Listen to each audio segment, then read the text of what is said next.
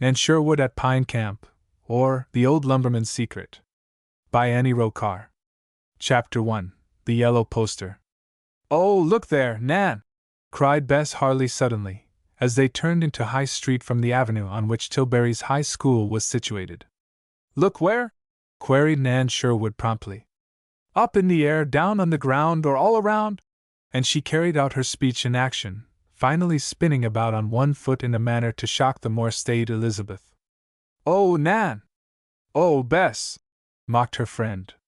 She was a rosy-cheeked, brown-eyed girl, with flyaway hair, a blue tam-o'-shanter set jauntily upon it, and a strong, plump body that she had great difficulty in keeping still enough in school to satisfy her teachers. "Do behave, Nan," begged Bess. "We're on the public street." "How awful!" proclaimed Nan Sherwood, making big eyes at her chum. "Why, folks know we're only high school girls, so, of course, we're crazy. Otherwise we wouldn't be high school girls." "Nonsense!" cried Bess, interrupting. "Do be reasonable, Nan. And look yonder! What do you suppose that crowd is at the big gate of the Atwater Mills?" Nan Sherwood's merry face instantly clouded. She was not at all a thoughtless girl, although she was of a sanguine, cheerful temperament. The startled change in her face amazed Bess. "Oh dear!" the latter cried. "What is it? Surely, there's nobody hurt in the mills? Your father, dash! I'm afraid, Bess dear, that it means there are a great many hurt in the mills." "Oh, Nan! How horridly you talk!" cried Bess. "That is impossible. Not hurt in the machinery, not mangled by the looms," Nan went on to say gravely. "But dreadfully hurt nevertheless, Bess. Father has been expecting it, I believe. Let's go and read the poster." "Why, it is a poster, isn't it?" cried Bess. "What does it say?" The two schoolgirls, both neatly dressed and carrying their bags of textbooks, pushed into the group before the yellow quarter-sheet poster pasted on the fence. The appearance of Nan and Bess was distinctly to their advantage when compared with that of the women and girls who made up the most of the crowd interested in the black print upon the poster. The majority of these whispering, staring people were foreigners. All bore marks of hard work and poverty. The hands of even the girls in the group were red and cracked. It was sharp winter weather, but none wore gloves. If they wore a head covering at all, it was a shawl gathered at the throat by the clutch of frostbitten fingers. There was snow on the ground, but few wore overshoes. They crowded away from the two well-dressed high school girls, looking at them askance. Bess Harley scarcely noticed the mill hands' wives and daughters. She came of a family who considered these poor people little better than cattle. Nan Sherwood was so much interested in the poster that she saw nothing else. It read: "Notice: 2 weeks from date all departments of these mills will be closed until further notice. Final payment of wages due will be made on January 15th. Oversupply of our market and the prohibitive price of cotton make this action a necessity. Atwater Mills Company. December 28th. "Why, dear me!" murmured Bess. "I thought it might really be something terrible. Come on, Nan. It's only a notice of a vacation. I guess most of them will be glad to rest a while. And who is going to pay for their bread and butter while the poor creatures are resting?" asked Nan seriously, as the two girls moved away from the group before the yellow poster. "Dear me, Nan!" her chum cried. "You do always think of the most dreadful things. It troubles me to know anything about poverty and poor people. I can't help them, and I don't want to know anything about them. If I didn't know that you are better than your talk, Bess," said Nan, still gravely, "I'd think you a most callous person. You just don't understand. These poor people have been fearing this shutdown for months. And all the time they have been expecting it they have been helpless to avert it, and unable to prepare for it. They might have saved some of their wages, I suppose," said Bess. "I heard Father say the other night how much money the mills paid out in a year to the hands, some perfectly or mouse sum. But just think how many people that has to be divided among," urged Nan. "Lots of the men earn only $8 or $9 a week, and have families to support." "Well, of course, they don't have to be supported as we are," objected the easy-minded Bess. Anyway, my father says frugality should be taught to the poor just the same as reading and writing. They ought to learn how to save. When you earn only just enough to supply your needs, and no more, how can you divide your income so as to hoard up any part of it? Dear me! Don't ask questions in political economy out of school, Nan! Cried Bess, forgetting that she had started the discussion herself. I just hate that study, and wish we didn't have to take it. I can't answer that question anyway. I'll answer it then, declared Nan. If you are a mill hand, your stomach won't let you save money. There probably won't be a dozen families affected by this shutdown who have more than $10 saved. Goodness! You don't mean that that's true? Why, Dad gives me that much to spend on myself each month, Bess cried. The poor things! Even if they are frozy and low, I am sorry for them. But, of course, the shutdown doesn't trouble you, Nan. Not personally, I mean. Your father has had a good position for so many years, dash. I'm not at all sure that it won't trouble us, Nan interposed gravely. But of course we are not in danger of starvation. She felt some delicacy about entirely confiding in Bess on the subject. Nan had heard the pros and cons of the expected closing of the mills discussed at home almost every day for weeks past. But family secrets should never be mentioned outside the family circle, as Nan very well knew. Well, sighed Bess, whose whole universe revolved around a central sun called self, as is the case with many girls brought up by indulgent parents. I hope, dear, that this trouble won't keep you from entering Lakeview with me next fall. Nan laughed. There never was a chance of my going with you, Bess, and I've told you so often enough, dash. Now don't you say that, Nan Sherwood, cried her chum. I've just made up my mind that you shall go, and that's all there is to it. You've just got to go. You mean to kidnap me and bear me off to that ogre's castle, whether or not? It's the very nicest school that ever was, cried Bess. And such a romantic place. Romantic? Repeated Nan curiously. Yes, indeed. A great big stone castle overlooking Lake Michigan, a regular fortress, they say. It was built years ago by Colonel Gilpatrick French, when he came over from Europe with some adventurous Irishmen who thought all they had to do was to sail over to Canada and the whole country would be theirs for the taking. Goodness me!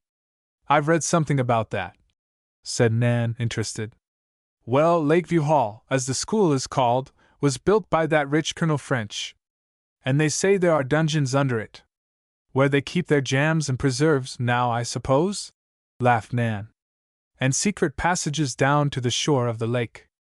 And the great hall where the brave Irishmen used to drill is now the assembly hall of the school. Sounds awfully interesting, admitted Nan.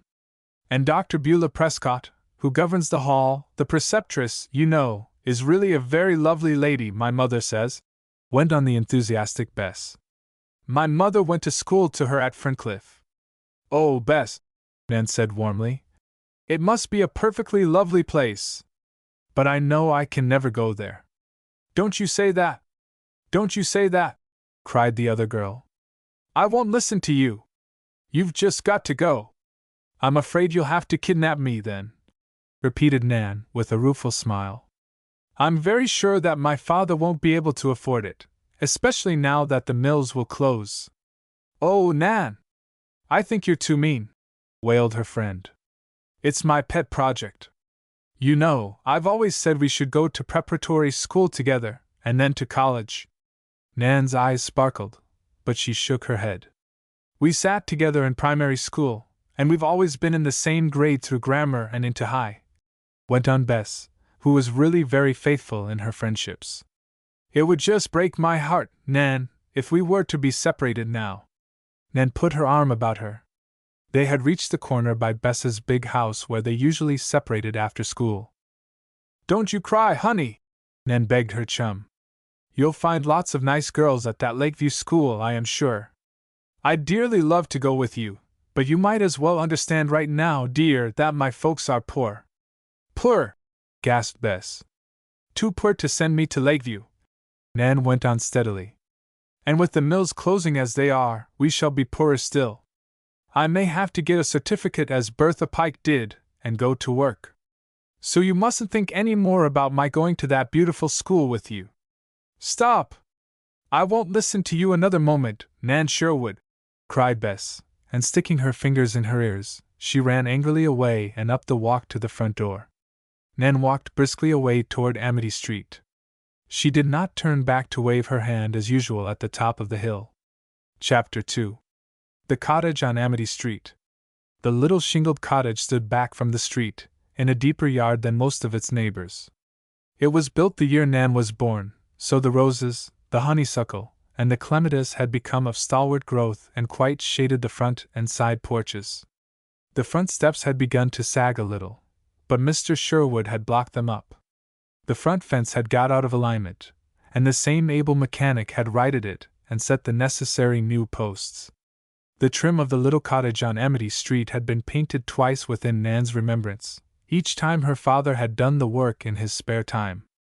Now, with snow on the ground and frozen turf peeping out from under the half-melted and yellowed drifts, the Sherwood cottage was not so attractive as in summer. Yet it was a cozy-looking house with the early lamplight shining through the kitchen window and across the porch as Nan approached, swinging her schoolbooks. Papa Sherwood called it, with that funny little quirk in the corner of his mouth, a dwelling in amity, more precious than jewels or fine gold. And it was just that. Nan had had experience enough in the houses of her school friends to know that none of them were homes like her own. All was amity, all was harmony, in the little shingled cottage on this short by-street of Tilbury. It was no grave and solemn place where the natural outburst of childish spirits was frowned upon, or one had to sit, stiff and starched, upon stools of penitence. No, indeed. Nan had romped and played in and about the cottage all her life. She had been, in fact, of rather a boisterous temperament until lately. Her mother's influence was always quieting, and not only with her little daughter. Mrs. Sherwood's voice was low, and with a dear drawl in it, so Nan declared. She had come from the South to northern Illinois, from Tennessee, to be exact, where Mr. Sherwood had met and married her. She had grace and gentleness without the languor that often accompanies those qualities. Her influence upon both her daughter and her husband was marked. They deferred to her, made much of her, shielded her in every way possible from all that was rude or unpleasant. Yet Mrs. Sherwood was a perfectly capable and practical housekeeper, and when her health would allow it she did all the work of the little family herself. Just now she was having what she smilingly called one of her lazy spells, and old Mrs. Joyce came in to do the washing and cleaning each week. It was one of Mrs. Sherwood's many virtues that she bore with a smile recurrent bodily ills that had made her a semi-invalid since Nan was a very little girl. But in seeking medical aid for these ills, much of the earnings of the head of the household had been spent. The teakettle was singing when Nan entered the dwelling in amity, and her mother's low rocker was drawn close to the side table on which the lamp stood beside the basket of mending. Although Mrs. Sherwood could not at present do her own laundry work, she insisted upon darning and patching and mending as only she could darn and patch and mend. Mr. Sherwood insisted that a sock always felt more comfortable on his foot after Momsey had darned it than when it was new. And surely she was a very excellent needlewoman. This evening, however, her work had fallen into her lap with an idle needle sticking in it. She had been resting her head upon her hand and her elbow on the table when Nan came in. But she spoke in her usual bright way to the girl as the latter first of all kissed her, and then put away her books and outer clothing. "What is the good word from out of doors, honey?" she asked. Nan's face was rather serious, and she could not coax her usual smile into being. Her last words with Bess Harley had savored of a misunderstanding, and Nan was not of a quarrelsome disposition. "I'm afraid there isn't any real good word to be brought from outside tonight, Momsey," she confessed, coming back to stand by her mother's chair. "Can that be possible, daughter?" said Mrs. Sherwood, with her low, caressing laugh. "Has the whole world gone wrong? Well, I missed in 2 recitations and have extras to make up, in the first place," rejoined Nan ruefully. "And what else?" "Well, Bess and I didn't have exactly a falling out, but I couldn't help offending her in one thing. That's the second trouble." "And is there a thirdly, my dear?" queried little Mrs. Sherwood tranquilly. Oh dear, yes! The worst of all! Cried Nan. The yellow poster is up at the mills. The yellow poster? Repeated her mother doubtfully, not at first understanding the significance of her daughter's statement. Yes. You know. When there's anything bad to announce to the hands, the Atwater Company uses yellow posters, like a smallpox or typhoid warning. The horrid thing! The mills shut down in 2 weeks, Momsey, and no knowing when they will open again. Oh, my dear! Was the little woman's involuntary tribute to the seriousness of the announcement. In a moment she was again her usual bright self. She drew Nan closer to her, and her own brown eyes, the full counterpart of her daughter's, winkled merrily. I tell you what let's do, Nan, she said. What shall we do, Momsey? Repeated the girl, rather lugubriously. Why, let's not let Papa Sherwood know about it. It will make him feel so bad. Nan began to giggle at that. She knew what her mother meant. Of course, Mr. Sherwood, being at the head of one of the mill departments, would know all about the announcement of the shutdown, but they would keep up the fiction that they did not know it by being particularly cheerful when he came home from work. So Nan giggled and swallowed back her sobs. Surely, if Momsey could present a cheerful face to this family calamity, she could. The girl ran her slim fingers into the thick mane of her mother's coiled hair, glossy brown hair through which only a few threads of white were speckled. Your head feels hot, Momsey, she said anxiously. Does it ache? A wee bit, honey, confessed Mrs. Sherwood. Let me take the pins out and rub your poor head, dear, said Nan. You know, I'm a famous massagist. Come do, dear. If you like, honey. Thus it was that, a little later, when Mr. Sherwood came home with feet that dragged more than usual on this evening, he opened the door upon a very beautiful picture indeed. His wife's hair was a glory of womanhood, for it made a tent all about her, falling quite to the floor as she sat in her low chair. Out of this canopy she looked up at the brawny, serious man, roguishly. Am I not a lazy, luxurious person, Papa Sherwood? She demanded.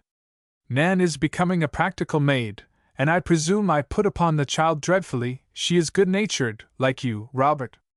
I know our Nan gets all her good qualities from me, Jessie, said her husband. If she favored you she would, of course, be a very hateful child. He kissed his wife tenderly. As Nan said, he always cleaned up at the mills and came home kissable. I ought to be just next door to an angel, if I absorbed the virtues of both my parents, declared Nan briskly, beginning to braid the wonderful hair which she had already brushed. I often think of that. Her father poked her tentatively under the shoulder blades with a blunt forefinger, making her squirm. I don't feel the wings sprouting yet, Nancy, he said in his dry way. I hope not, yet, exclaimed the girl. I'd have to have a new winter coat if you did, and I know we can't afford that just now. You never said a truer word, Nan, replied Mr. Sherwood, his voice dropping to a less cheerful level, as he went away to change his coat and light the hanging lamp in the dining room where the supper table was already set. Mother and daughter looked at each other rather ruefully. Oh, dear me, whispered Nan. I never do open my mouth but I put my foot in it. Goodness, returned her mother, much amused. That is an acrobatic feat that I never believed you capable of, honey.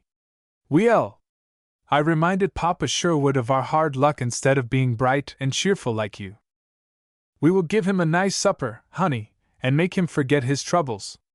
Time enough to call to order the Ways and Means Committee afterward. Her husband came back into the kitchen as Nan finished arranging the hair. Come, Papa Sherwood, cried the little lady. Hot biscuit, the last of the honey, sweet pickles, sliced cold ham, and a beautiful big plum cake that our Nan made this morning before school time, her own self. You must smile at all those dainties. And the husband and father smiled. They all made an effort to help each other. But they knew that with the loss of his work would doubtless come the loss of the home. During the years that had elapsed, Mr. Sherwood had paid in part for the cottage, but now the property was deteriorating instead of advancing in value.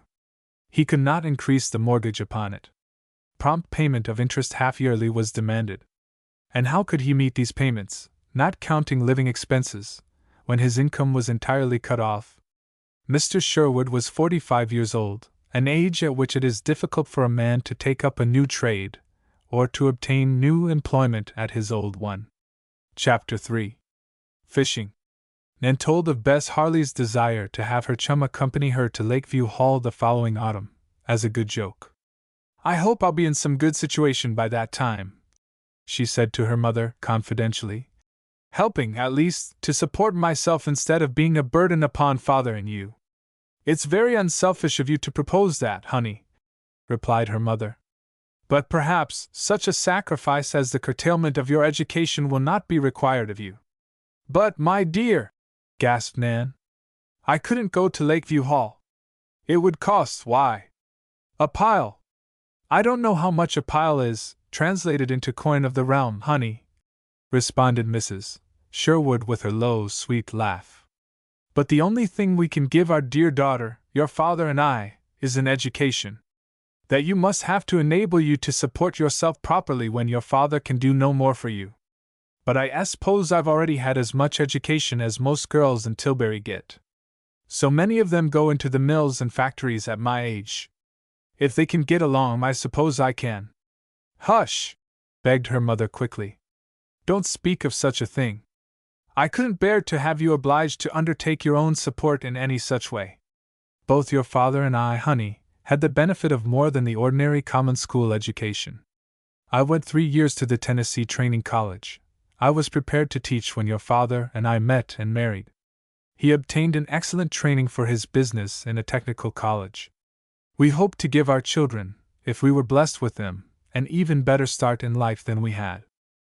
"Had your little brother lived, honey," added Mrs. Sherwood tenderly, "we should have tried to put him through college, and you, as well. It would have been something worthwhile for your father to work for. But I am afraid all these years that his money has been wasted in attempts to benefit my health." "Oh, Momsey! Don't say it that way," urged Nan. "What would we ever do without you? But I sometimes think how nice it would be had I been a boy, my own brother, for instance. A boy can be so much more help than a girl." "For shame!" cried her mother, laughing. "Do you dare admit a boy is smarter than a girl, Nan?"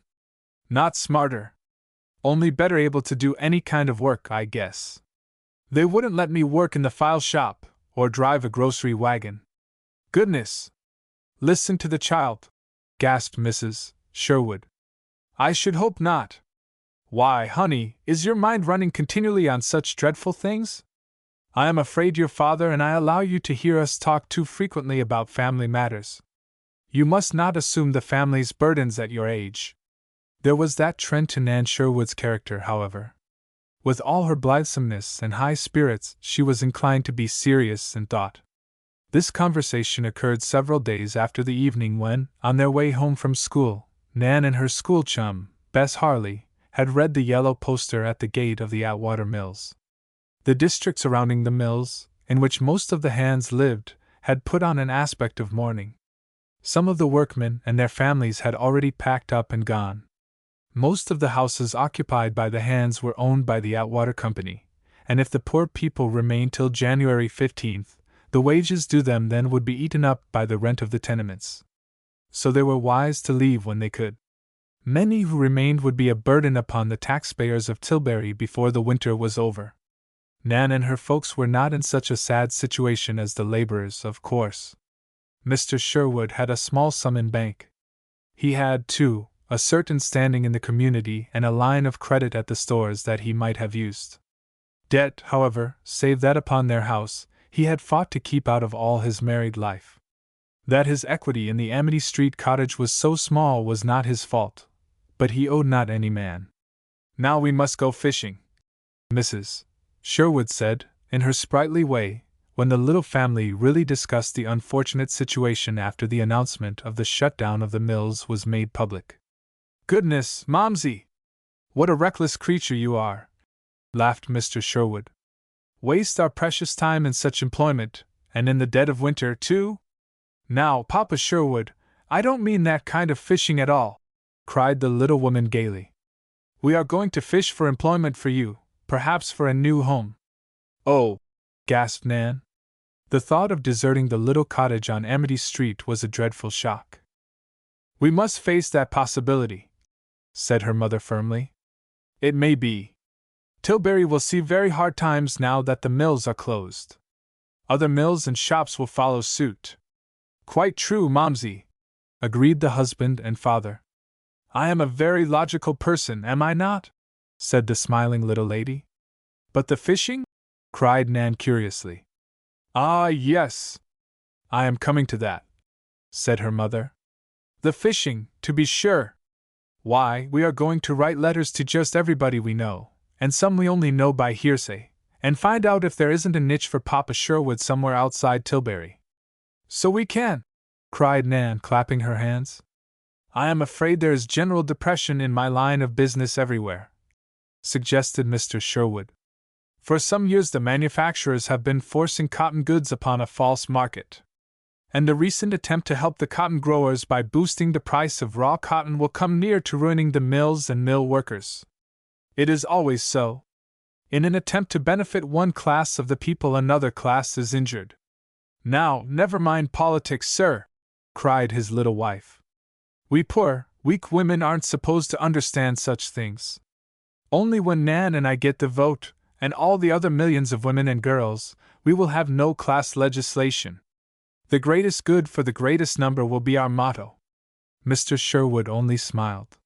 He might have pointed out that in that very statement was the root of all class legislation. He knew his wife's particular ideas were good, however. Her general political panacea was rather doubtful. He listened thoughtfully as she went on. "Yes, we must fish for a new position for Papa. We may have to go away from here. Perhaps rent the house. You know, we have had good offers for it." "True," admitted Mr. Sherwood. "Oh dear!" sighed Nan, but below her breath so that Momsey and Papa Sherwood did not hear the sigh. "I am going to write to Cousin Adair Mackenzie in Memphis. He is quite prominent in business there," pursued Mrs. Sherwood. "We might find a footing in Memphis." Mr. Sherwood looked grave, but said nothing. He knew that the enervating climate of the southern river city would never do for his wife. Change of climate might benefit her greatly. The doctors had all said so of late, but not that change.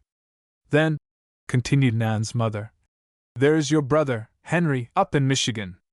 "Oh, I remember Uncle Henry," cried Nan. "Such a big, big man. With a heart quite in keeping with the size of his body, honey," her mother quickly added. "And your Aunt Kate is a very nice woman.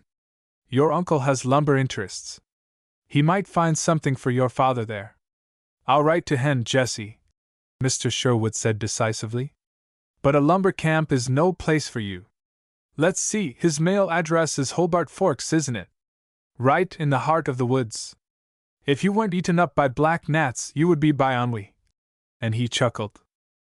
"Goodness!" cried Mrs. Sherwood, making big eyes at him. "Are those a new kind of mosquito? Ennui, indeed! Am I a baby?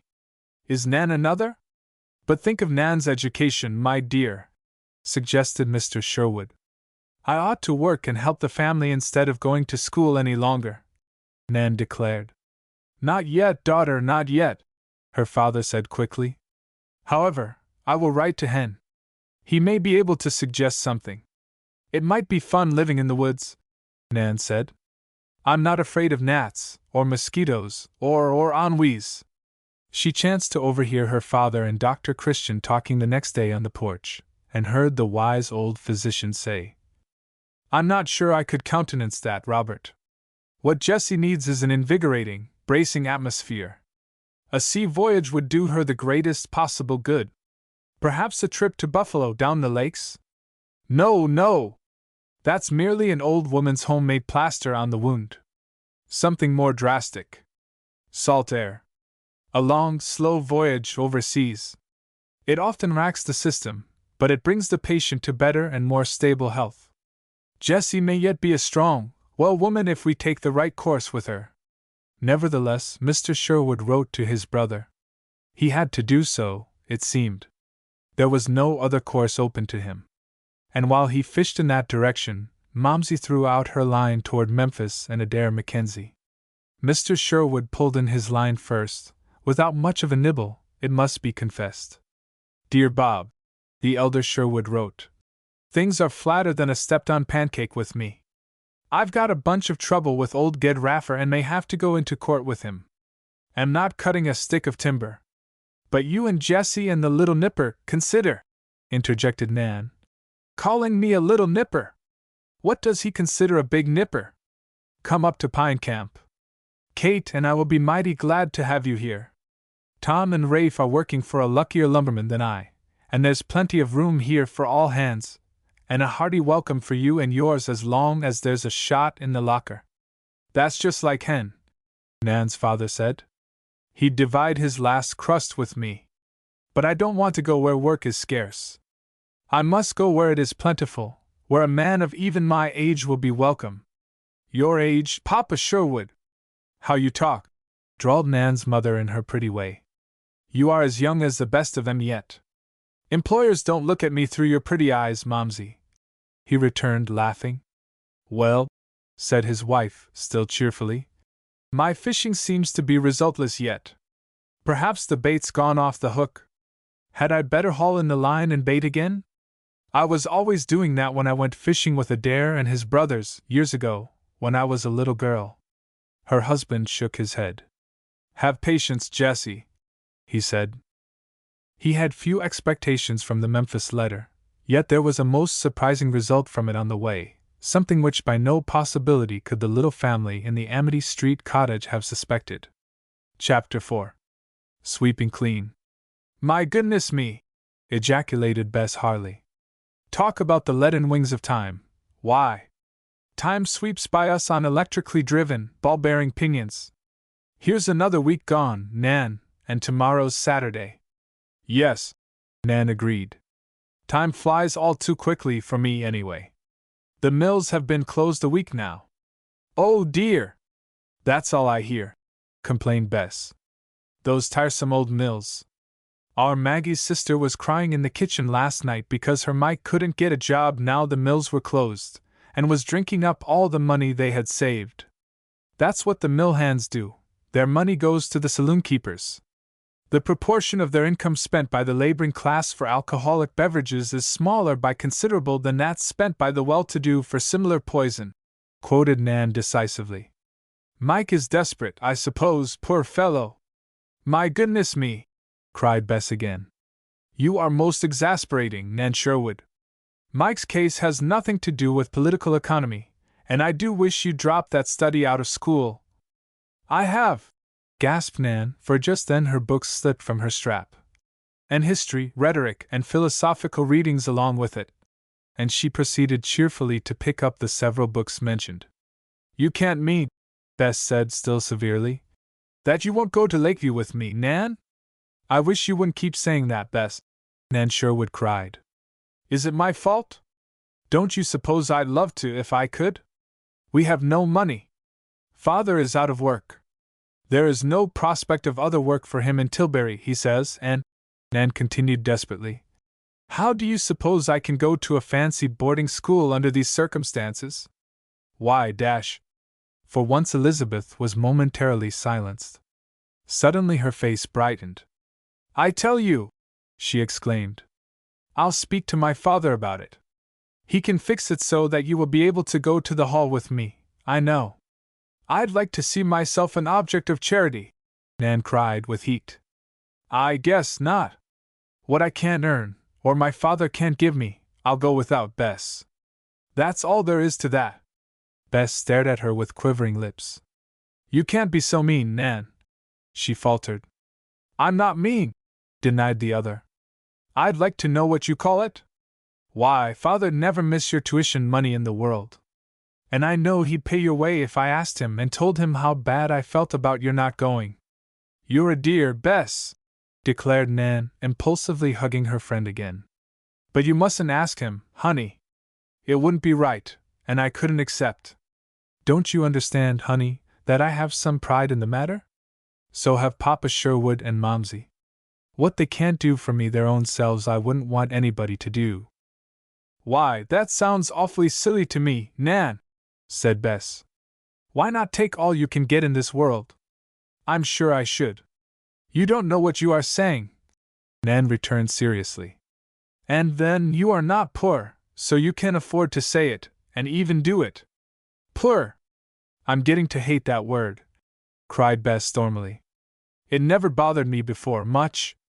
We're not poor and none of our friends were poor. Not until those old mills closed. And now it seems all I hear is about folks being poor. I hate it. I guess, said Nan ruefully, you don't hate it half as much as those of us who have to suffer it. I'm just going to find some way of getting you to Lakeview Hall, my dear, Bess rejoined gloomily. Why? I won't want to go myself if you don't go, Nan. Her friend thought she would better not tell Bess just then that the prospect was that she, with her father and mother, would have to leave Tilbury long before the autumn. Mr. Sherwood was trying to obtain a situation in Chicago, in a machine shop. He had no hope of getting another foreman's position. Nothing had been heard from Mr. Adair Mackenzie, of Memphis. Mrs. Sherwood wanted to write again, but her husband begged her not to. He had a proper pride. It looked to him as though his wife's cousin did not care to be troubled by the necessities of his relations. We'll get along, was Mr. Sherwood's repeated and cheerful statement. Never say die. Hope is our anchor. Fate shall not balk us. And all the other copybook maxims. But it was Mrs. Sherwood and Nan who managed to save and scrimp and be frugal in many infinitesimal ways, thus making their savings last marvelously. Nan gave up her entire Saturdays to household tasks. She insisted on that, and urged the curtailment of the weekly expense by having Mrs. Joyce come in to help but one day. I can iron, Momsey, and if I can't do it very well at first, I can learn, declared the plucky girl. And of course I can sweep. That's good for me. Our physical instructor says so. Instead of going to the gym on Saturday, I'll put in calisthenics and acrobatic stunts with a broom and duster. She was thorough, too. She could not have been her father's daughter without having that virtue. There was no lick and a promise in Nan Sherwood's housekeeping. She did not sweep the dust under the bureau, or behind the door, or forget to wipe the rounds of the chairs and the baseboard all around the rooms. Papa Sherwood, coughing in the lower hall as the dust descended from above, declared she went through the cottage like a whirlwind. It was not as bad as that, but her vigorous young arms wielded the broom with considerable skill. One Saturday, with every other room swept but the front hall, she closed the doors into that, and set wide open the outer door. There was more snow on the ground now, but the porch was cleaned and the path to the front gate neatly dug and swept. The tinkle of sleigh bells and the laughter of a crowd of her school friends swept by the corner of Amity Street. Nan ran out upon the porch and waved her duster at them. There she stood, smiling out upon her little world for a minute. She might not see Amity Street, and the old neighbors, many weeks longer. A half-promise of work from the Chicago machine shop boss had reached Mr. Sherwood that morning by post. It seemed the only opening, and it meant that they would have to give up the dwelling in Amity, and go to crowded Chicago to live. For Momsey was determined that Papa Sherwood should not go without her. Nan came back into the hall and began to wield the broom again. She could not leave the door open too long, for it was cold outside and the winter chill would get into the house. They had to keep all the rooms at an even temperature on account of Momsey's health. But she swept vigorously, moving each piece of furniture, and throwing the rugs out upon the porch for a special sweeping there. The rough mat at the door was a heavy one. As Nan stooped to pick it up and toss it after the other small rugs, she saw the corner of a yellow envelope sticking from under the edge of the hall carpet. Wonder what that is, murmured Nan. Somebody has thrust a circular, or advertisement, under our door, and it's gone under the carpet. Yes. There's a tack out there. She seized the corner of the envelope with thumb and finger. She drew it out. Its length surprised her. It was a long, official-looking envelope, not bulky but most important-looking. In the upper left-hand corner was printed, Adair Mackenzie and Company, Stocks and Bonds, Memphis. It was properly stamped and addressed to her mother. By the postmark on it, Nan knew it must have been tucked under the door by the postman more than a week before. Somehow he had failed to ring their bell when he left the letter. The missing tack in the edge of the hall carpet had allowed the document to slide out of sight, and it might have been hidden for weeks longer had chance not shown the small corner of straw-colored paper to Nan. She felt breathless. Her knees trembled. Somehow, Nan just knew that the letter from her mother's cousin must be of enormous importance. She set her broom in the corner and closed the door.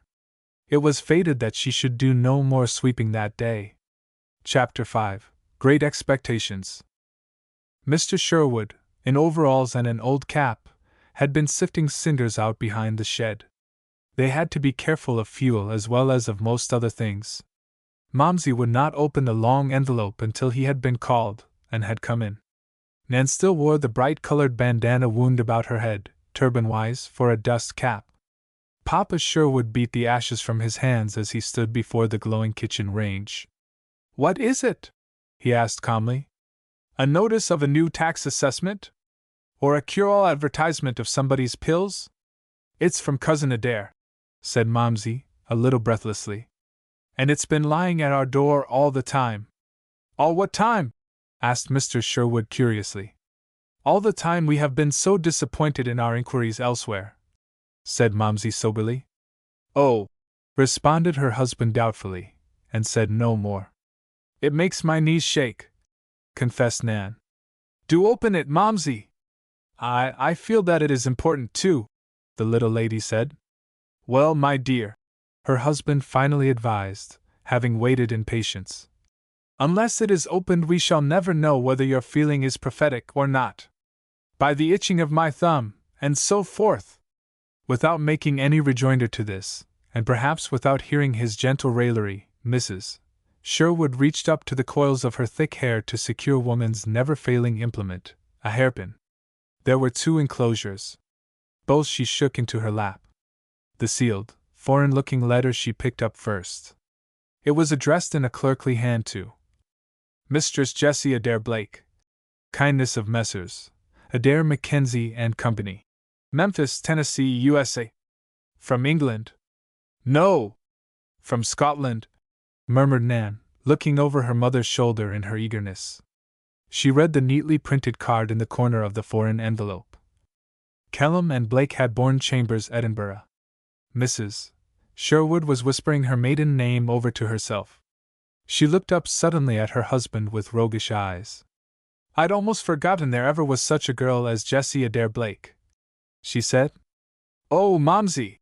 squealed Nan, with clasped hands and immense impatience. Don't be so slow. Open it." "No," her mother said, with pursed lips. "No, honey. The other comes first, I reckon." It was a letter typewritten upon her cousin's letterhead, but it was not dictated by Mr. Adair Mackenzie. Instead, it was from Mr. Mackenzie's secretary, who stated that her employer had gone to Mexico on business that might detain him for several weeks. "A letter addressed by you to Mr. Mackenzie arrived after his departure and is being held for him with other personal communications until his return. But being assured that you are the Jessie Adair Blake, now Sherwood, to whom the enclosed letter from Scotland is addressed, I take the liberty of forwarding the same. The Scotch letter reached us after Mr. Mackenzie's departure, likewise. Will you please acknowledge the receipt of the enclosure and oblige?" This much of the contents of the secretary's letter was of particular interest to the Sherwoods. Momsey's voice shook a little as she finished reading it. Plainly she was disappointed. "Cousin Adair, I am sure, would have suggested something helpful had he been at home," she said sadly. It is a great disappointment, Robert." Well, replied Mr. Sherwood, perhaps not without some secret relief. "It will all come out right. At least, your cousin hasn't refused his assistance. We shall be established somewhere before he returns from his Mexican trip. I did depend so much upon Adair's goodwill and advice," signed Momsey. "But dear me suz!" gasped Nan impatiently. "What are you folks bothering over that for? It isn't Cousin Adair that I want to know about. It's this letter, Momsey." And she seized the thin yet important envelope from Scotland and shook it before her mother's eyes. "Better look into it, Momsey," advised Mr. Sherwood easily, preparing to return to the cinder sifting. Maybe it's from some of your relatives in the old country. I see Blake printed in the corner. Didn't your father have an uncle or somebody who was steward on the estate of a Scotch laird of some renown? Heck, mon! Cried Momsey, with her usual gaiety, and throwing off the cloud of gloom that had momentarily subdued her spirit. Ye are a wise child. Ma faither talked muckle o' Uncle Hugh Blake, remembering him for a wee laddie when his ain faither took him tae Scotland, and tae Castle Emberin, on a visit. Nan and Papa Sherwood laughed at her when she assumed the Scotch burr of her forebears. With precision she cut the flap of this smaller envelope. She felt no excitement now. She had regained control of herself after the keen disappointment arising from the first letter. She calmly opened the crackly sheet of legal-looking paper in her lap. It was not a long letter, and it was written in a stiff, legal hand, instead of being typewritten, each character as precise as the legal mind that dictated it. Mistress Jessie Adair Blake, known to be a married woman, but wedded name unknown to writer. Dear Madam, it is my duty to inform you that your father, the late Randolph Hugh Blake, was made sole beneficiary of his late uncle, Mr. Hugh Blake, the Laird of Emberin Steward, by a certain testament, or will, made many years ago. Mr. Hugh Blake has recently died a bachelor, and before his demise he added a codicil to the above testament, or will, naming you, his great niece, his sole heir and beneficiary. There are other relatives who may make some attempt to oppose your claim, but none of near blood. Your title to the said estate is clear, but it is quite necessary that you should appear before our courts with proofs of identity, and so forth. On receipt from you of acknowledgment of this letter, with copies of identification papers, your grandfather's naturalization papers, your father's discharge from army, your own birth certificate and marriage lines, and so forth, I will give myself the pleasure of forwarding any further particulars you may wish, and likewise place at your command my own services in obtaining possession for you of your great-uncle's estate. The said estate of Mr. Hugh Blake, deceased, amounts, in real and personal property, including moneys in the bank, to about the sum, roughly estimated, of £10,000. Respectfully, your servant, Andrew Blake, Solicitor and ATTY. Nan had leaned over her mother's shoulder, big-eyed, scarce believing the plainly written words she read. It was preposterous, ridiculous, fanciful, a dream from which she must awake in a moment to the full realization of their dreadful need of just such a godsend as this. It was her father's voice that roused the girl. He had not seen the letter and Momsey had read it silently to herself. Look out, Nancy! What is the matter with your mother? With a cry the girl caught the frail little lady in her arms as the letter slipped unheeded from her lap to the floor. Mrs. Sherwood's eyes were closed. She had fainted. Chapter 6. A Sprat for a Herring. I don't need the doctor this time, honey. Joy never killed yet. So said Mrs. Sherwood, opening her eyes to see the scared face of Nan close above her. Then she saw her husband at her feet, quietly chafing her hands in his own hard, warm palms. She pulled hers gently from his clasp and rested them upon his head. Mr. Sherwood's hair was iron-gray, thick, and inclined to curl. She ran her little fingers into it and clung tightly. Let me get my breath," she gasped. Then, after a moment, she smiled brilliantly into the wind-bitten face of the kneeling man. "It's all over, Robert," she said. "My dear," he cried thickly, while Nan could not wholly stifle the cry of fear that rose to her lips. "It's all over," repeated the little woman. "All the worry, all the poverty, all the uncertainty, all the hard times." Mr. Sherwood looked startled indeed. He had no idea what the letter from Scotland contained, and he feared that his wife, who had already suffered so much, was for the moment quite out of her head. "My poor Jessie," he began, but her low, sweet laugh stopped him. "Not poor. Never poor again, Robert," she cried. "God is very good to us. At the very darkest hour He has shown us the dawn. Robert, we are rich." "Great goodness, Jessie!" "What do you mean?" exclaimed Mr. Sherwood, stumbling to his feet at last. "It's true! It's true, Papa Sherwood!" Nan cried, clapping her hands. "Don't you call $10,000 riches?" $10,000? Murmured her father. He put his hand to his head and looked confusedly about for a seat, into which he weakly dropped. Nan had picked up the letter, and now she dramatically thrust it into his hand. "Read that, Papa Sherwood," she said commandingly. He read the communication from the Scotch attorney, first with immense surprise, then with profound doubt. Who but a young imaginative girl, like Nan, or a woman with unbounded faith in the miracles of God, like her mother, could accept such a perfectly wonderful thing as being real? A hoax, thought the man who had worked so hard all his life without the least expectation of ever seeing a penny that he did not earn himself. Can it be that any of those heedless relatives of my wife's in Memphis have attempted a practical joke at this time? He motioned for Nan to bring him the envelope, too. This he examined closely, and then read the communication again. It looked all regular. The stationery, the postmark, the date upon it, all seemed perfectly in accord. Mrs. Sherwood's gay little laugh shattered the train of her husband's thought. "I know what the matter is with you, Papa Sherwood," she said.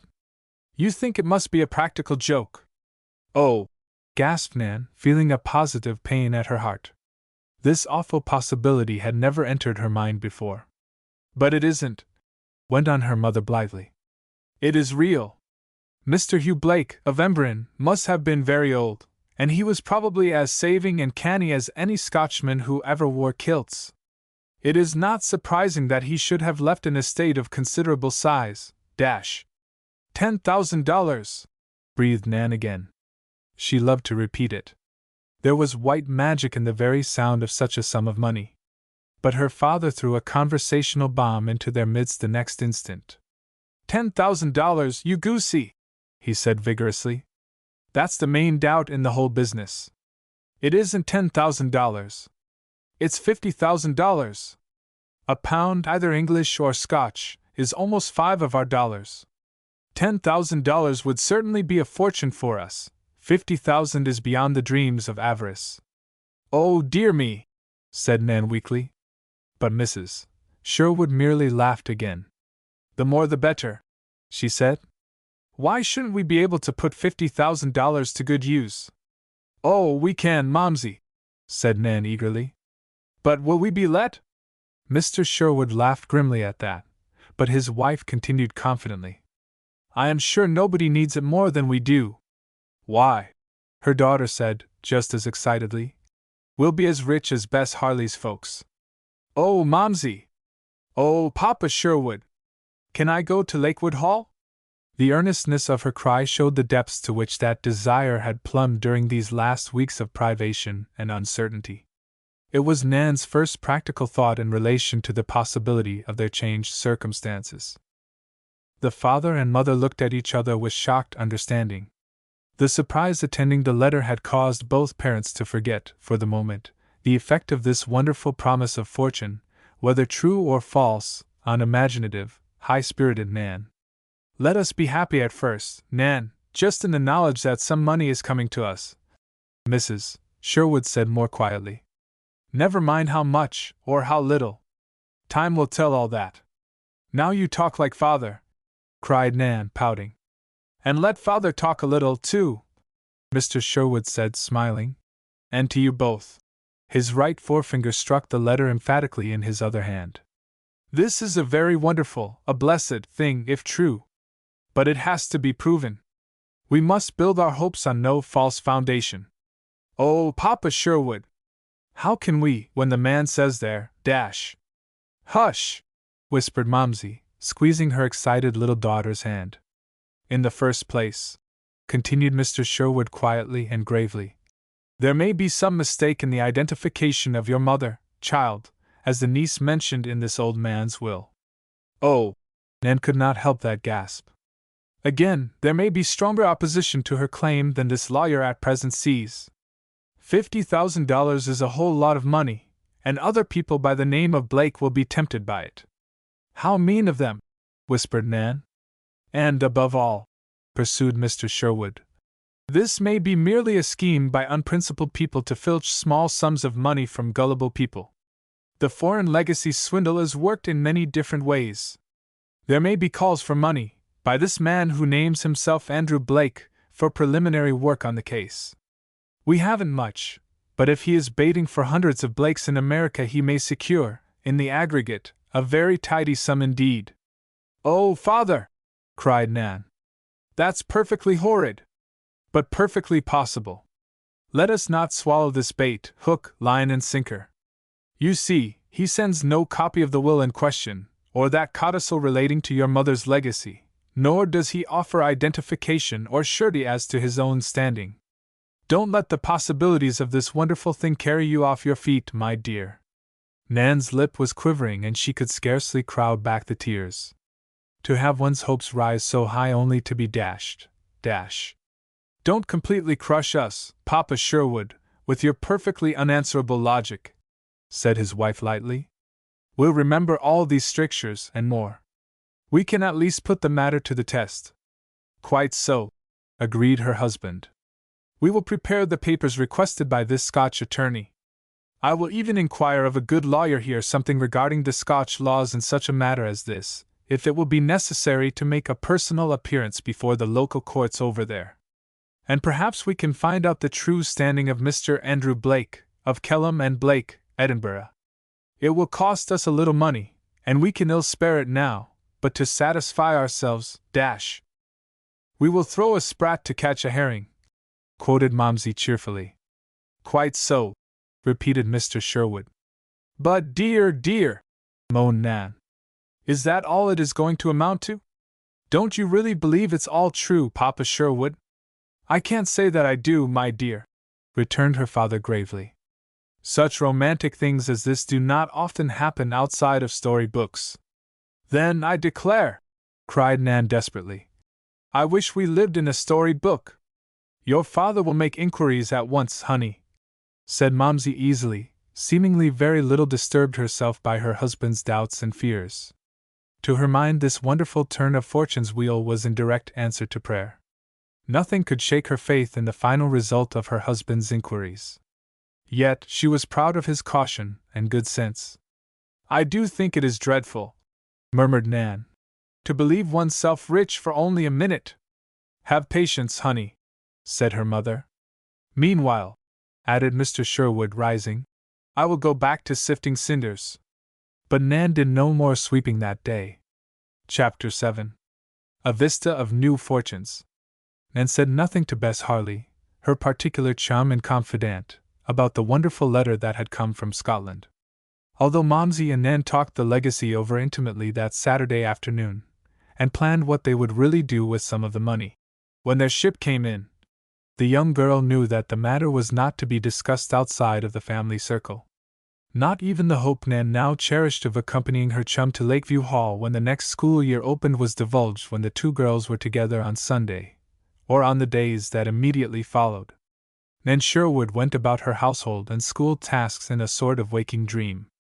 Imagination was continually weaving pictures in her mind of what might happen if the vista of new fortunes that had opened before the little family in the Amity Street cottage really came true. Papa Sherwood's first reports on the matter of the Scotch legacy were not inspiring.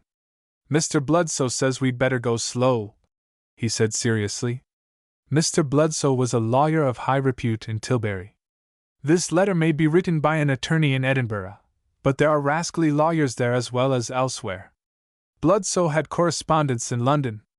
They may be able to inform him regarding the firm of solicitors, Kellam and Blake, if the firm really is entered at the Scotch bar." "Oh, but won't that mean delay?" murmured Nan. "Meanwhile," said her father, smiling at her impatience, "we will prepare the papers identifying your dear mother so that, if this wonderful new fortune should be a reality, we can put in a proper claim for it. Just the same," he added to his wife, when Nan had left the room, "I have written to that machine shop boss in Chicago that I am ready to come to work any day he may send for me." "Oh, Robert!" gasped the little lady. "Won't you believe? Like the darky who was asked if he believed the world was round, and said, 'I believes it, but I ain't dead show of it.' I presume this great fortune is possible, Jessie, but I haven't perfect and abiding faith in its existence for us," said her husband. But Momsey had just that quality of faith. She went singing about her household tasks, and her usual smile beamed quite beatific. So said Dr. Christian, who stepped in to see her, as was his custom every few days. "What's this? What's this?" the old medical practitioner demanded of Mr. Sherwood, on the porch, where he usually made his report, and to which Nan often stole to listen openly to them discuss her mother's case. "I find her in a state of happy excitement, and that is quite right, Robert, quite right, if the hopes that are the wellspring of it are not quenched. What does it mean? Have you arranged the sea voyage I advised?" Papa Sherwood's face changed suddenly. He looked oddly, Nan thought, at the doctor.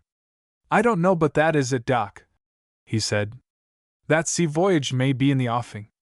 Best thing that could happen to her, best thing that could happen to her," declared the old physician with emphasis, as he stumped away.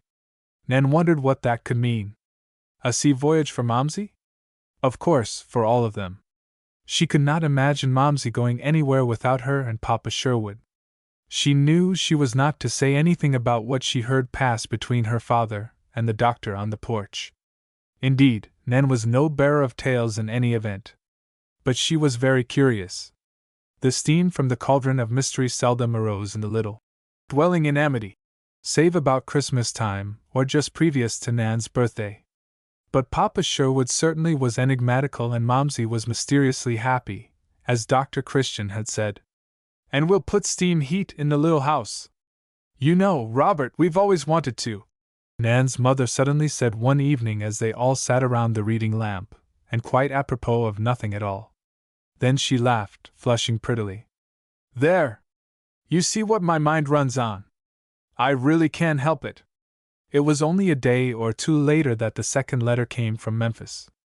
Mr. Adair Mackenzie had returned from Mexico, and evidently one of the first duties he performed was to write his cousin Jessie his congratulations. "A letter on quite another matter," this epistle read. "From our distant kinsman, Andrew Blake, of Kellam and Blake, apprised me that the ancient Hugh Blake, steward to the Lairds of Embren for so many years, was dead, and that his property was willed to your father, whose appearance as a lad at Embren pleased the old man greatly. You are to be congratulated. The estate is considerable, I understand. Your husband's troubles, which are mentioned in your letter that I found awaiting my return, will now be over. For, although Andrew Blake intimates that there may be considerable opposition in the courts there, over the money going to an American heir, you will be able in the end to establish your rights. Believe me, my dear Jessie, I know of nobody in our family to whom I would rather see fortune come than to yourself and your dear ones. If I can be of any assistance, financially, or otherwise, in helping you obtain your rights in this event, believe me, I stand ready to give such aid. Do not hesitate to call upon me. My regards to your husband and little girl whom I have never seen. Alice and John join me in expressing our good wishes for your happy future. I remain, with the old love I always had for you, your cousin, Adair Mackenzie." "Now, Robert, what have you to say?" cried Momsey triumphantly, while Nan danced a fandango about the room. "This much," replied her husband, smiling. "Our minds are relieved on one point, at least. Kellam and Blake are respectable attorneys. We will send our communication to Mr. Blake at once, without waiting for Mr. Bloodsoe's inquiries to bear fruit. Your cousin Adair knows the Scotch firm, and of course vouches for their trustworthiness." "Dear me, Papa Sherwood, you are so practical," sighed Nan. She meant, vexing. They were interchangeable terms to her mind at this exciting point. "Can't you work up any enthusiasm over Momsey's wonderful fortune? Its existence is established, it would seem, beyond peradventure," said Mr. Sherwood drily. "But our attempt to obtain the fortune is not yet begun." "Why, squealed Nan. "You don't really suppose anybody will try to keep Momsey from getting it?" "Exactly that," said her father. "The Blakes are a widely scattered clan. There are probably a number of people as close in blood tied to the old man who has just died as your mother, my dear. These people may all bob up, one after another, to dispute Momsey's claim." "But dear me," gasped Nan, "the money was willed to Momsey. Nevertheless, these other relatives, if there be such, can keep Momsey out of the enjoyment of her rights for a long time." Court processes are slow, and especially so, I should judge, among the canny and careful Scotch. I think we would better leave it to the lawyers to settle. We cannot hasten the courts by worrying over the fortune. I think, pursued Papa Sherwood judiciously, that instead of spending our time discussing and dreaming of the fortune in Scotland, we would better go right on with our tasks here as though there were really no fortune at all. Oh my!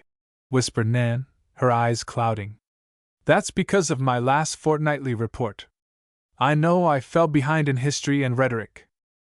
Don't be too hard on us, Papa Sherwood, said Momsey brightly. Anticipation is more than half of every pleasure. I lie awake every night and spend this great fortune of ours to the very last penny. Of course, the little lady added, with more gravity, I wouldn't really spend $50,000 so recklessly as I do in my mind. But I can found schools and hospitals, and educate Nan, and give you, Papa Sherwood, a great big business, and buy 2 automobiles and dash. Enough! Enough! Cried Mr. Sherwood, in mock seriousness. You are a born spendthrift, Momsey. That you have had no chance to really be one thus far will only make your case more serious when you have this legacy in your possession. 2 automobiles, no less. But I want you both, my dears, to bear one very important fact in mind. Roughly estimated, the fortune is £10,000. To be exact, it may be a good deal less at the start.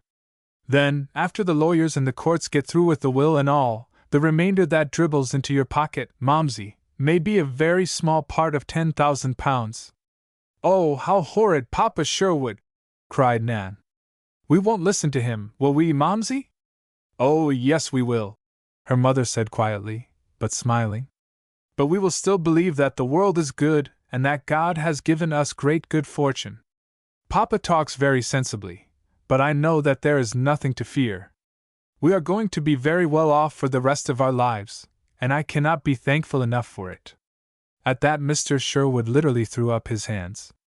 Nevertheless, he said, I expect to go to Chicago next Monday, to begin work in the machine shop. The boss writes me that I can come at that time. I will get your clothes ready for you, Robert, said Momsey calmly. Perhaps you will feel better in your mind if you keep busy during this time of waiting. Chapter 8. 2 important happenings.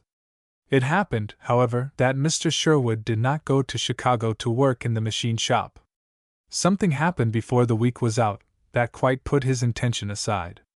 Indeed, Nan declared that 2 important happenings just then changed the current of affairs at the little cottage on Amity Street, and that she had a principal part in the action of the first of these unexpected happenings.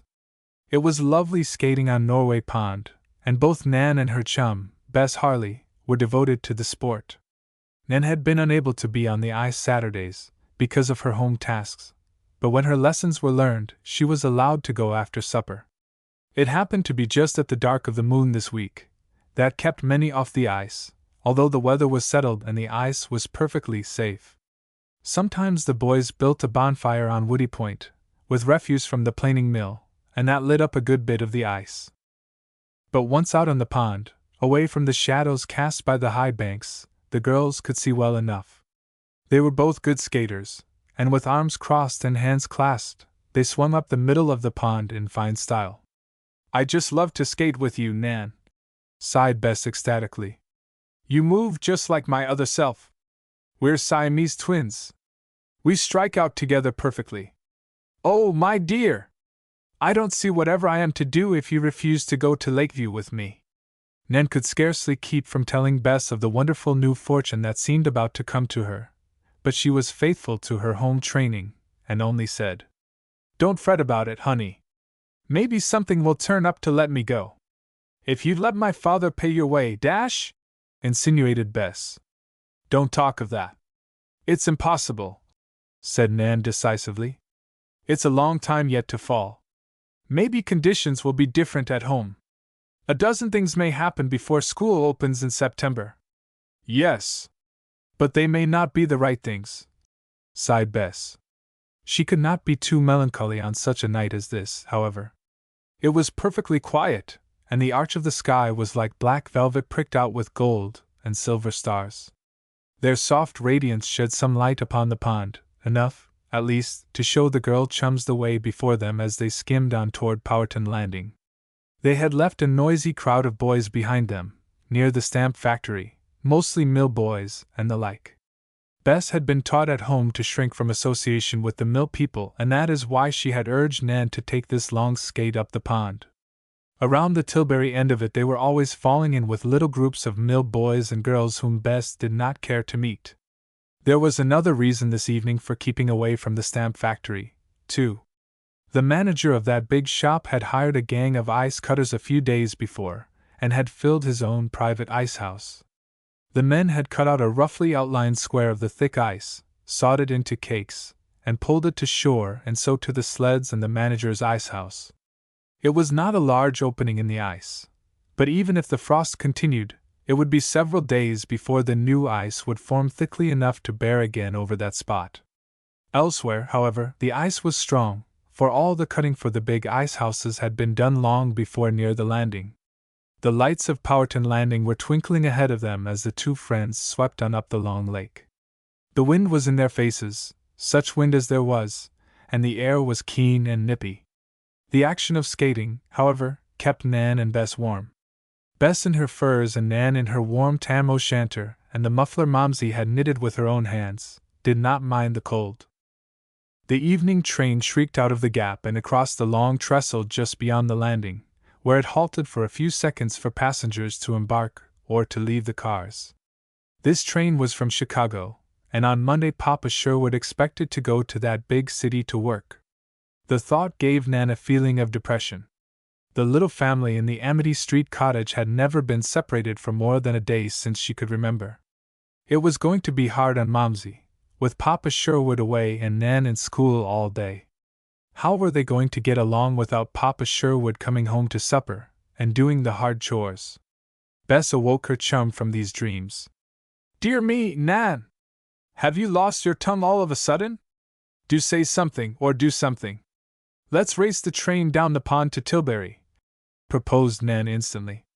The lights of the long coaches were just moving out of the station at the landing. The two girls came about in a graceful curve and struck out for home at a pace that even the train could not equal.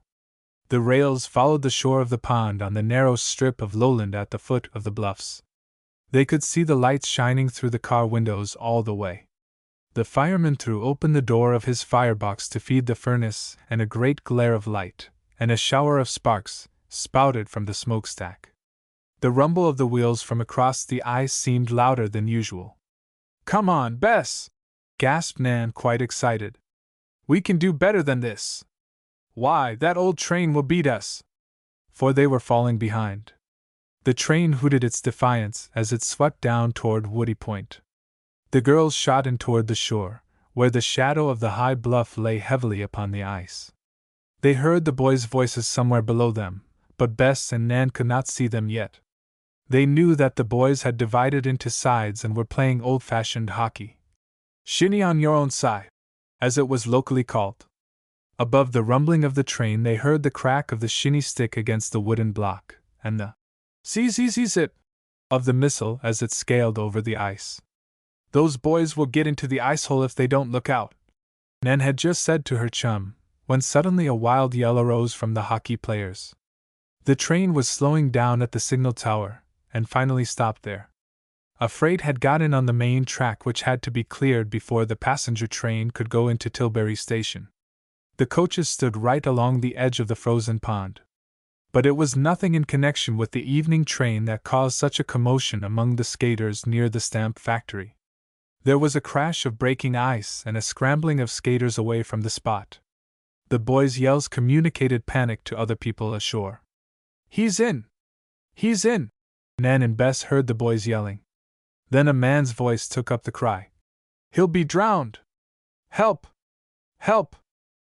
"That's old Peter Newkirk," gasped Nan, squeezing Bess' gloved hands tightly.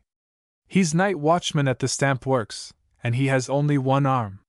He can't help that boy." The youngsters who had been playing hockey so recklessly near the thin ice were not as old as Nan and Bess, and the accident had thrown them into utter confusion. Some skated for the shore, screaming for ropes and fence rails. Others only tried to get away from the danger spot themselves. None did the first thing to help their comrade who had broken through the ice. "Where are you going, Nan?" gasped Bess, pulling back. "You'll have us both in the water, too. We can save him." "Quick!" returned her chum eagerly. She let go of Bess and unwound the long muffler from about her own neck. "If we could only see him!" the girl said over and over. And then a brilliant idea struck Nan Sherwood, and she turned to shout to old Peter Newkirk on the shore. "Peter! Peter! Turn on the electric light sign! Turn it on so we can see where he's gone in!" The watchman had all his wits about him. There was a huge electric sign on the stamp works roof, advertising the company's output. The glare of it could be seen for miles, and it lit up brilliantly the surroundings of the mill. Peter Newkirk bounded away to the main door of the works. The switch that controlled the huge sign was just inside that door. Before Nan and Bess had reached the edge of the broken ice, the electricity was suddenly shot into the sign, and the whole neighborhood was alight. "I see him! There he is!" gasped Nan to her chum. "Hold me tight by the skirt, Bess! We'll get him!" She flung herself to her knees and stopped sliding just at the edge of the old, thick ice. With a sweep of her strong young arm, she shot the end of the long muffler right into the clutching hands of the drowning boy. Involuntarily he seized it. He had been down once, and submersion in the ice water had nearly deprived him of both consciousness and power to help save himself. But Nan drew him quickly through the shattered ice cakes to the edge of the firm crystal where she knelt. "We have him! We have him!" she cried in triumph. "Give me your hand, boy! I won't let you go down again!" But to lift him entirely out of the water would have been too much for her strength. However, several men came running now from the stalled passenger train. The lighting of the electric sign had revealed to them what was going on upon the pond.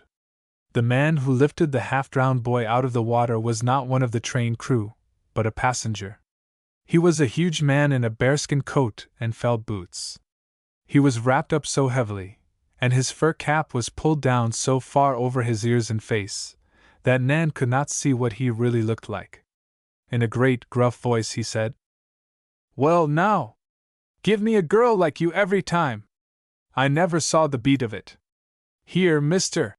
as he put the rescued boy into the arms of a man who had just run from a nearby house. "Get him between blankets and he'll be all right. But he's got this smart little girl to thank that he's alive at all." He swung around to look at Nan again. Bess was crying frankly, with her gloved hands before her face. "Oh, Nan! Nan!" she sobbed. "I didn't do a thing, not a thing. I didn't even hang to the tail of your skirt as you told me. I'm an awful coward." The big man patted Nan's shoulder lightly. "There's a little girl that I'm going to see here in Tilbury," he said gruffly. "I hope she turns out to be half as smart as you are, sissy." Then he tramped back to the train that was just then starting. Nan began to laugh. "Did you hear that funny man?" she asked Bess. "Do stop your crying, Bess! You have no reason to cry. You are not hurt. But you might have been drowned too," sobbed her chum. "I didn't help you a mite." "Bother!" exclaimed Nan Sherwood. "Don't let's talk about it. We'll go home. I guess we've both had enough skating for tonight." Bess wiped away her tears and clung to Nan's hand all the way to their usual corner for separating. Nan ran home from there quickly and burst into the kitchen to find Momsey and Papa Sherwood in the midst of a very serious conference. "What is the matter?" cried Nan, startled by the gravity of her father and the exultation upon her mother's face. "What's happened?" "A very great thing, Nan, honey," said Momsey, drawing her daughter to her side. "Tell her, Papa Sherwood." He sighed deeply and put away the letter they had been reading. "It's from Mr. Blake, of Edinburgh," he said. "I can no longer doubt the existence of the fortune, my dears. But I fear we shall have to strive for it in the Scotch courts." "Oh!" cried Nan, under her breath. "Mr. Blake tells us here that it is absolutely necessary for us to come to Scotland, and for your mother to appear in person before the court there." The sum of money and other property willed to Momsey by her great-uncle is so large that the greatest care will be exercised by the Scotch judges to see that it goes to the right person. As your mother once said, we must throw a sprat to catch a herring. In this case we shall be throwing a sprat to catch a whale. For the amount of money we may have to spend to secure the $50,000 left by Mr. Hugh Blake, of Emberon, is small, in comparison to the fortune itself. We must go to Scotland, finished Mr. Sherwood firmly. And we must start as soon as possible. Chapter 9. On the way to the wilderness. It seemed to Nan Sherwood that night as though she never could get to sleep. Her mind and imagination worked furiously. Momsey and Papa Sherwood had sent her to bed early. There had been no time to tell them about the accident on the ice and her part in it. Her parents had much to discuss, much to decide upon. The Scotch lawyer urged their presence before the court having jurisdiction in the matter of the late Mr. Hugh Blake's will, and that as soon as they could cross the ocean. Transportation from the little Illinois town, across the intervening states to the seaport, and thence, over the winter ocean to Glasgow, and so on by rail to Edinburgh, was a journey the contemplation of which, to such a quiet family as the Sherwoods, was nothing less than appalling. And there were many things to take into consideration that Nan did not wholly understand. Mrs. Sherwood would require her husband's undivided attention while she made the long and arduous journey. The sea voyage was right in line with the physician's opinion of what was needed to restore her health, but it was a venture at best. Had the family possessed plenty of money, it is doubtful if Mr. Sherwood would have risked more than a coasting voyage. Conditions rising out of the legacy from the great-uncle in Scotland spelled necessity in this case. Of the little sum left in bank, most of it would be required to pay the fares of Mr. and Mrs. Sherwood to Edinburgh, and their modest living there for a few weeks. There was not enough money in hand to pay a third passage and the expenses of a third person in Scotland, until the court business should be settled. Mr. Sherwood had already taken Mr. Bludsoe, the lawyer, into his confidence. He could make arrangements through him to mortgage the cottage if it became absolutely necessary. He shrank from accepting financial help from Mrs. Sherwood's relatives in Memphis. Besides, decision must be made immediately. Plans must be made almost overnight. They must start within 48 hours to catch a certain steamer bound for the Scotch port of Glasgow, as Mr. Sherwood had already found out. And all their questions resolved finally into this very important one. What shall we do about Nan? Nan, in her little white bed, had no idea that she was the greatest difficulty her parents found in this present event. It never entered her busy mind that Papa Sherwood and Momsey would dream of going to Scotland without her. What shall we do with Nan? Momsey said over and over again. She realized as well as did Mr. Sherwood that to take the child was an utter impossibility. Their financial circumstances, as well as other considerations, would not allow it. Yet, what should they do with her, with whom to trust her during their uncertain absence on the other side? No answer that came to their minds seemed the right one. They rose that wintry morning without having this most important of all questions decided. This was Sunday, and Mrs. Joyce always came over for breakfast, for she lived alone and never had any too much to eat, Nan was sure. As for the old woman's eating with the family, that was a fiction she kept up for appearance's sake, perhaps, or to salve her own claims to former gentility. She always set a place for herself at the family table in the dining room and then was too busy to eat with them, taking her own meal in the kitchen. Therefore it was she only who heard the commanding rap at the kitchen door in the midst of the leisurely meal, and answered it. Just then Nan had dropped her knife and fork and was staring from Momsey's pitying face to Papa Sherwood's grave one, as she cried, in a whisper, "Not me? Oh, my dears! You're never going without me, all that long journey? Whatever shall I do without you both?" "Don't, honey! Don't say it that way," begged Momsey, putting her handkerchief to her eyes. "If it was not quite impossible, do you think for a moment, daughter, that we would contemplate leaving you at home?"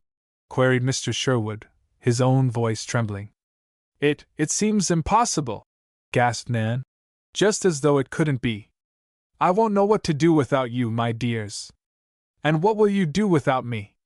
That seemed to be unanswerable, and it quite broke Momsey down. She sobbed openly into her handkerchief. "Who's going to be her little maid?"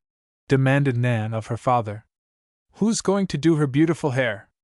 Who's going to wait on her when she has her dreadful headaches? And who's going to play massagist like me? I want to know who can do all those things for Momsey if you take her away from me, Papa Sherwood." And she ended quite stormily. "My dear child," Mr. Sherwood said urgently, "I want you to listen to me. Our situation is such that we cannot possibly take you with us. That is final. It is useless for us to discuss the point, for there is nothing to be gained by discussing it from now till doomsday." Nan gulped down a sob and looked at him with dry eyes. Papa Sherwood had never seemed so stern before, and yet his own eyes were moist. She began to see that this decision was very hard upon her parents, too. "Now do you understand," he asked gently, "that we cannot take our little daughter with us, but that we are much worried by the fact, and we do not know what to do with her while we are gone?" You might as well put me in an orphan asylum," choked Nan. "I'll be an orphan till you get back." "Oh, honey!" cried her mother. "There now," said Nan, jumping up quickly and going around the table to her mother's side. "You poor dear! I won't say anything more to hurt and trouble you. I'm a selfish thing, that's what I am." Momsey wound her arms about her. Papa Sherwood still looked grave. "We get no nearer to the proper solution of the difficulty," he said. "Of course, Nancy, the orphan asylum is out of the question. I'll stay here, of course," Nan said, with some difficulty keeping her voice from quavering. "Not alone in the house, honey," Momsey said quickly. "With Mrs. Joyce?" suggested Nan tentatively. "No," Mr. Sherwood said. "She is not the person to be trusted with you." "There's Mrs. Grimes' boarding house around the corner," suggested Nan. Momsey shuddered. "Never! Never! My little girl in a boarding house! Oh, Papa Sherwood! We must find somebody to care for her while we are away, who loves Nan." And it was just here that a surprisingly gruff voice took up the matter and decided it in a moment. "That's me," said the voice, with conviction. "She's just the sort of little girl I cotton to, Sister Jessie. And Kate'll be fairly crazy about her. If you're going anywhere for a long spell, just let me take her up to Pine Camp. We have no little girls up there, never had any. But I bet we know how to treat 'em." "Hen!" shouted Mr. Sherwood, stumbling up from the table, and putting out both hands to the big man whom Mrs. Joyce had ushered in from the kitchen so unexpectedly. "Henry Sherwood!" gasped Momsey, half rising herself in her surprise and delight. "Why!" cried Nan. "It's the bear man!" For Mr. Henry Sherwood wore the great fur coat and cap that he had worn the evening before when he had come to Nan's aid in rescuing the boy from Norway Pond. Afterward Nan confessed, naively, that she ought to have known he was her Uncle Henry. Nobody, she was quite sure, could be so big and brawny as the lumberman from Michigan. "She's the girl for me," proclaimed Uncle Henry admiringly. "Smart as a whip and as bold as a catamount. Hasn't she told you what she did last night?" "Show! Of course not. She don't go round blowing about her deeds of valor, I bet." And the big man went off into a gale of laughter that seemed to shake the little cottage. Papa Sherwood and Momsey had to learn all the particulars then, and both glowed with pride over their little daughter's action. Gradually, after numerous personal questions were asked and answered on both sides, the conversation came around to the difficulty the little family was in, and the cause of it. Henry Sherwood listened to the story of the Scotch legacy with wide-open eyes, marveling greatly. The possibility of his brother's wife becoming wealthy amazed and delighted his simple mind. The fact that they had to take the long journey to Scotland to obtain the money troubled him but little. Although he had never traveled far himself, save to Chicago from the Michigan woods, Mr. Henry Sherwood had lived in the open so much that distances did not appall him. "Sure you'll go," he proclaimed, reaching down into a very deep pocket and dragging to light a long leather pouch, with a drawstring of home-cured deer skin. "And if you are short, Bob, we'll go down into this poke and see what there is left." I came down to Chicago to see about a piece of timber that's owned by some sharps on Jackson Street. I didn't know but I might get to cut that timber.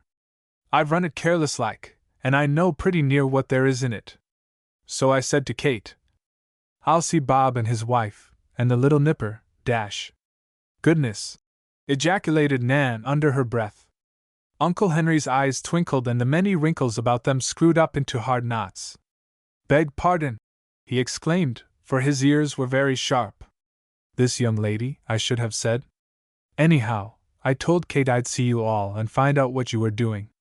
Depending on mills and such for employment isn't any very safe way to live, I think. Out in the woods you are as free as air, and there aren't so many bosses, and you don't have to think much about the market and supply and demand, and all that. Just the same, said Mr. Robert Sherwood, his own eyes twinkling. You are in some trouble right now, I believe, Hen?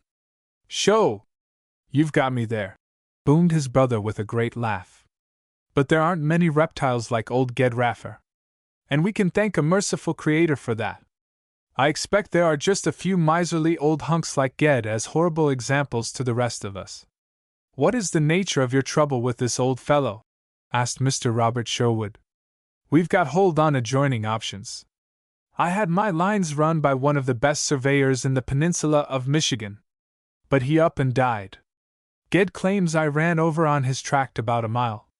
He got to court first, got an injunction, and tied me all up in a hard legal knot until the state surveyors can go over both pieces of timber.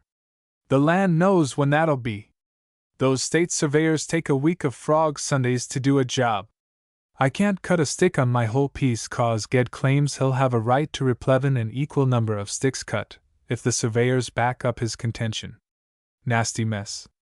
The original line was run years and years ago, and there are not many alive today in the big woods that know the rights of it.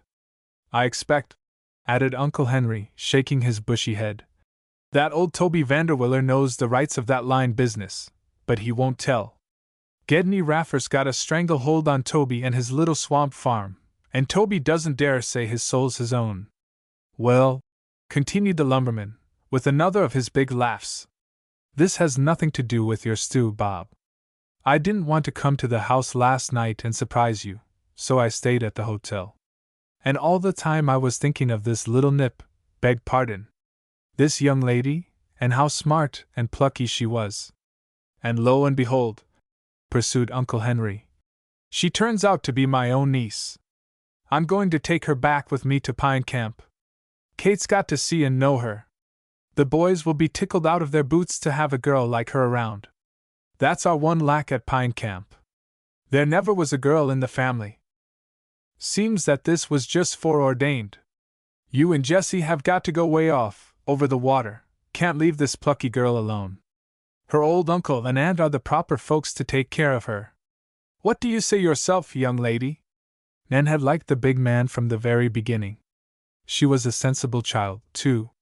She saw that she must settle this matter herself, for it was too hard a question for either Momsey or Papa Sherwood to decide. She gained control of herself now, but nobody will ever know how much courage it took for her to say, promptly, Of course I will go home with you, Uncle Henry. It will be fun, I think, to go into the woods in the winter. And I can come right back as soon as Momsey and Papa Sherwood return from Scotland. So it was settled, just like that. The rush in which both parties got underway on Monday made Nan's head whirl. Momsey was to buy a few necessary things in New York before she boarded the steamer.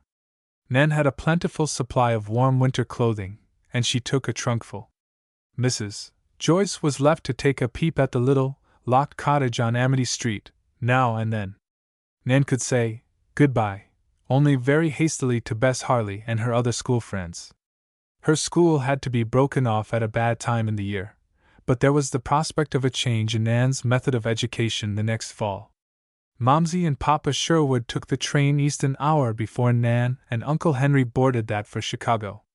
All went with a rush and clatter, and Nan found herself at last rumbling out of Tilbury, on her way to the northern wilderness, while a thin drive of fine snowflakes tapped on the car windows. Chapter 10. Gedney Raffer. It was fortunate for Nan Sherwood that on the day of parting with her parents she had so much to do, and that there was so much to see, and so many new things of which to think. She had never traveled to Chicago before, nor far from Tilbury at all.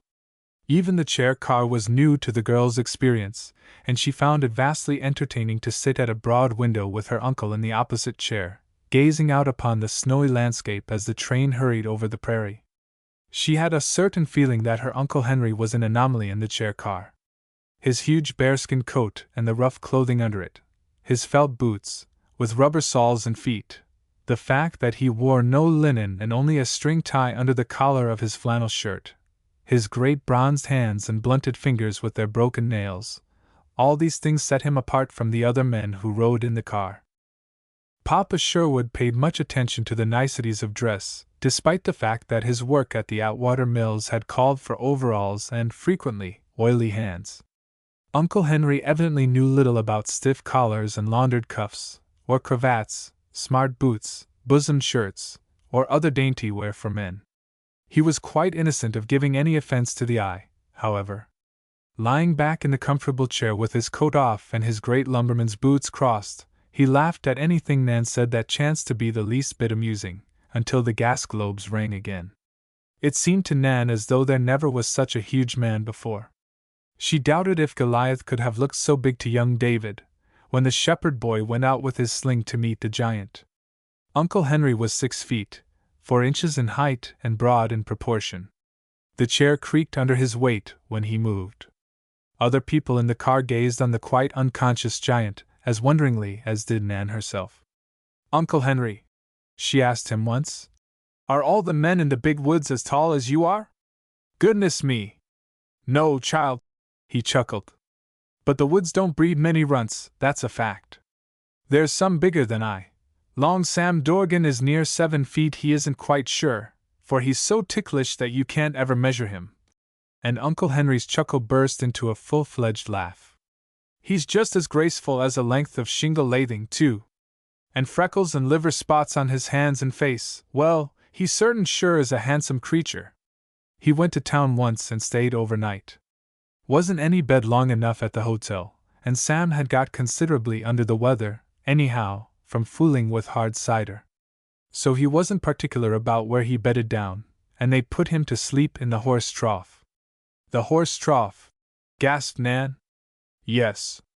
It was pretty dry when Sam went to bed, but right early in the morning a sleepy hostler stumbled out to the trough and began to pump water into it for the cattle. Maybe Long Sam needed a bath, but not just that way. He rose up with a yell like a Choctaw Indian. Said he was just dreaming of going through the Sault Ste. Marie in a barrel, and he reckoned the barrel burst open. Nan was much amused by this story, as she was by others that the old lumberman related. He was full of dry sayings and his speech had many queer twists to it. His bluff, honest way delighted the girl, although he was so different from Papa Sherwood. As Momsey had said, Uncle Henry's body had to be big to contain his heart. One can excuse much that is rough in a character so lovable as that of Uncle Henry's. The snow increased as the train sped on and the darkness gradually thickened. Uncle Henry took his niece into the dining car where they had supper, with a black man with shiny eyes and very white teeth, who seemed always on the broad grin, to wait upon them. Nan made a mental note to write Bess Harley all about the meal and the service, for Bess was always interested in anything that seemed aristocratic, and to the unsophisticated girl from Tilbury the style of the dining car seemed really luxurious. When the train rolled into the Chicago station it was not yet late, but it seemed to Nan as though they had ridden miles and miles, through lighted streets hedged on either side with brick houses. The snow was still falling, but it looked sooty and gray here in the city. Nan began to feel some depression, and to remember more keenly that Momsey and Papa Sherwood were flying easterly just as fast as an express train could take them. It was cold, too. A keen, penetrating wind seemed to surge through the streets.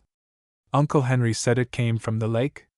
He beckoned to a taxicab driver, and Nan's trunk was found and strapped upon the roof. Then off they went to the hotel where Uncle Henry always stopped when he came to Chicago, and where his own bag was checked. Looking through the cab windows, the girl began to take an immediate interest in life again. So many people, despite the storm. So many vehicles tangled up at the corners and waiting for the big policeman to let them by in front of the clanging cars. Bustle, hurry, noise, confusion.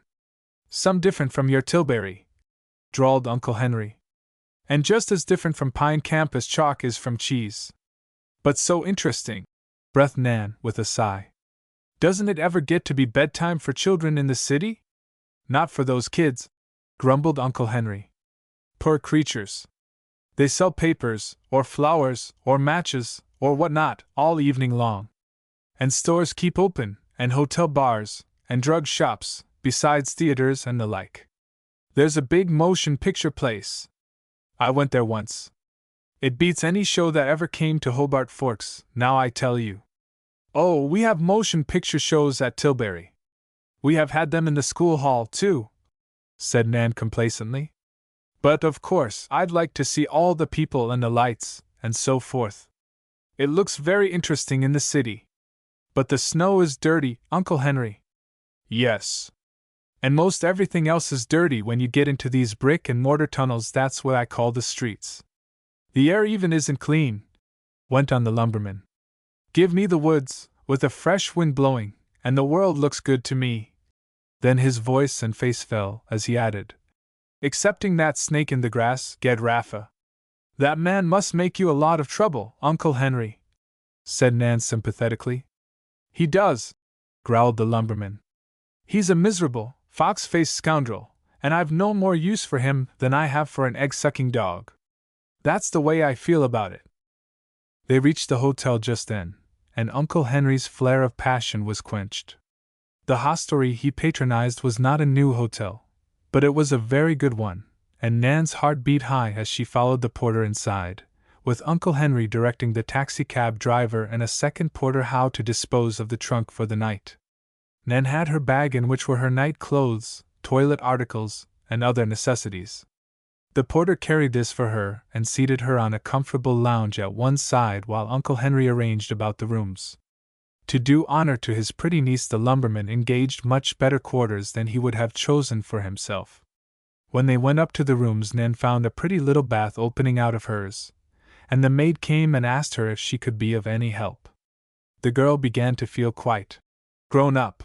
It was all very wonderful, and she loved Uncle Henry for making things so pleasant for her. She had to run to his door and tell him this before she undressed. He had pulled off his boots and was tramping up and down the carpeted floor in his thick woolen socks, humming to himself. Taking a constitutional, Nan, he declared. Haven't had any exercise for this big body of mine all day. Sitting in that car has made me as cramped as a bear just crawling out of his den in the spring. He did not tell her that had he been alone he would have gone out and tramped the snowy streets for half the night. But he would not leave her alone in the hotel. No, sir, said Uncle Henry. Robert would never forgive me if anything happened to his honey bird. And fire or something might break out here while I was gone. He said nothing like this to Nan, however, but kissed her good night and told her she should always bid him good night in just that way as long as she was at Pine Camp.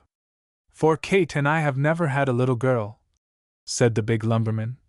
And boys get over the kissing stage mighty early, I find. Kate and I always did hanker for a girl. If you owned a really, truly daughter of your own, Uncle Henry, I believe you'd spoil her to death, cried Nan, the next morning, when she came out of the first shop to which he had taken her. He had insisted that she was not dressed warmly enough for the woods. We see 40 and 45 below up there sometimes, he said. You think this raw wind is cold, it is nothing to a black frost in the big woods. Trees burst as if there were dynamite in them. You've never seen the like. Of course the back of winter's about broken now. But we may have some cold snaps yet. Anyhow, you look warmer than you did. And that was true, for Nan was dressed like a little Eskimo. Her coat had a pointed hood to it, she wore high fur boots, the fur outside. Her mittens of seal were buttoned to the sleeves of her coat, and she could thrust her hands, with ordinary gloves on them, right into these warm receptacles. Nan thought they were wonderfully served at the hotel where they stopped, and she liked the maid on her corridor very much, and the boy who brought the ice water, too. There really was so much to tell Bess that she began to keep a diary in a little blank book she bought for that purpose. Then the most wonderful thing of all was the message from Papa Sherwood, which arrived just before she and Uncle Henry left the hotel for the train. It was a night letter, sent from Buffalo, and told her that Momsey was all right and that they both sent love and would telegraph once more before their steamship left the dock at New York. Nan and Uncle Henry drove through the snowy streets to another station and took the evening train north. They traveled at first by the Milwaukee division of the Chicago and Northwestern Railroad, and now another new experience came Nan's way. Uncle Henry had secured a section in the sleeping car, and each had a berth. It was just like being put to sleep on a shelf, Nan declared, when the porter made up the beds at 9 o'clock. She climbed into the upper berth a little later, sure that she would not sleep, and intending to look out of the narrow window to watch the snowy landscape fly by all night. And much to her surprise, only the surprise came in the morning, she fell fast asleep almost immediately, lulled by the rocking of the huge car on its springs, and did not arouse until 7 o'clock, and the car stood on the siding in the big Wisconsin city. They hurried to get a northern-bound train and were soon off on what Uncle Henry called the longest lap of their journey. The train swept them up the line of Lake Michigan, sometimes within sight of the shore, often along the edge of estuaries, particularly following the contour of Green Bay, and then into the wilderness of upper Wisconsin and the Michigan Peninsula. On the Peninsula Division of the C&N.W., they did not travel as fast as they had been running, and before Hobart Forks was announced on the last local train they traveled in, Nan Sherwood certainly was tired of riding by rail. The station was in Marquette County, near the Schoolcraft line. Pine Camp was 20 miles deeper in the wilderness. It seemed to Nan that she had been traveling through forests, or the barren stumpage where forests had been, for weeks. "Here's where we get off, little girl," Uncle Henry said, as he seized his big bag and her little one and made for the door of the car. Nan ran after him in her fur clothing. She had found before this that he was right about the cold. It was an entirely different atmosphere up here in the big woods from Tilbury, or even Chicago. The train creaked to a stop. They leaped down upon the snowy platform. Only a plain station, big freight house, and a company of roughly dressed men to meet them. Behind the station a number of sleighs and sledges stood, their impatient horses shaking the innumerable bells they wore. Nan, stumbling off the car step behind her uncle, came near to colliding with a small man in patched coat and cowhide boots, and with a rope tied about his waist as some teamsters affect. He mumbled something in anger, and Nan turned to look at him. He wore sparse, sandy whiskers, now fast turning gray. The outthrust of the lower part of his face was as sharp as that of a fox, and he really looked like a fox. She was sure of his identity before Uncle Henry wheeled and, seeing the man, said, "What's that you are saying, Ged Raffer? This is my niece, and if you lay your tongue to her name, I'll give you something to go to law about in a hurry. Come, Nan. Don't let that man touch so much as your coat sleeve. He's like pitch. You can't be near him without some of his meanness sticking to you." Chapter 11. Pine Camp at last. It was the first shade upon Uncle Henry's character that displeased Nan. He was evidently a passionate man, prone to give way to elemental feelings, literally. A man of wrath. Gedney Raffer, weazened, snake-like, sly, and treacherous, had doubtless wronged Uncle Henry deeply. But this fact could not excuse the huge lumberman's language on the platform of the Hobart Forks station. Nan wanted to stop her ears with her fingers and run from the spot. The tough fellows standing around enjoyed the war of words hugely. Mr. Sherwood was too big to strike Gedney Raffer, and of course the latter dared not use his puny fists on the giant. The blunt club of the lumberman's speech was scarcely a match for the sharp rapier of Raffer's tongue. As the crowd laughed, it was evident that the fox-faced man was getting the verbal best of the controversy. Nan's ears burned and tears stood in her eyes. Uncle Henry descended to personal threats, and the smaller man called out, "You just put your hand on me, you big, overgrown sawney! That's all I'm waitin' for. You tack me and I'll have you in the caboose, sure's my name's Gedney Raffer. Try it." The quarrel was most distressing. Nan pulled at her uncle's coat sleeve. The rough men eyed her curiously. She had never felt so ashamed in her life. "Do come, Uncle Henry," she whispered. "I'm cold." That statement started the fuming giant at once. Nan's sensitiveness to a rude quarrel did not impress the man, but her sensitiveness to the weather shocked him immediately. "My goodness, girl! We'll go right up to the hotel," he said kindly. "Any of you fellows seen Rafe or Tom in town this morning with the sled and roans?" "Hey, Hen!" cried the station master, waving a yellow paper. "Here's a telegraph dispatch for you." It was really for Nan, and from Papa Sherwood, filed just before the Afton Castle sailed from New York. "Momsy and Papa send love and kisses. Be cheerful and good. Write often. We think of you always. Kind wishes for Henry, Kate, and boys. We look forward to fair voyage and safe landing. Will cable from other side. Expect happy meeting in spring. R. and J. Sherwood." "They got a good start," commented Uncle Henry, putting all thought of his quarrel with Ged Raffer behind him at once. "We'll hope they have a safe voyage. Now, where are those boys of mine?" The town of Hobart Forks was by no means a lumber town. Millions of feet of timber was boomed on the river within the limits of the town every season, and there were great mills along the banks of the stream, too. But there were other industries, as well as churches, amusement places, and many pleasant dwellings. It was no settlement of slab shanties, with a few saloons and a general store. Nan had yet to see this latter kind of settlement. But what she saw about the central marketplace of Hobart Forks opened her eyes considerably to an appreciation of the rough country she had come to, and the rough people to be met therein. The storekeepers she saw through the frosted windows were dressed like storekeepers in Tilbury, and there were well-dressed women on the streets, a few, at least. But most of the men striding through the snow were as roughly dressed as her uncle, and not many were as good-looking as Mr. Sherwood. Some who came out of the swinging doors of saloons staggered, and were very noisy in their speech and rude in their actions.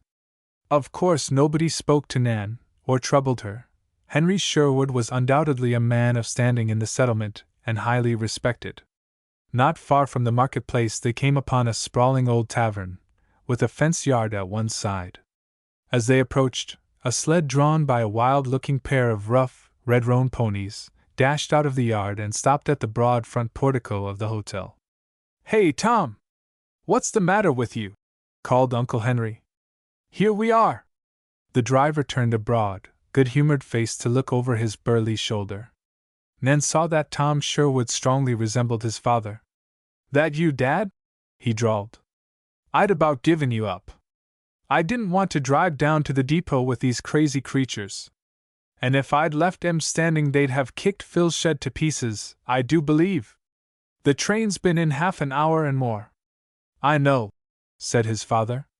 "I had a mess of words with Ged Raffer. That delayed me. You ought to give him the back of your hand, and say no more about it," declared Tom, in a tone that showed he warmed in his bosom the family grudge against the fox-faced man. "Here's your cousin Nan, Tom," said his father, without making rejoinder to the young man's observation. "She must go into Phil's and get warm and have a cup of hot coffee. I'll take some in a newfangled bottle I bought down in Chicago, so we can all have a hot drink on the way home." "'Twon't keep warm 20 miles," said Tom. "Yes, 'twill.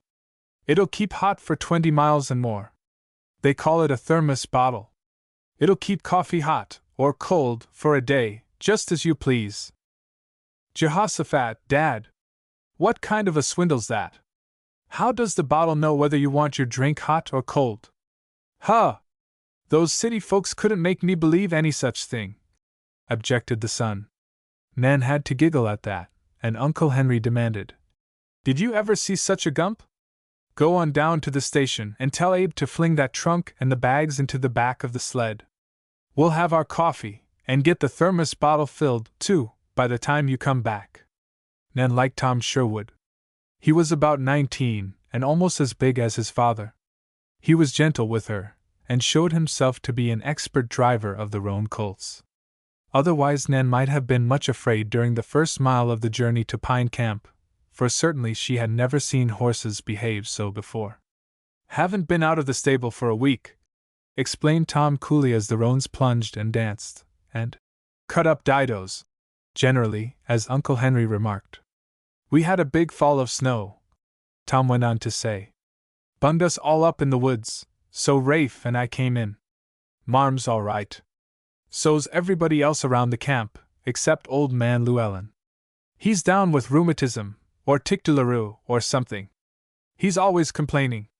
"I know," said Uncle Henry, and then went on to relate for his son's benefit the wonderful thing that had happened to his brother and his brother's wife, and why Nan had come up into Michigan without her parents. "We'll be mighty proud to have her," said Tom simply.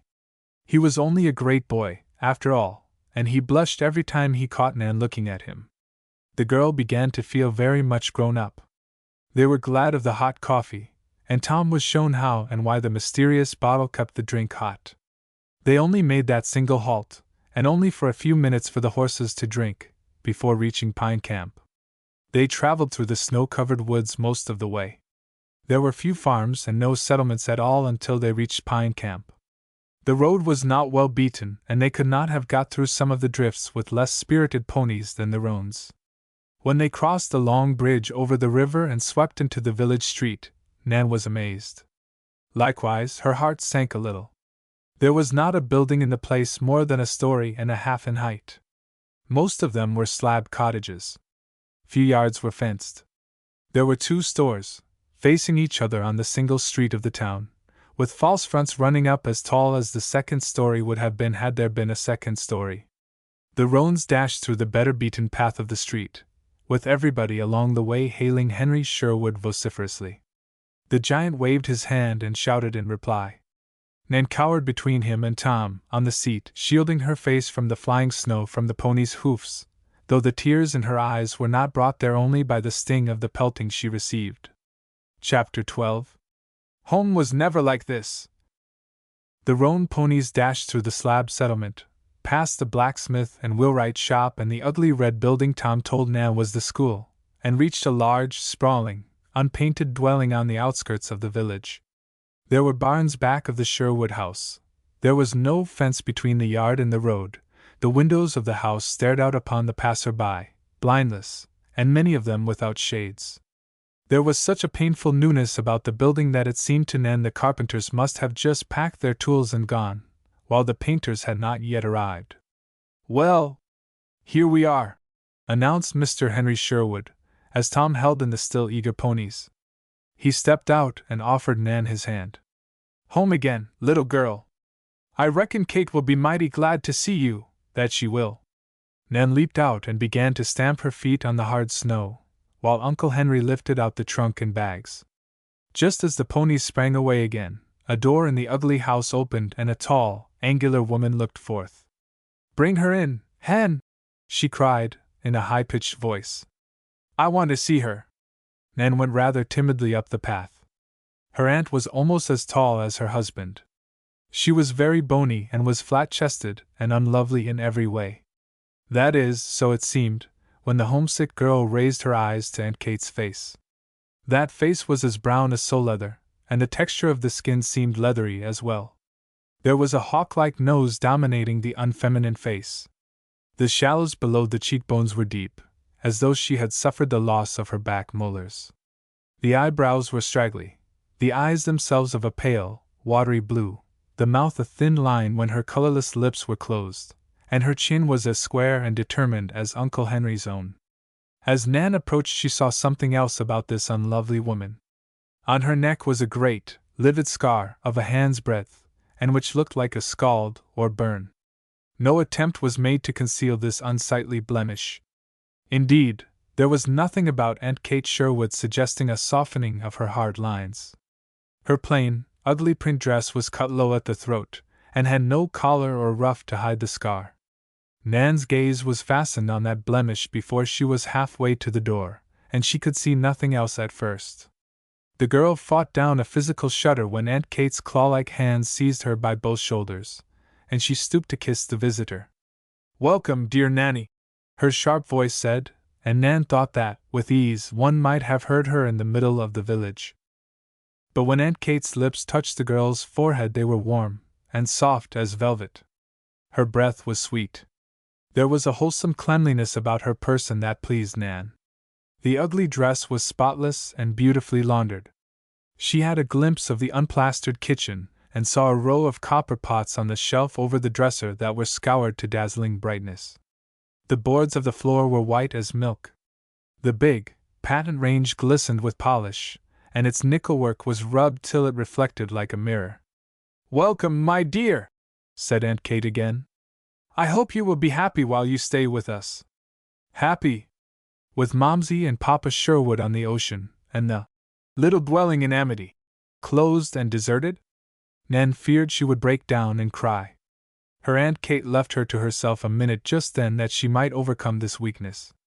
Uncle Henry came up the path with the bags, smiling broadly. "Well, old woman," he said heartily.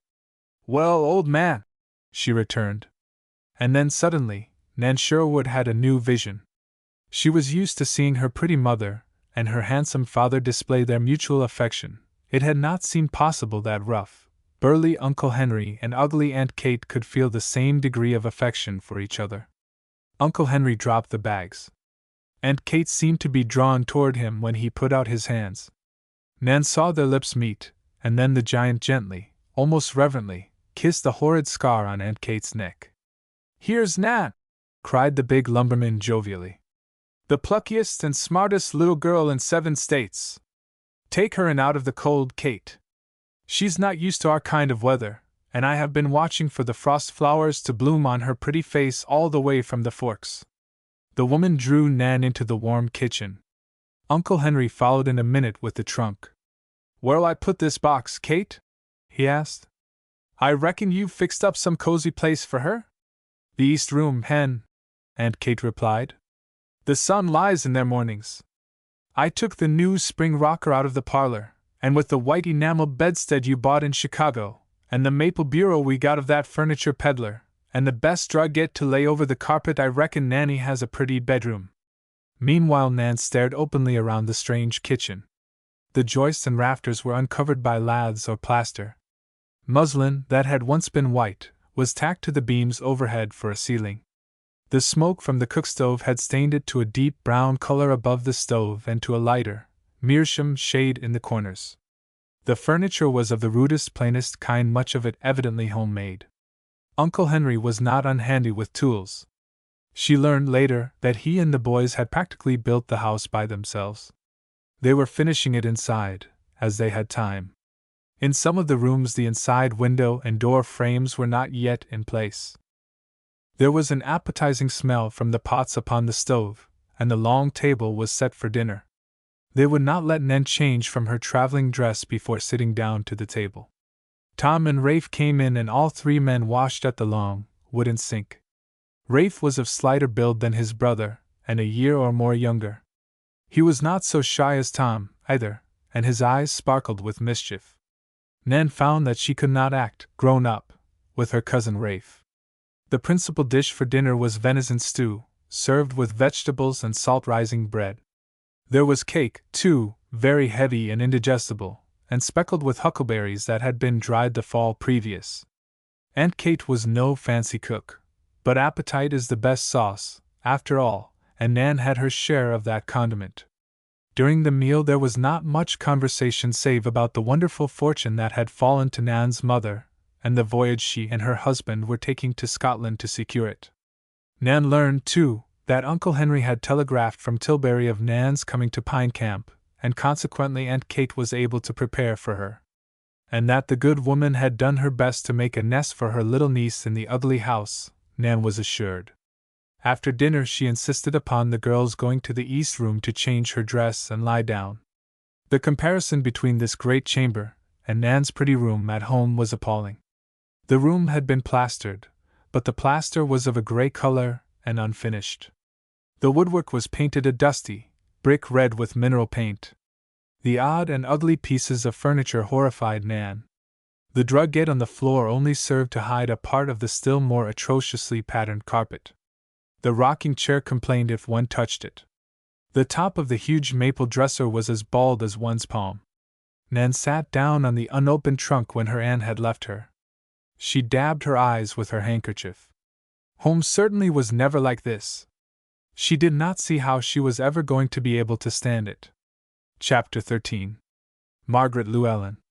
If Momsy or Papa Sherwood knew about this, they'd be awfully sorry for me, thought Nan, still sitting on the trunk.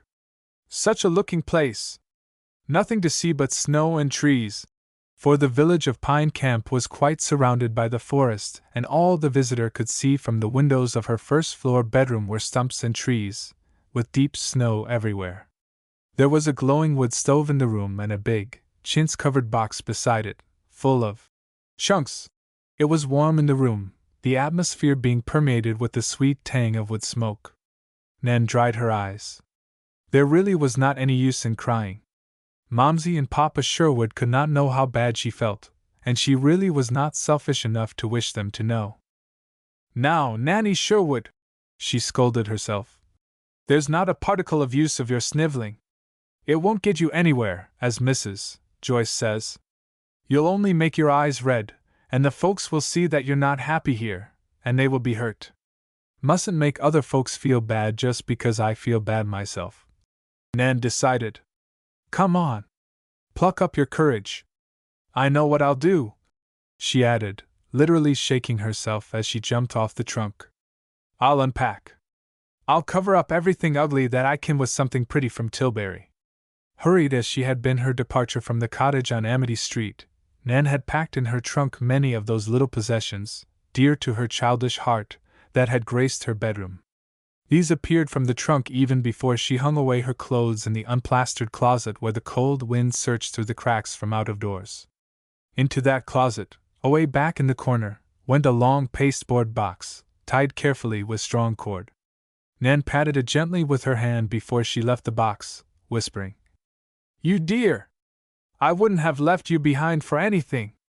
I won't let them know you are here, but sometimes, when I'm sure nobody will interrupt, you shall come out.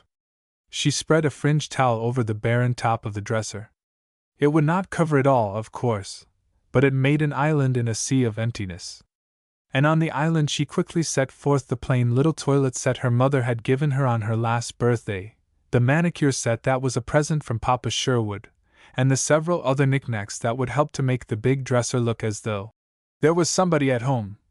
As she whispered to herself, she draped a scarf here, hung up a pretty silk bag there, placed Momsy's and Papa Sherwood's portraits in their little silver filigree easels on the mantelpiece, flanking the clock that would not run and which was held by the ugly china shepherdess with only one foot and a broken crook, the latter ornament evidently having been at one time prized by the babies of her aunt's family, for the ring at the top was dented by little teeth.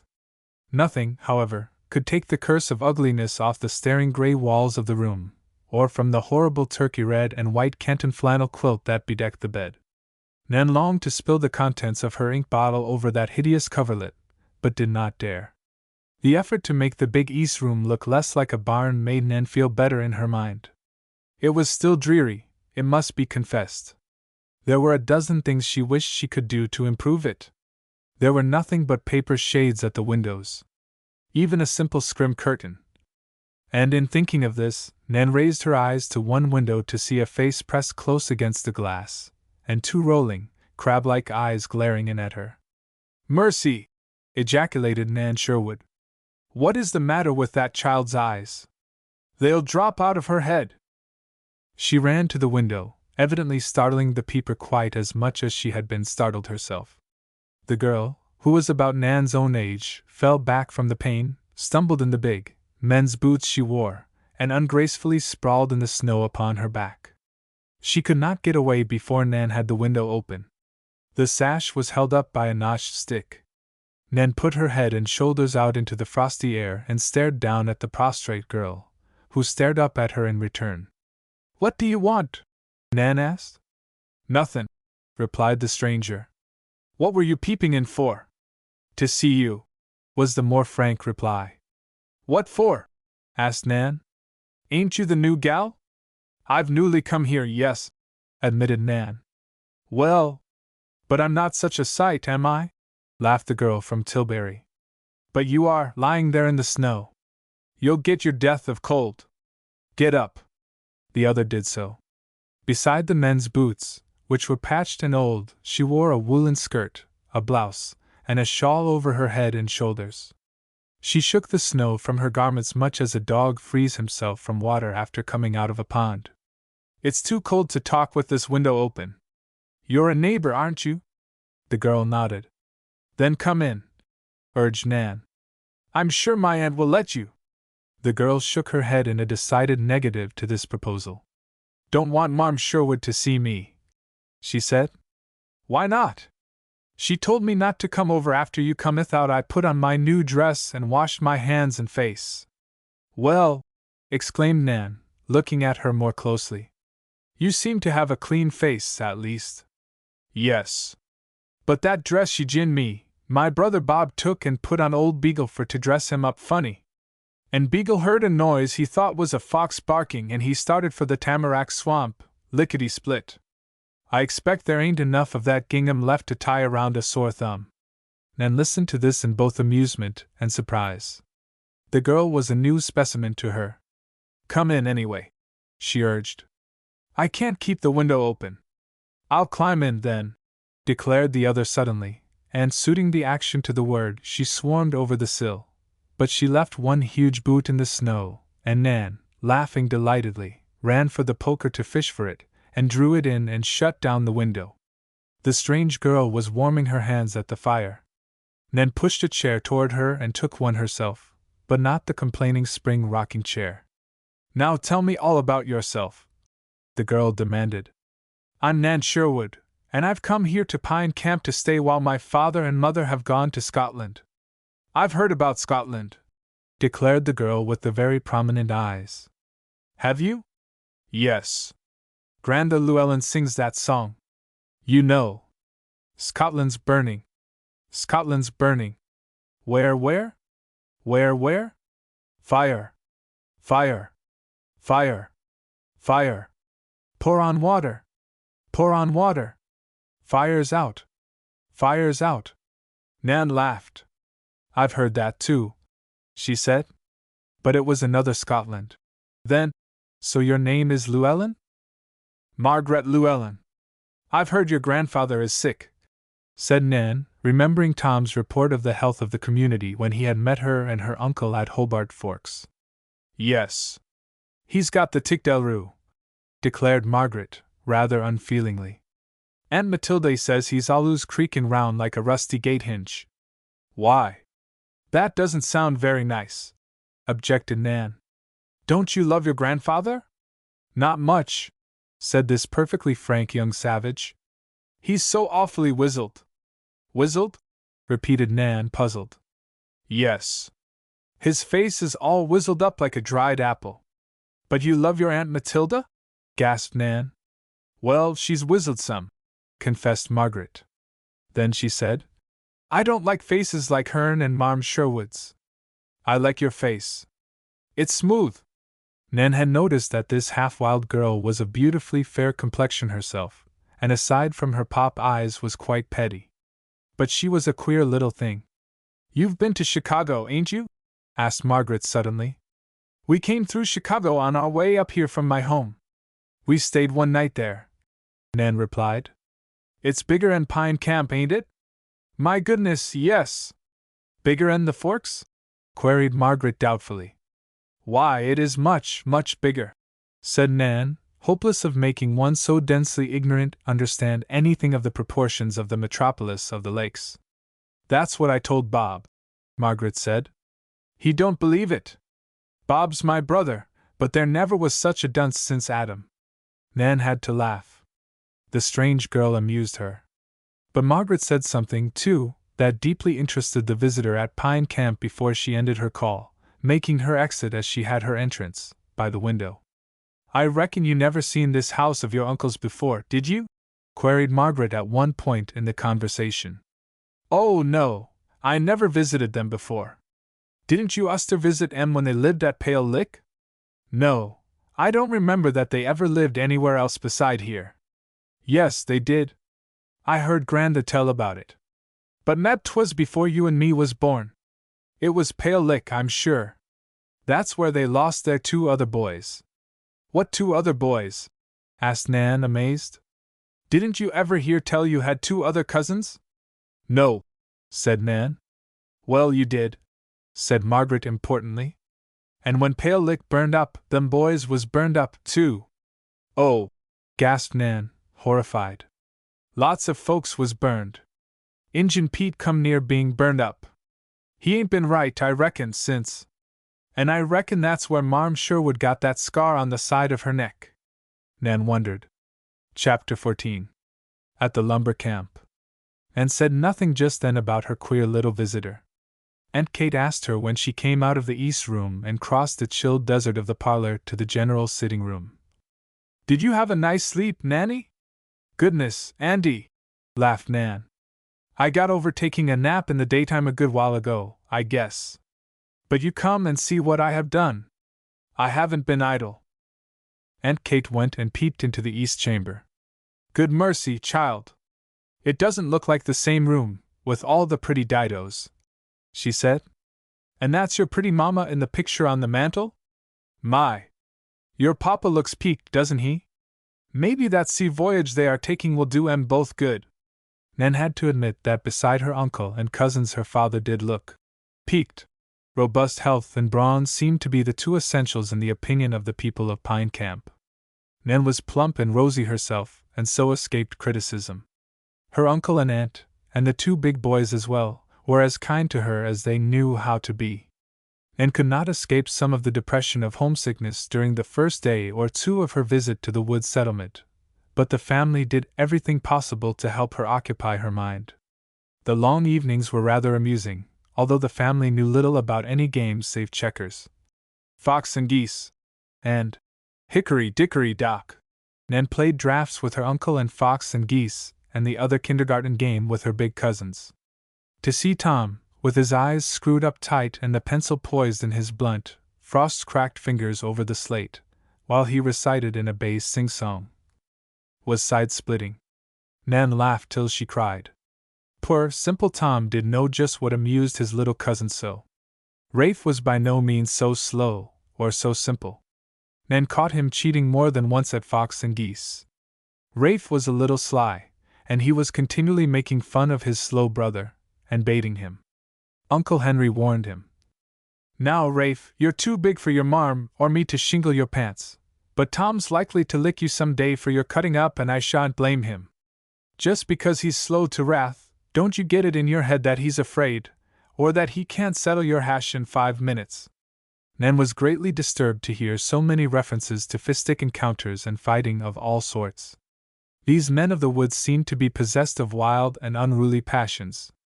What she heard the boys say caused her to believe that most of the spare time of the men in the lumber camps was spent in personal encounters. No, no, dearie. They aren't so bad as they sound, Aunt Kate told her, comfortably. Lots of nice men work in the camps all their lives and never fight. Look at your Uncle Henry. But Nan remembered the mess of words, as he called it, that Uncle Henry had had with Gedney Raffer on the railroad station platform at the Forks, and she was afraid that even her aunt did not look with the same horror on a quarrel that Nan herself did. The girl from Tilbury had a chance to see just what a lumber camp was like, and what the crew were like, on the 4th day after her arrival at her Uncle Henry's house. The weather was then pronounced settled, and word came for the 2 young men, Tom and Rafe, to report at Blackton's camp the next morning, prepared to go to work. Tom drove a team which was then at the lumber camp, being cared for by the cook and foreman. Rafe was a chopper, for he had that sleight with an axe which, more than mere muscle, makes the mighty woodsman. Their dad'll drive 'em over to Blackton's early, and you can go, too, said Aunt Kate. That is, if you don't mind getting up right promptly in the morning? Oh, I don't mind that, Nan declared. I'm used to getting up early. But she thought differently when Uncle Henry's heavy hand rapped on the door of the east chamber so early the next morning that it seemed to Nan Sherwood that she had only been in bed long enough to close her eyes. Goodness, Uncle, she muttered, when she found out what it meant. What time is it? 3 o'clock. Time enough for you to dress and eat a snack before we start, replied her uncle. Well, said Nan to herself. I thought the house was afire.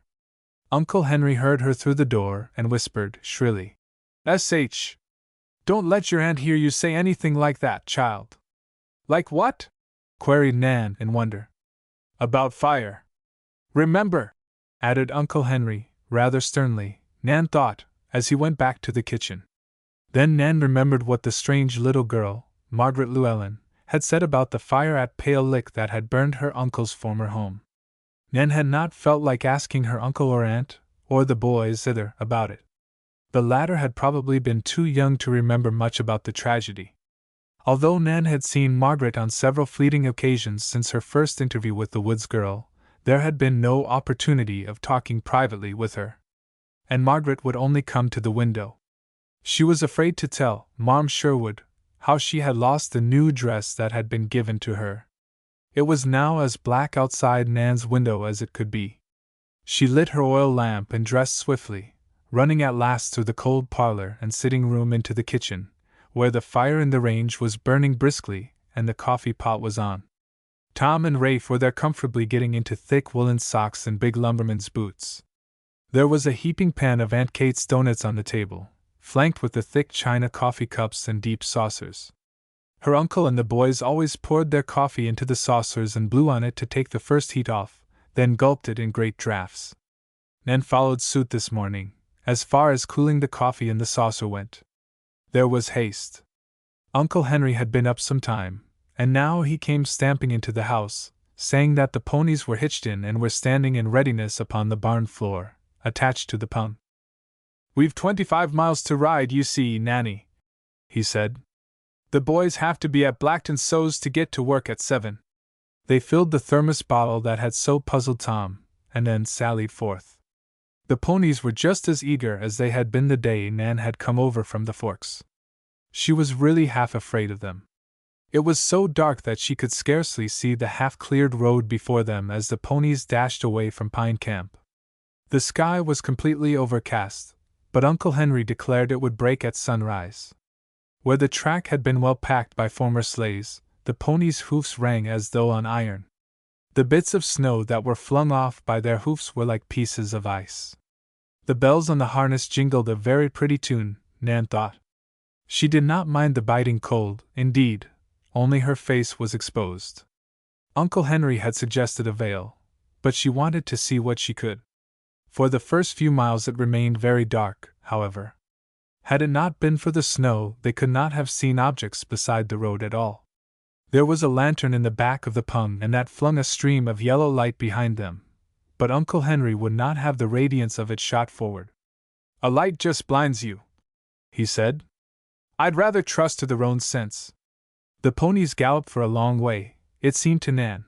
Then they came to a hill so steep that they were glad to drop to a walk. Their bodies steamed in a great cloud as they tugged the sleigh up the slope. Dark wood shut the road in on either hand. Nan's eyes had got used to the faint light so that she could see this at least. Suddenly she heard a mournful, long-drawn howl, seemingly at a great distance. "Must be a farm somewhere near," she said to Rafe, who sat beside her on the back seat. "Nope. No farms around here, Nan," he returned. "But I hear a dog howl," she told him. Rafe listened too. Then he turned to her with a grin on his sharp face that she did not see. "Oh, no, you don't," he chuckled. "That's no dog." Again the howl was repeated, and it sounded much nearer. Nan realized, too, that it was a more savage sound than she had ever heard emitted by a dog. "What is it?" she asked, speaking in a low voice to Rafe. "Wolves," responded her cousin maliciously. "But you mustn't mind a little thing like that. You don't have wolves down round where you live, I suppose?" Nan knew that he was attempting to plague her, so she said, "Not for pets, at least, Rafe. These sound awfully savage." "They are," returned her cousin calmly. The wolf cry came nearer and nearer. The ponies had started on a trot again at the top of the hill, and her uncle and Tom did not seem to notice the ugly cry. Nan looked back, and was sure that some great animal scrambled out of the woods and gave chase to them. "Isn't there some danger?" she asked Rafe again. "Not for us," he said. Of course, if the whole pack gathers and catches us, then we have to do something. What do you do? Demanded Nan quickly. Why, the last time we were chased by wolves, we happened to have a ham and a side of bacon along. So we chucked out first the one, and then the other, and so pacified the brutes till we got near town. Oh! Cried Nan, half believing, half in doubt. She looked back again. There, into the flickering light of the lantern, a gaunt, huge creature leaped. Nan could see his head and shoulders now and then as he plunged on after the sleigh, and a wickeder-looking beast she hoped never to see. Oh! She gasped again, and grabbed at Rafe's arm. Don't you be afraid, drawled that young rascal. I reckon he hasn't many of his jolly companions with him. If he had, of course, we'd have to throw you out to pacify him. That's the rule, youngest and prettiest goes first, dash. Like the ham, I suppose? Sniffed Nan, in some anger, and just then Tom reached over the back of the front seat and seized his brother by the shoulder with a grip that made Rafe shriek with pain. Nan was almost as startled as was Rafe. In the half-darkness Tom's dull face blazed with anger, and he held his writhing brother as though he were a child. You ornery scamp! He said, almost under his breath. You tried to scare that little girl, and I'll break you in two! Nan was horrified. She begged Tom to let his brother alone. I was only fooling her, snarled Rafe, rubbing his injured shoulder, for Tom had the grip of a pipe wrench. Uncle Henry never turned around at all, but he said, If I had a gun I'd be tempted to shoot that old wolf-hound of Toby Vanderwiller's. He's always running after sleds and yelling his head off. Nan was glad the creature following them was not really a wolf, but she knew she should be just as much afraid of him if she met him alone, as though he really were a wolf. However, mostly, she was troubled by the passionate nature of her two cousins. She had never seen Tom show any anger before, but it was evident that he had plenty of spirit if it were called up. And she was, secretly, proud that the slow-witted young giant should have displayed his interest in her welfare so plainly. Rafe sat and nursed his shoulder in silence for several miles. The cold was intense. As the sky lightened along the eastern horizon, it seemed to Nan as though the frost increased each moment. The bricks at their feet were getting cool, and they had already had recourse to the thermos bottle, which was now empty of the gratefully hot drink it had contained. As the light gradually increased, Nan saw Rafe watching her with sudden attention. After his recent trick, she was a little afraid of Rafe. Still, it did not seem possible that the reckless fellow would attempt any second piece of fooling so soon after his brother's threat. But suddenly Rafe yelled to his father to pull down the roans, and as the ponies stopped, he reached from the sled into a drift and secured a big handful of snow. Seizing Nan quickly around the shoulders, he began to rub her cheek vigorously with the snow. Nan gasped and almost lost her breath, but she realized immediately what Rafe was about. The frost had nipped her cheek, and her cousin had seen the white spot appear. The rubbing stung awfully, and the girl could not keep back the tears, but she managed to repress the sobs. There! Exclaimed Rafe. You are a plucky girl. I'm sorry I got some of that snow down your neck, Nan. Couldn't help it. But it's the only thing to do when the thermometer is 32 degrees below zero. Why? A fellow went outside with his ears uncovered at Drummaker's camp one day last winter, and after a while he began to rub his ears and one of 'em dropped off just like a cake of ice. Stop your lying, boy, commanded his father. It isn't as bad as that, Nan. But you want to watch out for frostbite here in the woods, just the same as we had to watch out for the automobiles in crossing those main streets in Chicago. With a red sun rising over the low ridge of wooded ground to the east, the camp in the hollow was revealed, the smoke rising in a pillar of blue from the sheet-iron chimney of the cookhouse, smoke rising, too, from a dozen big horses being curried before the stables. Most of the men had arrived the night before. They were tumbling out of the long, low bunkhouse now and making good use of the bright tin wash-basins on the long bench on the covered porch. Ice had been broken to get the water that was poured into the basins, but the men laved their faces and their hairy arms and chests in it as though it were summer weather.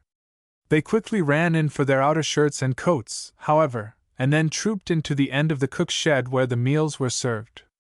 Tom turned away to look over his horses and see that they were all ready for the day's work. Rafe put up the roan ponies in a couple of empty stalls and gave them a feed of oats. Uncle Henry took Nan by the hand, and really she felt as though she needed some support, she was so stiff from the cold, and led her into the warm room where the men were gathering for the hearty meal the cook and his helper had prepared. The men were boisterous in their greeting of Uncle Henry, until they saw Nan. Then, some bashfully, some because of natural refinement, lowered their voices and were more careful how they spoke before the girl. But she heard something that troubled her greatly. An old, grizzled man in a corner of the fireplace where the brisk flames leaped high among the logs, and who seemed to have already eaten his breakfast and was busily stoning an axe blade, looked up as Nan and her uncle approached, saying, "Seen Ged Raffa lately, Hen?"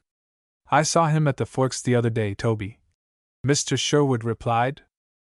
"Yes. I heard about that," said the old man drawlingly. "But since then?" "No. Wall, he was tellin' me that he'd got you on the hip this time, Hen. If you as much as put your hoof over on that track he's fighting you about, he'll plop you in jail, that's what he'll do. He's got a warrant all made out by Jedge Perkins. I seen it." Uncle Henry walked closer to the old man and looked down at him from his great height. "Tobe," he said, "you know the rights of that business well enough. You know whether I'm right in the contention or whether Ged's right. You know where the old line runs. Why don't you tell?" "Oh, mercy me!" croaked the old man, and in much haste. "I ain't going to get into no land squabble, no, sir. You can count me out right now." And he picked up his axe, restored the whetstone to its sheath on the wall, and at once went out of the shack. Chapter 15. A Cat and Her Kittens. That was a breakfast long to be remembered by Nan Sherwood, not particularly because of its quality, but for the quantity served. She had never seen men like these lumbermen eat before, save for the few days she had been at Uncle Henry's house. Great platters of baked beans were placed on the table, flanked by the lumps of pork that had seasoned them. Fried pork, too, was a mainstay on the bill of fare. The deal table was graced by no cloth or napery of any kind. There were heaps of potatoes and onions fried together, and golden cornbread with bowls of white gravy to ladle over it. After riding 25 miles through such a frosty air, Nan would have had to possess a delicate appetite indeed not to enjoy these viands. She felt bashful because of the presence of so many rough men, but they left her alone for the most part, and she could listen and watch. "Old Toby Vanderwiller tell you what Ged's been blowin' about, Henry?" asked one of the men at the table, busy ladling beans into his mouth with a knife, a feat that Nan thought must be rather precarious, to say the least. "Says he's going to jail me if I go on to the Perkins tract," growled Uncle Henry, with whom the matter was doubtless a sore subject. "Yes. But he says more'n that," said this tale-bearer. "Oh, Ged says a whole lot besides his prayers," responded Uncle Henry, good-naturedly. Perhaps he saw they were trying to bait him. "Wall, 'tain't nothin' prayerful he's sayin'," drawled the first speaker, after a gulp of coffee from his thick china cup. "Some of the boys at Beckett's, you know, they're a tough crowd, was rigging him about what you said to him down to the Forks, and Ged spit out that he'd give a lump of money to see you on your back." "Huh!" grunted Uncle Henry. "And some of 'em took him up, got the old man right down to cases." "That so?" asked Mr. Sherwood curiously. "What's Ged going to do? Challenge me to a game of cat's cradle? Or does he want to settle the business at drafts, 3 best out o' 5? "Now you know darn well, Hen," said the other, as some of the listeners laughed loudly at Mr. Sherwood's sally, "that old Ged Raffer will never lock horns with you 'ceptin' it's in court, where he'll have the full protection of the law, and a grain the best of it into the bargain." "Well, I s'pose that's so," admitted Nan's uncle, rather gloomily, she thought. "So, if Beckett's crowd are interested in bumping you a whole lot, you may be sure Ged's promised 'em real money for it." "Shaw!" exclaimed Uncle Henry. "You're fooling now. He hasn't hired any half-baked chip-eaters and Canucks to try and beat me up? I ain't foolin' dot." "Shaw! You can shaw till the cows come home," cried the other heatedly. "I got it straight. Who from?" "Simberkiss, him what's cookin' for Beckett's crew." Good man, Sim. Never caught him in a lie yet. You are beginning to sound reasonable, Josh. And Mr. Sherwood put down his knife and fork and looked shrewdly at his informant. Now tell me, he said, how much is Sim going to get for helping to pay Ged Raffer's debts? Har! Ejaculated the other man. You know Sim ain't that kind. All right then. How much does he say the gang's going to split between 'em after they've done me up brown according to contract? Scoffed Uncle Henry, and Nan realized that her giant relative had not the least fear of not being able to meet any number of enemies in the open. Sim come away before they got that far. Of course Ged didn't say right out in open meetin' that he'd give so many dollars for your scalp. But he got 'em all interested, and it wouldn't surprise him, so Sim said if on the quiet some of those plug uglies had agreed to do the job. Nan shuddered, and had long since stopped eating. But nobody paid any attention to her at the moment. Uncle Henry drawled, They're going to do the hardest day's job for the smallest pay that they ever did on this Michigan peninsula. I'm much obliged to you, Josh, for telling me. I never go after trouble, as you fellows all know, but I shan't try to dodge it either. He picked up his knife and fork and went quietly on with his breakfast. But Nan could not eat any more at all. It seemed to the gently nurtured girl from Tilbury as though she had fallen in with people from another globe. Even the mill hands, whom Bess hardly so scorned, were not like these great, rough fellows whose minds seemed continually to be fixed upon battle. At least, she had never seen or heard such talk as had just now come to her ears. The men began, one by one, to push back the benches and go out. There was a great bustle of getting under way as the teams started for the woods, and the choppers, too, went away. Tom hurried to start his big pair of dapple grays, and Nan was glad to bundle up again and run out to watch the exodus. They were a mighty crew. As Uncle Henry had said, the big woods did not breed runts. Remembering the stunted, quick-moving, chattering French Canadians, and the scattering of American-born employees among them, who worked in the Tilbury mills, Nan was the more amazed by the average size of these workmen. The woodsmen were a race of giants beside the narrow-shouldered, flat-chested pygmies who toiled in the mills. Tom strode by with his timber sled. Rafe leaped on to ride and Tom playfully snapped his whiplash at him. Nan was glad to see that the two brothers smiled again at each other. Their recent tiff seemed to be forgotten. Some of the choppers had already gone on ahead to the part of the tract where the marked trees were being felled. Now the pluck, pluck, pluck of the axe blows laid against the forest monarchs reached the girl's ears. She thought the flat, stuttering sound of the axes said, pluck, very plainly, and that was just the word they should say. For it does take lots of pluck to do work of this kind, Nan confided to her uncle, who walked up and down on the porch smoking an after-breakfast pipe. Yes. No softies allowed on the job, said he, cheerfully. Some of the boys may be rough and hard nuts to crack, but it is necessary to have just such boys or we couldn't get out the timber. But they want to fight so much, gasped Nan. Sho, said her uncle, slowly. It's mostly talk. They feel the itch for hard work and hard play, that's all. You take lively, full-muscled animals, and they are always bucking and quarreling, trying to see which one is the best. Take two young, fat steers, they'll lock horns at the drop of a hat. It's animal spirits, Nan. They feel that they've got to let off steam.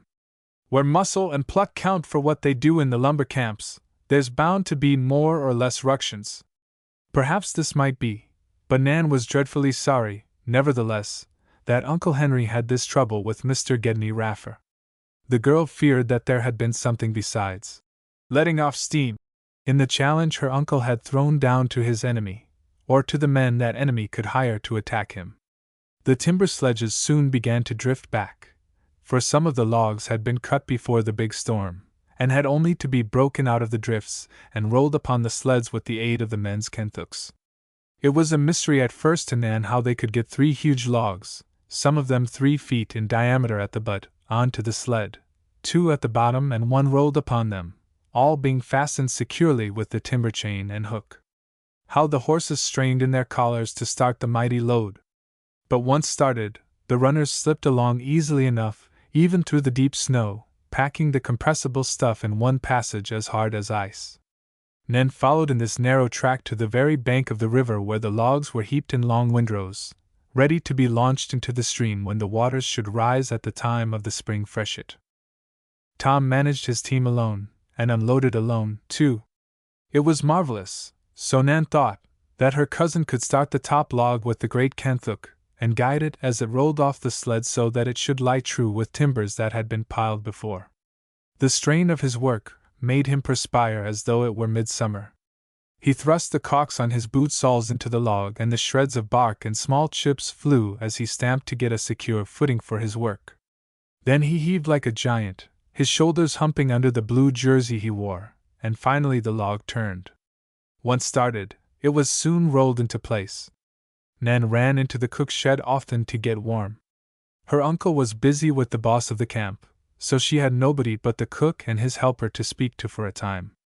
Therefore it was loneliness that made her start over the half-beaten trail for the spot where the men were at work, without saying a word to anybody. None of the teams had come by for some time, but she could hear faintly the sound of the axes and the calling of the workmen to each other, and their sharp commands to the horses. She went away from the camp a few hundred yards and then found that the trail forked. One path went down a little hill, and as that seemed easy to descend, Nan followed it into a little hollow. It seemed only one sled had come this way and none of the men were here. The voices and axes sounded from higher up the ridge. Suddenly she heard something entirely different from the noise of the woodsman. It was the snarling voice of a huge cat, and almost instantly Nan sighted the creature which stood upon a snow-covered rock beside the path. It had tasseled ears, a wide, wicked smile, bristling whiskers, and fangs that really made Nan tremble, although she was some yards from the bobcat. As she believed, from what her cousins had told her, bobcats are not usually dangerous. They never seek trouble with man, save under certain conditions, and that is when a mother cat has kittens to defend. This was a big female cat, and although the season was early, she had littered and her kittens, 3 of them, were bedded in a heap of leaves blown by the wind into a hollow tree trunk. The timberman driving through the hollow had not seen the bobcat and her 3 blind babies, but he had roused the mother cat, and she was now all ready to spring at intruders. That Nan was not the person guilty of disturbing her repose made no difference to the big cat. She saw the girl standing, affrighted and trembling, in the path, and with a ferocious yowl and leap she crossed the intervening space and landed in the snow within almost arm's reach of the fear-paralyzed girl. Chapter 16. Injun Pete. Nan Sherwood could not cry out, though she tried. She opened her lips only to find her throat so constricted by fear that she could not utter a sound. Perhaps her sudden and utter paralysis was of benefit at the moment, after all, for she could not possibly have escaped the infuriated lynx by running. The creature's own movements were hampered by the deep drift in which she had landed.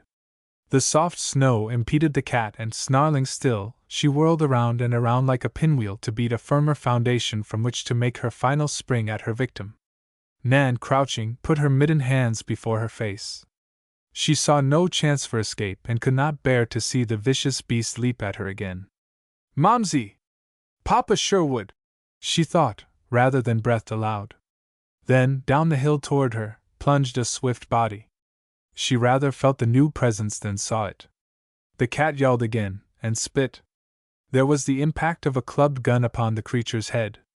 "Saker blue! Take zat! And zat!" cried a sharp voice, between the blows that fell so swiftly. The animal's cries changed instantly from rage to pain. Nan opened her eyes in time to see the maddened cat flee swiftly. She bounded to the big tree and scrambled up the trunk and out upon the first limb.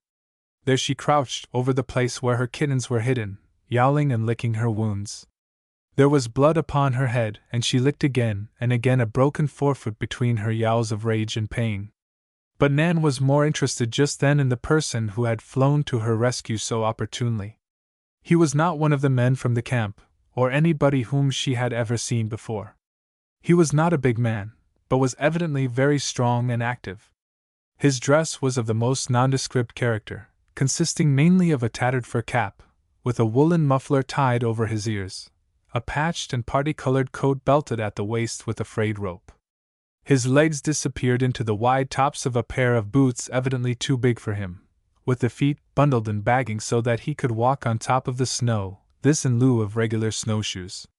His back was toward Nan, and he did not turn to face her as he said, "Be not afeard, little manzel. Le bad chat is gone. We shall now do famously, eh?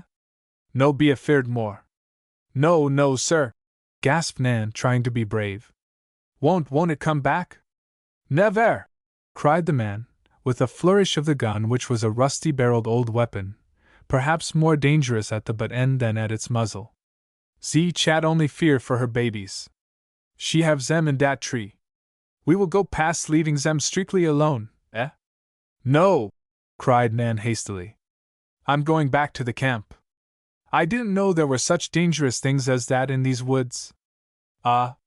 You are the strange little mamselle, then?" responded the man. "You do not know ze big woods?" "I guess I don't know anything about this wilderness," confessed Nan. "My uncle brought me to the camp up yonder this morning, and I hope he'll go right home again. It's awful. It seem terrifying to ze little mamselle because she isn't used, eh? Me! I'd be terrified at ze big city where she come from, praps. Zay tell Pete 'bout wagons run without horses, like steamill. Ugh! No want to see dem. Debil in em. And he laughed, not unpleasantly, making a small joke of the suggestion. Indeed, his voice, now that the sharpness of excitement had gone out of it, was a very pleasant voice. The broken words he used assured Nan that his mother tongue must be French. He was probably one of the Canucks she had heard her cousins speak of. French Canadians were not at all strange to Nan Sherwood, for in Tilbury many of the mill hands were of that race. But she thought it odd that this man kept his face studiously turned from her. Was he watching the bobcat all the time? Was the danger much more serious than he would own? "Why don't you look at me?" cried the girl, at length. "I'm awfully much obliged to you for coming to help me as you did. And my uncle will want to thank you, I am sure. Won't you tell me your name?" The man was silent for a moment. Then, when he spoke, his voice was lower and there was an indescribably sad note in it. "Call me Injun Pete, zat me. Everybody in de big woods know Injun Pete. No odder name now. Once see good brothers at Aramac go and make scholar of Pete, make him priest too, praps.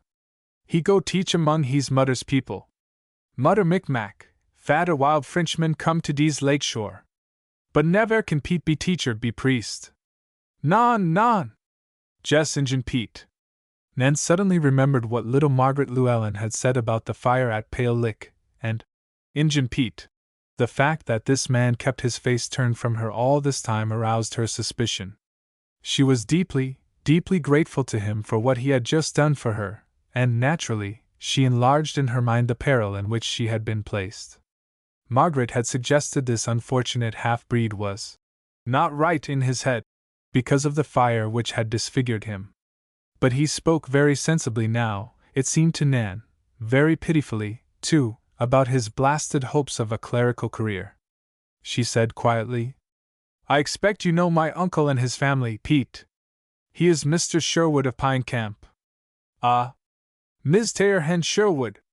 I know him well," admitted the man. "He nice a man ver kind to Injun Pete." "I'd like to have you look at me, please," said Nan, still softly. "You see, I want to know you again if we meet." "I am very grateful." Pete waved her thanks aside with a royal gesture. "Me! I'd be glad to be of use, so we. Little manzel muse not make mooch of notin, eh?" He laughed again, but he did not turn to look at her. Nan reached out a tentative hand and touched his sleeve. "Please, Mr. Pete," she said. I want to see you. I have heard something about your having been hurt in a fire. I am sure you must think yourself a more hateful sight than you really are." A sob seemed to rise in the man's throat, and his shoulders shook. He turned slowly and looked at her for a moment over his shoulder. Then he went swiftly away across the snow, for the bobcat had disappeared into her lair, and Nan stumbled back up the trail toward the camp, the tears blinding her own eyes. The disfigured face of the half-breed had been a shock to her. She could never speak of it afterward. Indeed, she could not tell Uncle Henry about her meeting with the lynx and her rescue, she shrank so from recalling Injun Pete's disfigured face. Chapter 17. Spring in the Big Woods? That visit to the lumber camp was memorable for Nan Sherwood in more ways than one. Her adventure with the lynx she kept secret from her relatives, because of the reason given in the previous chapter.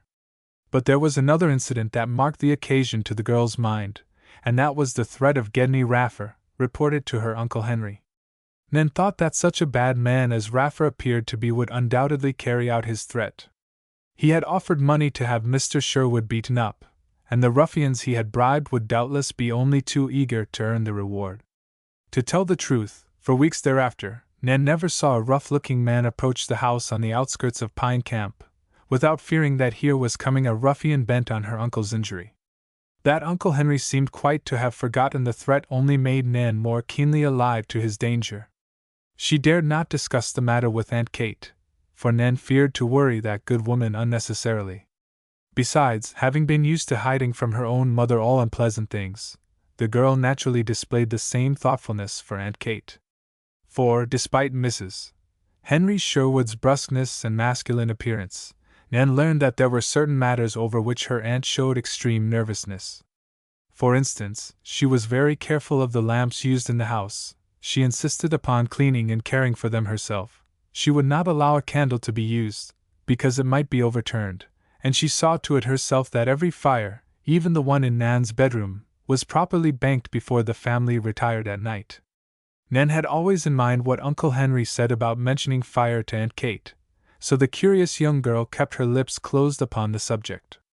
But she certainly was desirous of knowing about that fire, so long ago, at Pale Lick, how it came about, if Aunt Kate had really got her great scar there, and if it was really true that 2 members of her uncle's family had met their death in the conflagration. She tried not to think at all of Injun Pete. That was too terrible.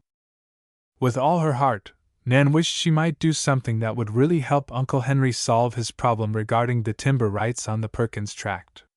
The very judge who had granted the injunction forbidding Mr. Sherwood to cut timber on the tract was related to the present owners of the piece of timberland, and the tract had been the basis of a feud in the Perkins family for 2 generations.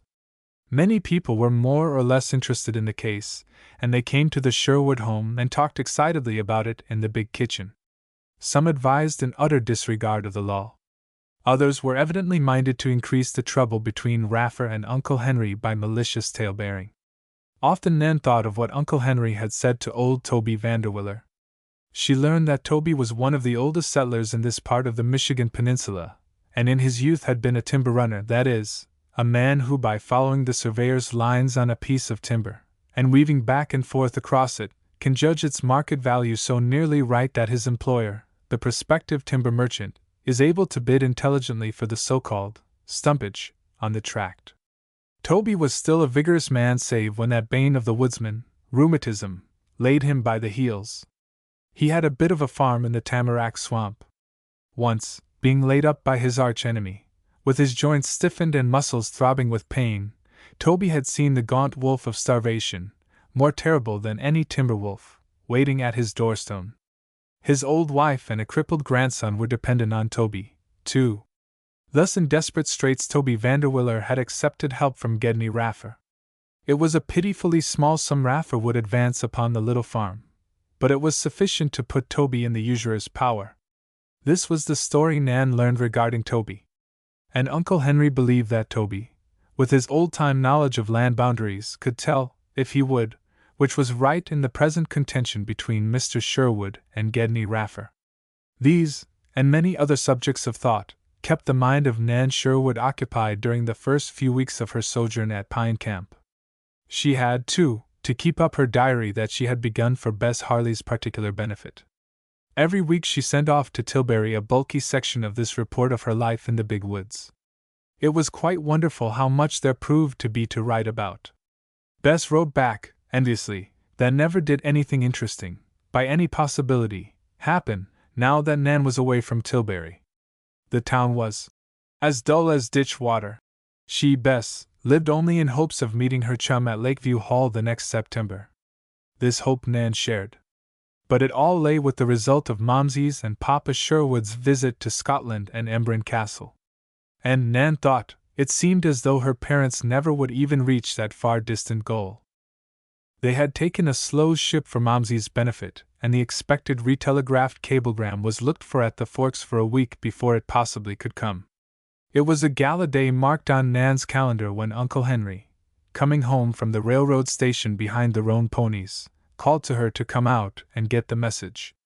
Momsey and Papa Sherwood had sent it from Glasgow, and were on their way to Edinburgh before Nan received the word. Momsey had been very ill a part of the way across the ocean, but went ashore in improved health. Nan was indeed happy at this juncture. Her parents were safely over their voyage on the wintry ocean, so a part of her worry of mind was lifted. Meanwhile, spring was stealing upon Pine Camp without Nan's being really aware of the fact. Uncle Henry had said, back in Chicago, that the back of winter was broken, but the extreme cold weather and the deep snow she had found in the big woods made Nan forget that March was passing and timid April was treading on his heels. A rain lasting 2 days and a night washed the roads of snow and turned the fast disappearing drifts to a dirty yellow hue. In sheltered fence corners and nooks in the wood, the grass lifted new, green blades, and queer little Margaret Llewellyn showed Nan where the first anemones and violets hid under last year's drifted leaves. The river ice went out with a rush after it had rained a few hours. After that, the drives of logs were soon started. Nan went down to the long, high bridge which spanned the river and watched the flood carry the logs through. At first they came scatteringly, riding the foaming waves end on, and sometimes colliding with the stone piers of the bridge with sufficient force to split the unhewn timbers from end to end, some being laid open as neatly as though done with axe and wedge. When the main body of the drive arrived, however, the logs were like herded cattle, milling in the eddies, stampeded by a cross-current, bunching under the bridge arches like frightened steers in a chute. And the drivers herded the logs with all the skill of cowboys on the range. Each drive was attended by its own crew, who guarded the logs on either bank, launching those that shoaled on the numerous sandbars or in the shallows, keeping them from piling up in coves and in the mouths of estuaries or creeks, some going ahead at the bends to fend off and break up any formation of the drifting timbers that promised to become a jam. Behind the drive floated the square-bowed and square-sterned chuck boat, which carried cook and provisions for the men. A boom, logs chained together, end to end, was thrown out from one shore of the wide stream at night, and anchored at its outer end. Behind this the logs were gathered in an orderly, compact mass, and the men could generally get their sleep, save for the watchman, unless there came a sudden rise of water in the night. It was a sight long to be remembered, Nan thought, when the boom was broken in the morning. Sometimes an increasing current piled the logs up a good bit. It was a fear-compelling view the girl had of the river on one day when she went with Uncle Henry to see the first drive from Blackton's camp. Tom was coming home with his team, and was not engaged in the drive. But reckless Rafe was considered, for his age, a very smart hand on a log drive. The river had risen 2 feet at the Pine Camp Bridge overnight. It was a boiling brown flood, covered with drifting foam and debris. The roar of the freshet awoke Nan in her bed before daybreak. So she was not surprised to see the river in such a turmoil when, after a hasty breakfast, she and Uncle Henry walked beside the flood. "They started their drive last night," Uncle Henry said, "and boomed her just below the campsite. We'll go up to Dead Man's Bend and watch her come down. There is no other drive betwixt us and Blackton's." "Why is it called by such a horrid name, Uncle?" asked Nan. "What, honey?" he responded. "That bend in the river. Why, I don't know rightly, Honeybird. She's just called that. Many a man's lost his life there since I came into this part of the country, that's a fact. It's a dangerous place." And Nan knew by the look on her uncle's face that he was worried. Chapter 18. At Dead Man's Bend. Nan and her uncle came out on the bluff that overlooked the sharp bend which hid the upper reaches of the river from Pine Camp. Across the stream, almost from bank to bank, a string of gravel flats made a barrier that all the river men feared. Blackton was no careless manager, and he had a good foreman in Tim Turner. The big boss had ridden down to the bend in a mud-splashed buggy, and was even prepared to take a personal hand in the work, if need be. The foreman was coming down the river bank on the pine camp side of the stream, watching the leading logs of the drive, and directing the foreguard. Among the latter Nan spied Rafe. "There he is, Uncle!" she cried. "Oh! He's jumped out on that log, see? He's all right, girl, he's all right," said Uncle Henry comfortingly. "Rafe's got good calks on his boots." The boys sprang from log to log, the calks making the chips fly, and with a canthook pushed off a log that had caught and swung upon a small bank. He did it very cleverly, and was back again, across the bucking logs, in half a minute. Below, the foreman himself was making for a grounded log, one of the first of the drive. It had caught upon some snag, and was swinging broadside out, into the stream. Let 2 or 3 more timbers catch with it, and there would be the nucleus of a jam that might result in much trouble for everybody. Tim Turner leaped spaces of 8 and 10 feet between the logs, landing secure and safe upon the stranded log at last. With the heavy canthook he tried to start it. "That's a good man, Tim Turner," said Mr. Sherwood, heartily. "He's worked for me, isn't afraid of anything, ha! But that's wrong!" he suddenly exclaimed. Turner had failed to start the stranded log. Other logs were hurtling down the foam-streaked river, aimed directly for the stranded one. They would begin to pile up in a heap in a minute. The foreman leaped to another log, turning as he did so to face the shore. That was when Uncle Henry declared him wrong. Turner was swinging his free arm, and above the roar of the river and the thunder of the grinding and smashing logs they could hear him shouting for somebody to bring him an axe. One of his men leaped to obey. Nan and Mr. Sherwood did not notice just then who this second man was who put himself in jeopardy, for both had their gaze on the foreman and that which menaced him. Shooting across on a slant was a huge log, all of 3 feet through at the butt, and it was aimed for the timber on which Turner stood. He did not see it. Smaller logs were already piling against the timber he had left, and had he leaped back to the stranded one he would have been comparatively safe. Mr. Sherwood was quick to act in such an emergency as this, but he was too far from the spot to give practical aid in saving Turner from the result of his own heedlessness. He made a horn of his 2 hands and shouted to the foreguard at the foot of the bluff. "He's going into the water! Launch Fred Durgin's boat below the bend! Get her! Quick there!" Old riverman that he was, Uncle Henry was pretty sure of what was about to happen. The huge log came tearing on, but first, a wave of troubled water split by its onrush. Turner was watching the person bringing him the axe, and never once threw a glance over his shoulder. Suddenly Nan cried out and seized Uncle Henry's arm. "Look! Oh, Uncle! It's Rafe!" she gasped, pointing. I know it," said her uncle, wonderfully cool, Nan thought, and casting a single glance at the figure flying over the bucking logs toward the endangered foreman. "He'll do what he can." Nan could not take her eyes from her cousin after that. It seemed to be a race between Rafe and the charging log, to see which should first reach the foreman. Rafe, reckless and harebrained as he was, flew over the logs as sure-footed as a goat. Nan felt faint. Her cousin's peril seemed far greater to her than that of the foreman. A step might plunge Rafe into the foaming stream.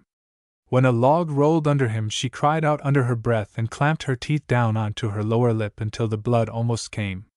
"He'll be killed! He'll be killed!" she kept repeating in her own mind.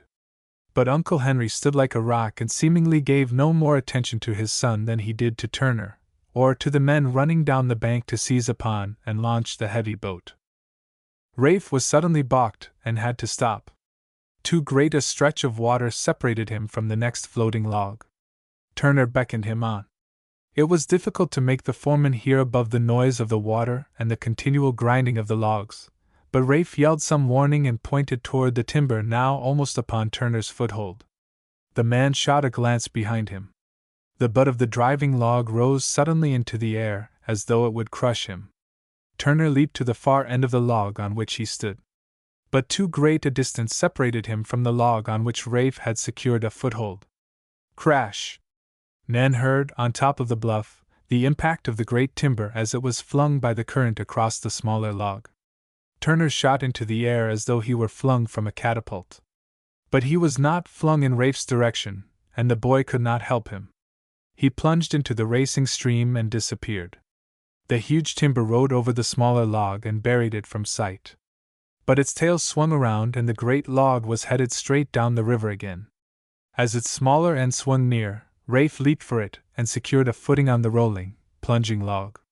How he kept his feet under him Nan could not imagine. A bareback rider in a circus never had such work as this. Rafe rode his wooden horse in masterly style. There, ahead of him in the boiling flood, an arm and head appeared. Turner came to the surface with his senses unimpaired and he strove to clutch the nearest log. But the stick slipped away from him. Rafe ran forward on the plunging timber. He now rode the huge stick that had made all the trouble, and tried to reach the man in the water. No use! Of course, there was no way for Rafe to guide his log toward the drowning man. Nor did he have anything to reach out for Turner to grasp. The axe handle was not long enough, and the foreman's canthook had disappeared. Below, the men were struggling to get the big boat out from under the bank into the stream. 2 of them stood up with their canthooks to fend off the drifting logs. The others plied the heavy oars.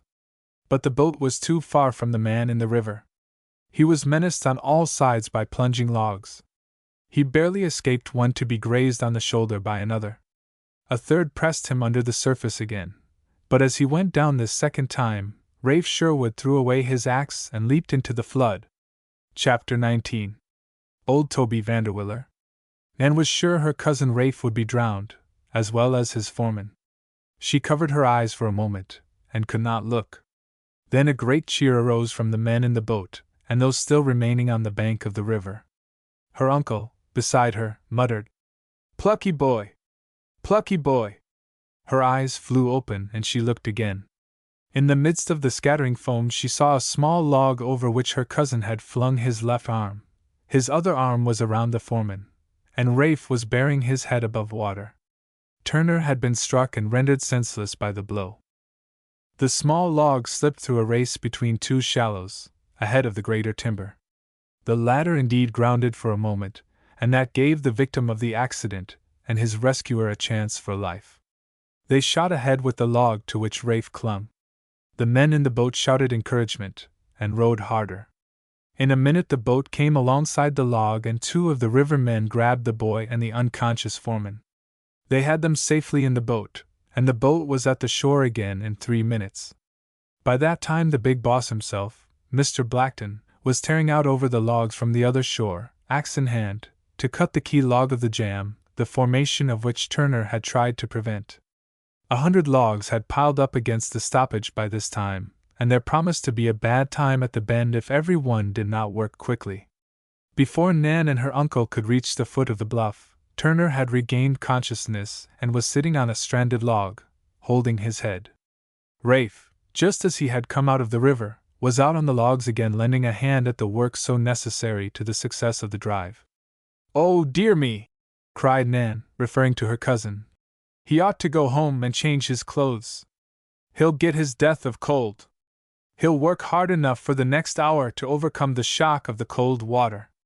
It's lucky if he isn't in again before they get that trouble over," responded Uncle Henry. Then he added proudly, "That's the kind of boys we raise in the big woods, Nanny. Maybe they are rough-spoken and aren't really parlor broke, but you can depend on 'em to do something when there's anything to do." "Oh, Uncle!" cried the girl. "I think Rafe is just the bravest boy I ever saw. But I should think Aunt Kate would be scared every hour he is away from home, he is so reckless."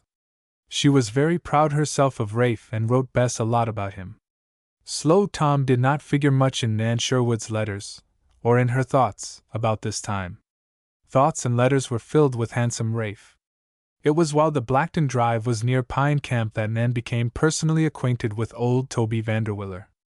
It was after dinner that day that she met Margaret and Bob Llewellyn, and the 3 went down to the river bank, below the bridge, to watch the last of the Blackton Drive. The chuck boat had pushed off into the rough current, and was bobbing about in the wake of the logs. But all the men had not departed. "That's old Toby," said Bob, a black-haired boy, full of mischief. "He don't see us. Le's creep up and scare him." "No," said Nan decidedly. "Don't you dare!" "Ah, shucks! Girls ain't no fun. the boy growled. Mag's bad enough, but you air wuss and she, Nan Sherwood. What's old Toby to you? He's allus as cross as two sticks, anyway. We won't make him any crosser, said Nan, laughing. What's the good? Nan saw that the old man had his coat off, and had slipped down the right sleeve of his woolen shirt to bare his shoulder and upper right arm. He was clumsily trying to bandage the arm. He's got hurt, Nan cried to Margaret. I wonder how? Dunno, returned the smaller girl, carelessly. Although she was not mischievous like her brother, Margaret seldom showed traits of tenderness or affection. Nan was in some doubt as to whether the strange girl liked her. Margaret often patted Nan's cheeks and admired her smooth skin, but she never expressed any real affection. She was positively the oddest little piece of humanity Nan had ever met. Once Nan asked her if she had a doll. Doll? Snarled Margaret with surprising energy. Auntie Matilda give me one once and I throwed it as far as I could into the river, so I did. Nasty thing. Its face was all painted and rough. Nan could only gasp. Drown a doll baby. Big girl as she considered herself, she had a very tender spot in her heart for doll babies. Margaret Llewellyn only liked people with fair faces and smooth complexions. She could not possibly be interested in old Toby Vanderwiller, who seemed always to need a shave, and whose face, like that of Margaret's grandfather, was wizzled. Nan ran down to him and asked, Can I help you, Mr. Vanderwiller? Did you get badly hurt? Hello? Grunted Toby. Ain't you Hen Sherwood's gal? I'm his niece, she told him. Can I help? Well, I dunno. I got a wallop from one o' them logs when we was breaking that jam, and it scraped the skin off me arm. Let me see, cried Nan earnestly. Oh, Mr. Vanderwiller, that must be painful. Haven't you anything to put on it? Nothin' but this rag, grunted Toby drily. And ye needn't call me Mr. Sissy. I ain't used to bein' addressed that way. Nan laughed, but she quickly washed the scraped patch on the old man's arm with clean water, and then bound her own handkerchief over the abrasion under the rather doubtful rag that Toby himself supplied. You're sure handy, Sissy, he said, rising and allowing her to help him into the shirt again and on with his coat. Now I'll have to toddle along or Tim will give me a call down. Much obleeged. If ye get into the tamarack swamp, come dryfoot weather, stop and see me and my old woman. Oh, I'd love to, Mr. Vanderwiller, Nan cried. The swamp must be full of just lovely flowers now. The old man's face wrinkled into a smile, the first she had seen upon it. Really?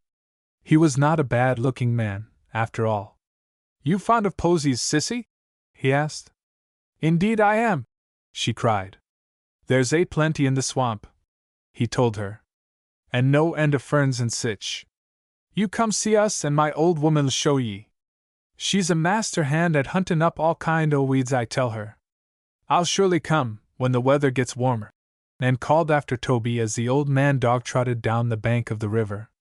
But he did not answer and was quickly out of sight. Chapter 20. Nan's Secret. But Margaret Llewellyn declared she would not go with her. It's nasty in the tamarack swamp, and there's frogs and snakes.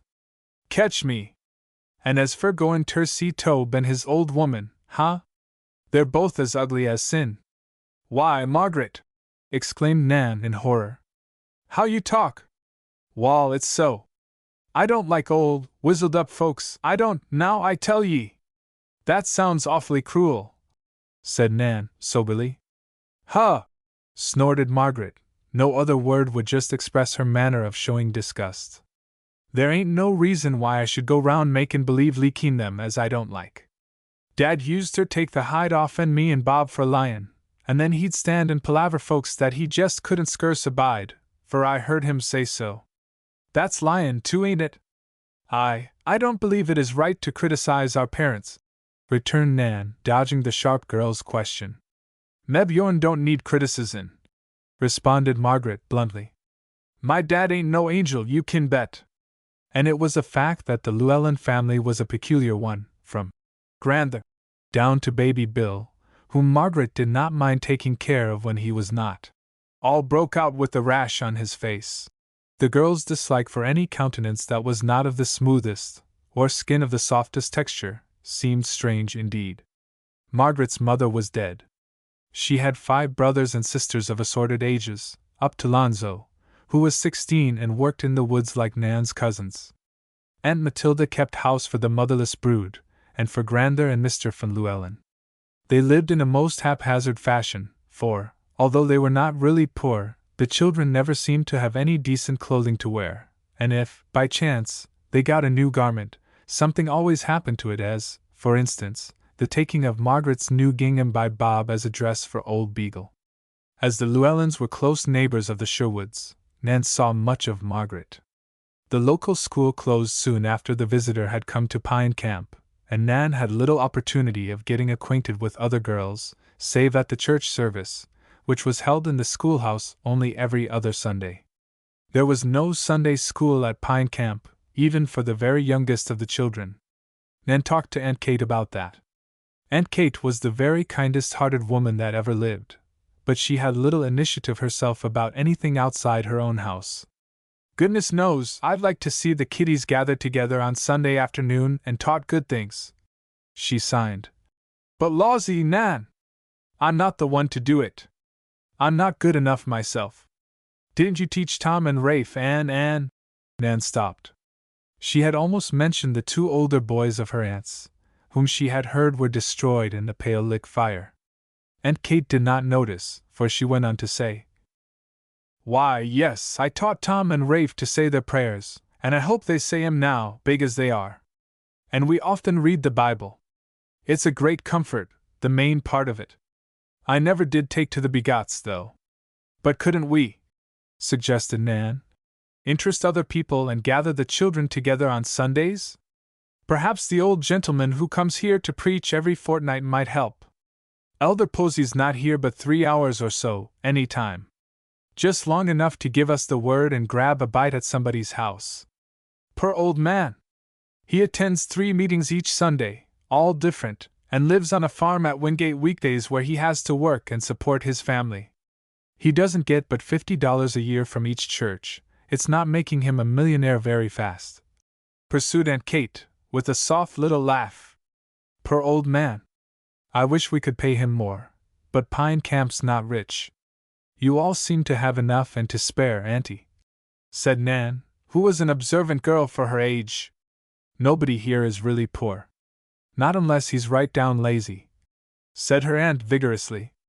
"Then I should think they'd build a proper church and give a minister some more money, so that he could afford to have a Sunday school as well." "Lawsy me, Nan!" exclaimed her aunt. "The men here in Pine Camp haven't been woke up to such things. They hate to spend that $50 for Elder Posey. They'd get a cheaper man if there were such. There's never been much out of the common happen here at Pine Camp. It takes trouble and destruction to wake folks up to their Christian duty in these woods. Now, at Pale Lick they've got a church, dash." She stopped suddenly, and her face paled, while the ugly scar on her neck seemed to glow, but that may have been only in contrast. Aunt Kate turned away her head, and finally arose and went into her own room and closed the door. Nan dared not continue the subject when the good woman came out again, and the talk of a Sunday school for Pine Camp, for the time being, was ended. There were hours when the girl from Tilbury was very lonely indeed. Writing to Bess and other girl friends in her old hometown and penning long letters on thin paper to Momsey and Papa Sherwood in Scotland did not fill all of these hours when Nan shut herself into that east room. Sometimes she pulled down the paper shades and opened the clothes closet door, bringing out the long box she had hidden away there on the first day she had come to Pine Camp. In that box, wrapped in soft tissue paper, and dressed in the loveliest gown made by Momsey's own skillful fingers, was the great doll that had been given to Nan on her 10th birthday. When girls went to high school, of course they were supposed to put away dolls, together with other childish things. But Nan Sherwood never could neglect her doll babies and had often spent whole rainy days playing with them in secret in the attic of the little house on Amity Street. Her other dolls had been left, carefully wrapped and shielded from the mice, at Tilbury, but Nan had been unable to leave beautiful Beulah behind. She packed her in the bottom of her trunk, unknown even to Momsey in the hurry of departure. She had not told a soul here at Pine Camp that she possessed a doll. She knew the boys would make fun of her for sure. But she often sat behind the drawn shades nursing the big doll and crooning softly to it as she swung back and forth in the spring rocking chair. Tom had oiled the springs for her so that it no longer creaked. She did not confide even in Aunt Kate about the big doll. They were all very kind to her, but Nan had a feeling that she ought to be grown up here among her backwoods relatives. How could she ever face roguish Rafe if he knew she liked to play dolls? Fearing that even Margaret would tell, Nan had never shown the woods girl beautiful Beulah. Once she was afraid Margaret had come to the window to peep in when Nan had the doll out of her hiding place. But she was not sure, and Nan hoped her secret was still inviolate. At least, Margaret never said a word about it. Margaret's sisters had dolls made of corncobs, and rag babies with painted faces like the one Margaret had thrown into the river and drowned, but Margaret turned up her nose at them all. She never seemed to want to play house, as do most girls of her age. She preferred to run wild, like a colt, with Bob in the woods and swamp. Margaret did not wish to go into the swamp with Nan, however, on her first visit to Toby Vanderwiller's little farm. This was some weeks after the log drives, and lumbering was over for the season. Uncle Henry and the boys, rather than be idle, were working every acre they owned, and Nan was more alone than she had ever been since coming to Pine Camp. She had learned the way to Toby's place, the main trail through the swamp going right by the hummock on which the old man's farm was situated. She knew there was a corduroy road most of the way, that is, a road built of logs laid side by side directly over the miry ground. Save in very wet weather, this road was passable for most vehicles. The distance was but 3 miles, however, and Nan liked walking. Besides, nobody who has not seen a tamarack swamp in late spring or early summer can ever imagine how beautiful it is. Nan never missed human companionship when she was on the long walks she so often took in the woods. She had learned now that, despite her adventure with the lynx in the snow-drifted hollow, there was scarcely any animal to fear about Pine Camp. Bears had not been seen for years. Bobcats were very infrequently met with, and usually ran like scared rabbits. Foxes were of course shy, and the nearest approach to a wolf in all that section was Toby Vanderwiller's wolfhound that had once frightened Nan so greatly. Hares, rabbits, squirrels, chipmunks, and many, many birds peopled the forest and swamp. In sunken places where the green water stood and steamed in the sun, turtles and frogs were plentiful, and occasionally a snake, as harmless as it was wicked-looking, slid off a water-soaked log at Nan's approach and slipped under the oily surface of the pool. On the day Nan walked to Toby's place the first time, she saw many wonders of plant life along the way, exotics clinging to rotten logs and stumps, fronds of delicate vines that she had never before heard of, ferns of exquisite beauty. And flashing over them, and sucking honey from every cup-like flower, were shimmering hummingbirds and marvelously marked butterflies. The birds screamed or sang or chattered over the girl's head as she tripped along. Squirrels peeped at her, barked, and then whisked their tails in rapid flight.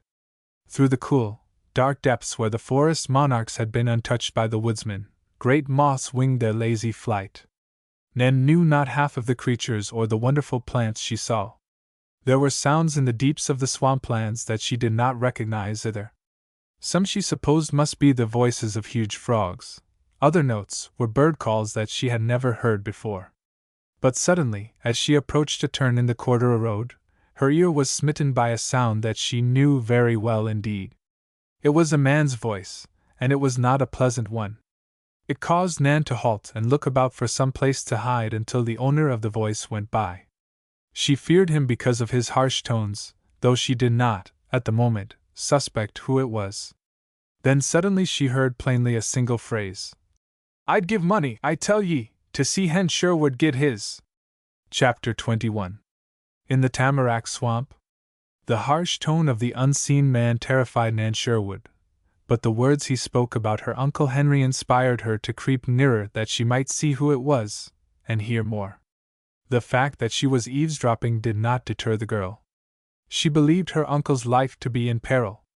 The dampness between the logs of the roadway oozed up in little pools and steamed in the hot blaze of the afternoon. Sunday insects buzzed and hummed, so innumerable that the chorus of their voices was like the rumble of a great church organ. Nan stepped from the road and pushed aside the thick underbrush to find a dry spot to place her foot. The gnats danced before her and buzzed in her ears. She brushed them aside and so pushed on until she could see the road again. A lean, yellow horse, tackled to the shafts of a broken top buggy with bits of rope as well as worn straps, stood in the roadway. The man on the seat, talking to another on the ground, was Mr. Gedney Raffer, the timberman who was contending at law with Uncle Henry. It was he who had said, "I'd give money, I tell ye, to see Nan Sherwood get his." There had fallen a silence, but just as Nan recognized the mean-looking old man on the carriage seat, she heard the second man speak from the other side of the buggy.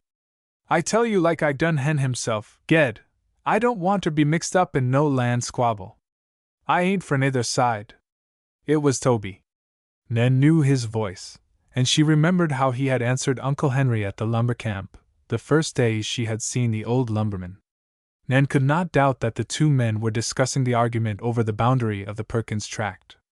Gedney Raffer snarled out an imprecation when old Toby had replied as above.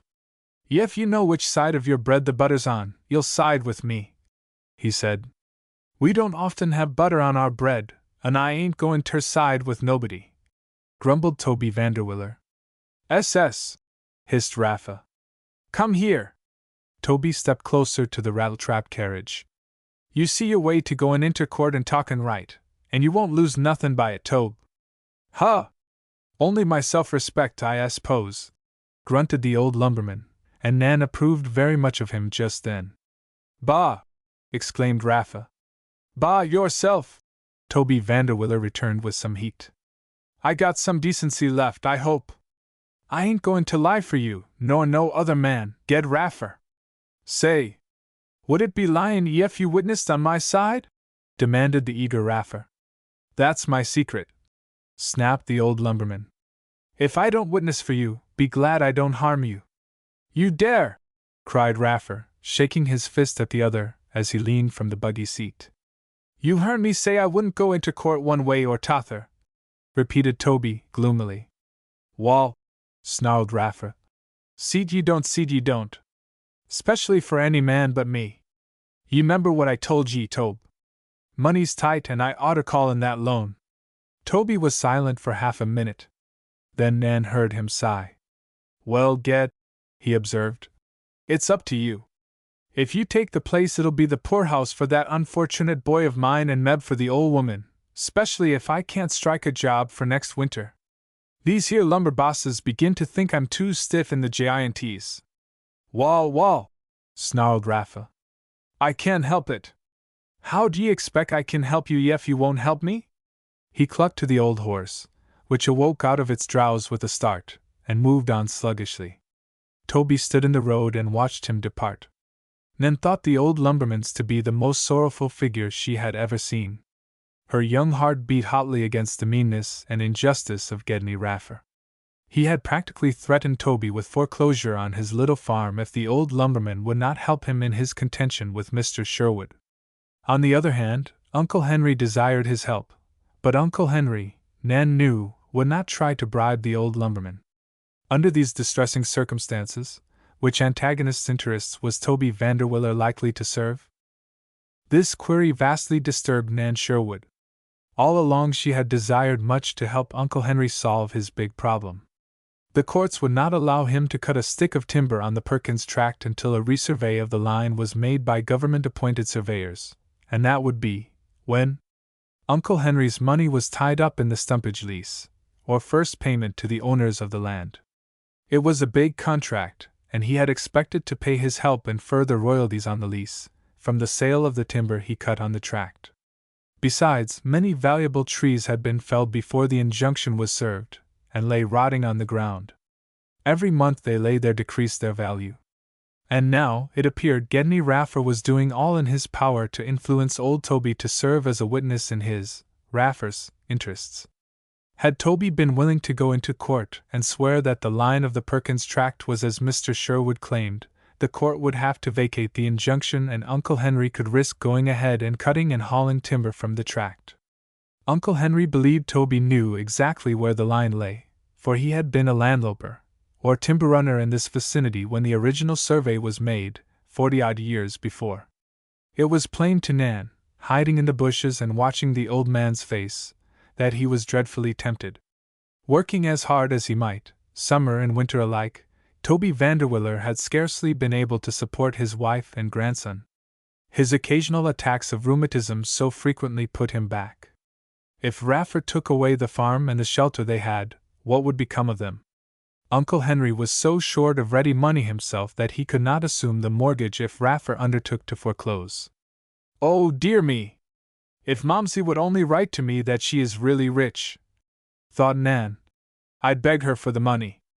I'll tell her all about poor Toby in my very next letter, and maybe, if she gets all that money from the courts in Scotland, she will let me give Toby enough to pay off the mortgage. She never for a moment doubted that Uncle Henry's contention about the timber tract line was right. He must be correct, and old Toby must know it. That is the way Nan Sherwood looked at the matter. But now, seeing Toby turning back along the Cordero road, and slowly shuffling toward home, she stepped out of the hovering bushes and walked hastily after him. She overtook him not many yards beyond the spot where he had stood talking with Raffer. He looked startled when she spoke his name. Well, you air a sight for sore eyes, sissy, he said, but added, nervously, how in Joe Tunket did you get in the swamp? Along the road? Yes, sir, said Nan. Come right along this way? Yes, sir. Did ye meet anybody? Demanded old Toby, eyeing her sharply. Mr. Raffer, driving his old buckskin horse. That's all. Didn't say nothin' to ye, did he? Asked Toby, curiously. Not a word, replied Nan honestly. I'm afraid of him, and I hid in the bushes till he had gone by. Huh! Sighed Toby, as though relieved. Just as well. Though Ged wouldn't ha dared touch ye, sissy. Never mind. I'm here now, said Nan brightly. And I want you to show me your house and introduce me to Mrs. Vanderwiller. Sure. My old woman will be glad to see ye, said the man briskly. 'Tain't more'n a mile furder on. But first they came to a deserted place, a strip more than half a mile wide, where the trees had been cut in a broad belt through the swamp. All Nan could see was sawdust and the stumps of felled trees sticking out of it. The sawdust, Toby said, was anywhere from 2 to 20 feet deep, and there were acres of it. They had their mill here, ye can see the brickwork yonder. They hauled out the lumber by teams past my place. The steam mill was here more'n 2 years. They hauled the sawdust out of the way and dumped it in every holler, just as it come handy. What a lot there is of it, murmured Nan, sniffing doubtfully at the rather unpleasant odor of the sawdust. I wish 'twas somewhere else, grunted Toby. Why so? Fire get in it and it'd burn till doomsday. Fire and sawdust is a mighty bad thing. Ye see, even the road here is made of sawdust, 4 foot or more deep and packed as solid as a brick walk. That's the way Pale Lick went, sawdust to fire. Half the town was built on sawdust foundation and she smoldered for weeks before they knowed of it.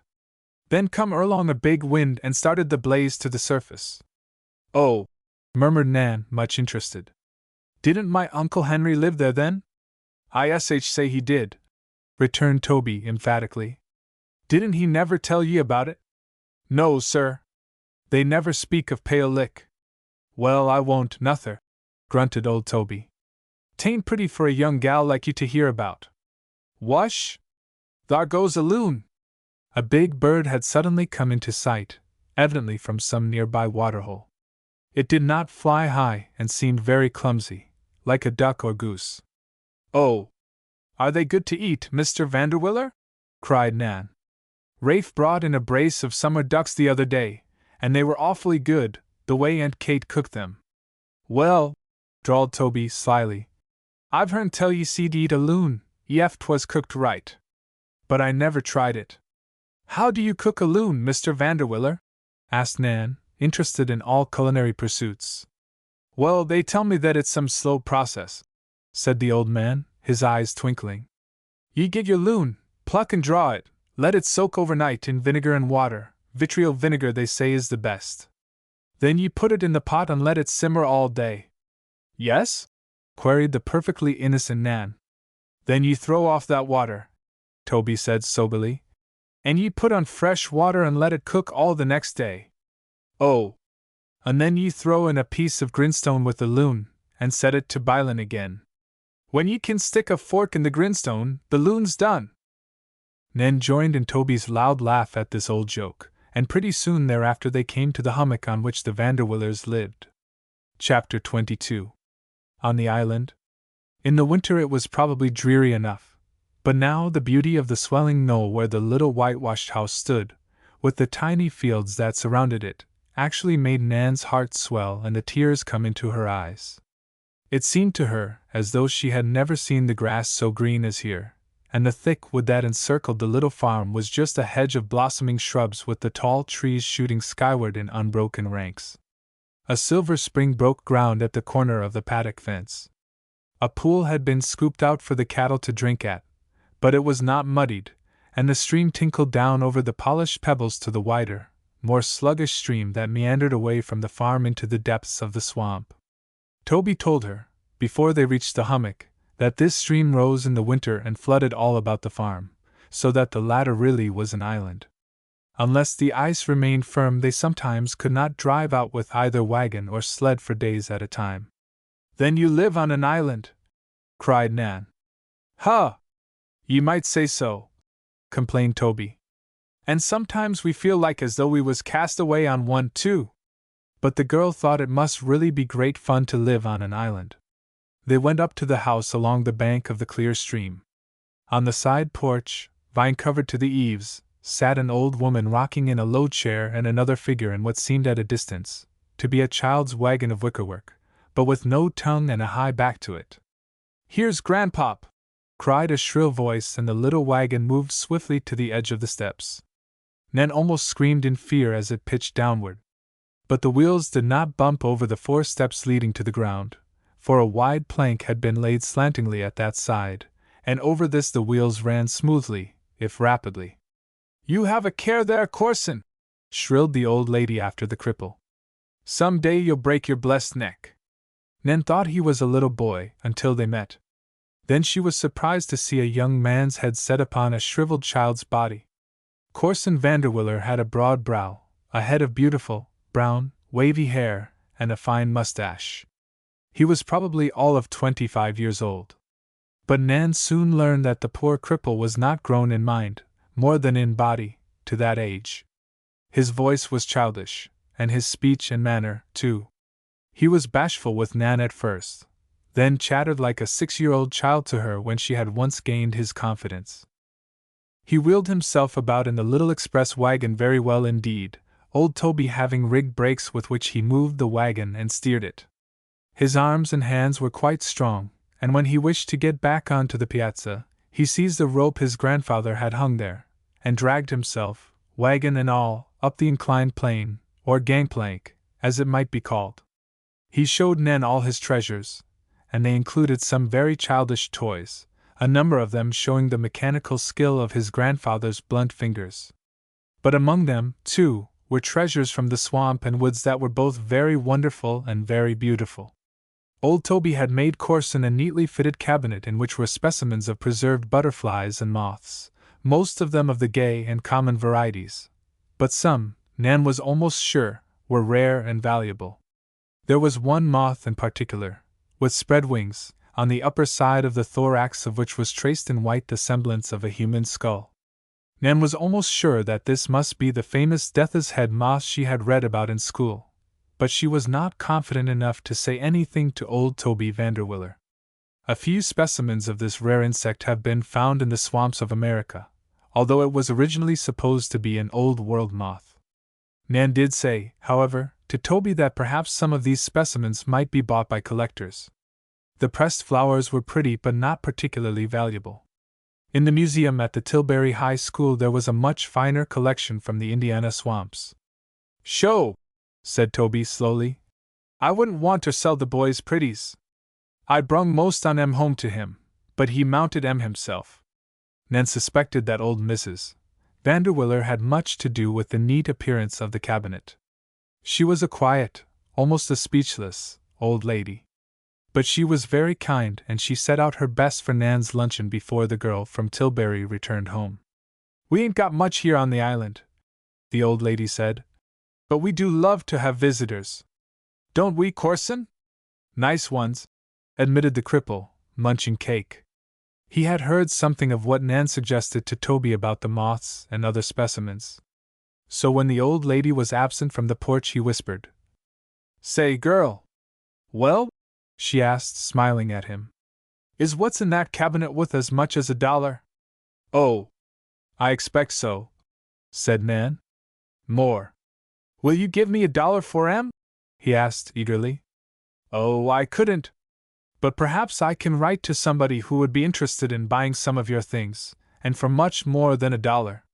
Corson looked disappointed. Nan asked curiously, "Why do you want the $1? "To get Grandmama a silk dress," he said promptly. "She's admired to have one all her life, and ain't never got to get it yet." "I'm sure that's nice of you," declared Nan warmly. "I'll try to sell some of your collection." "Well," he jerked out, "it's got to be pretty soon, or she won't get to wear it much. I heard her tell Grandpop so."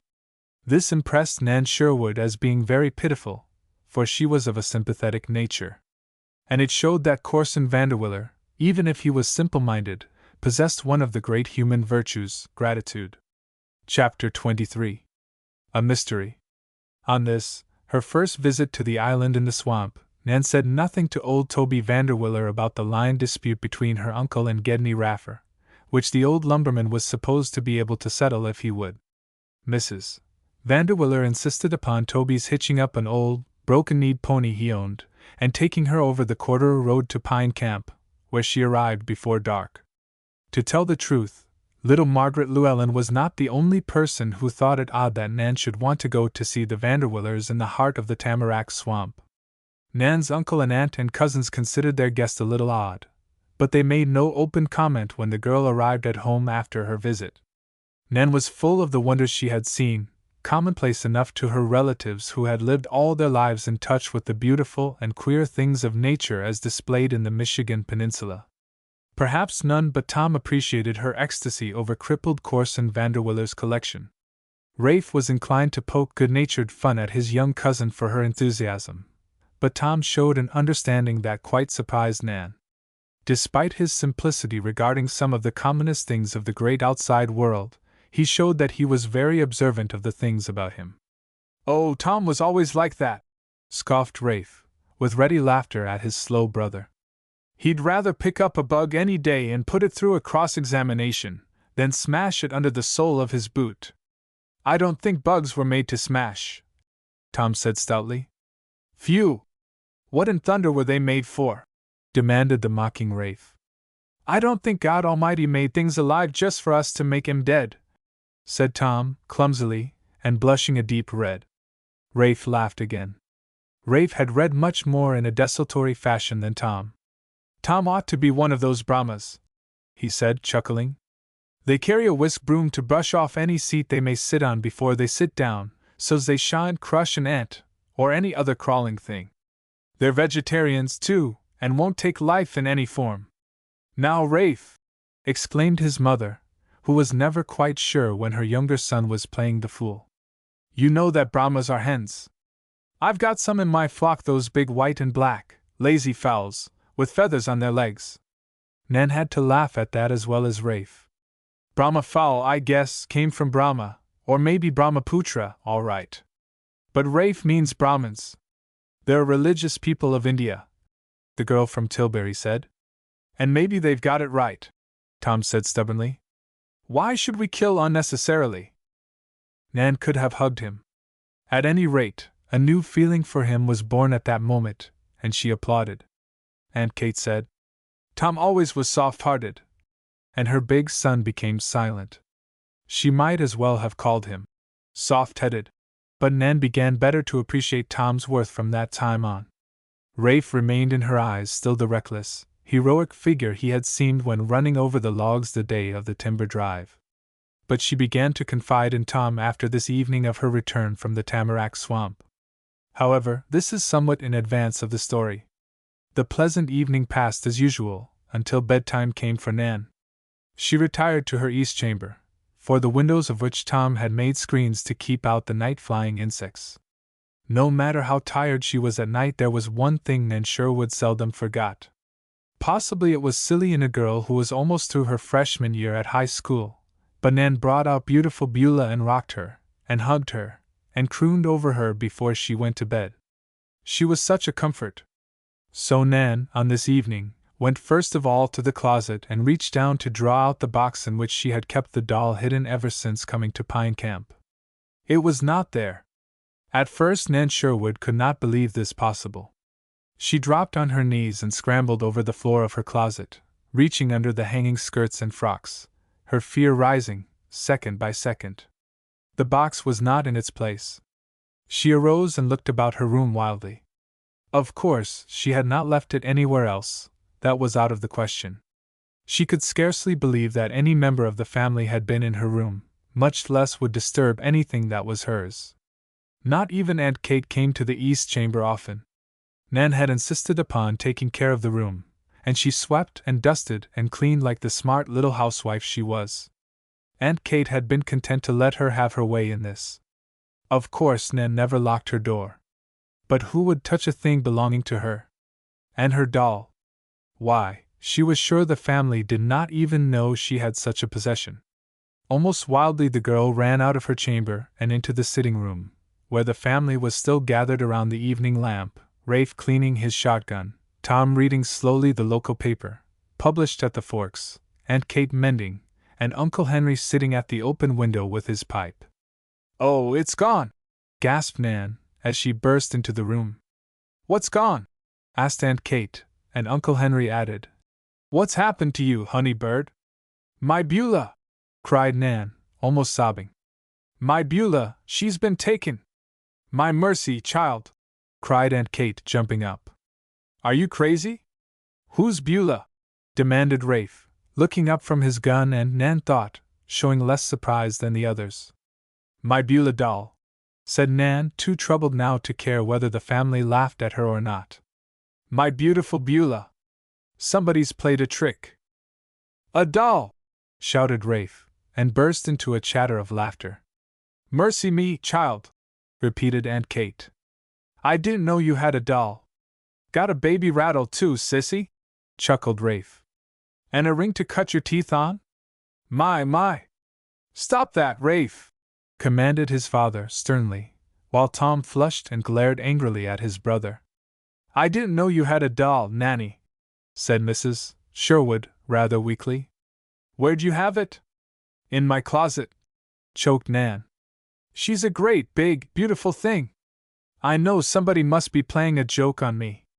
"Nobody here, Nanny," said Uncle Henry, with decision. "You may be sure of that." But he looked at Rafe sternly. That young man thought it the better part of wisdom to say no more. In broken sentences the girl told her innocent secret, and why she had kept the doll hidden. Aunt Kate, after all, seemed to understand.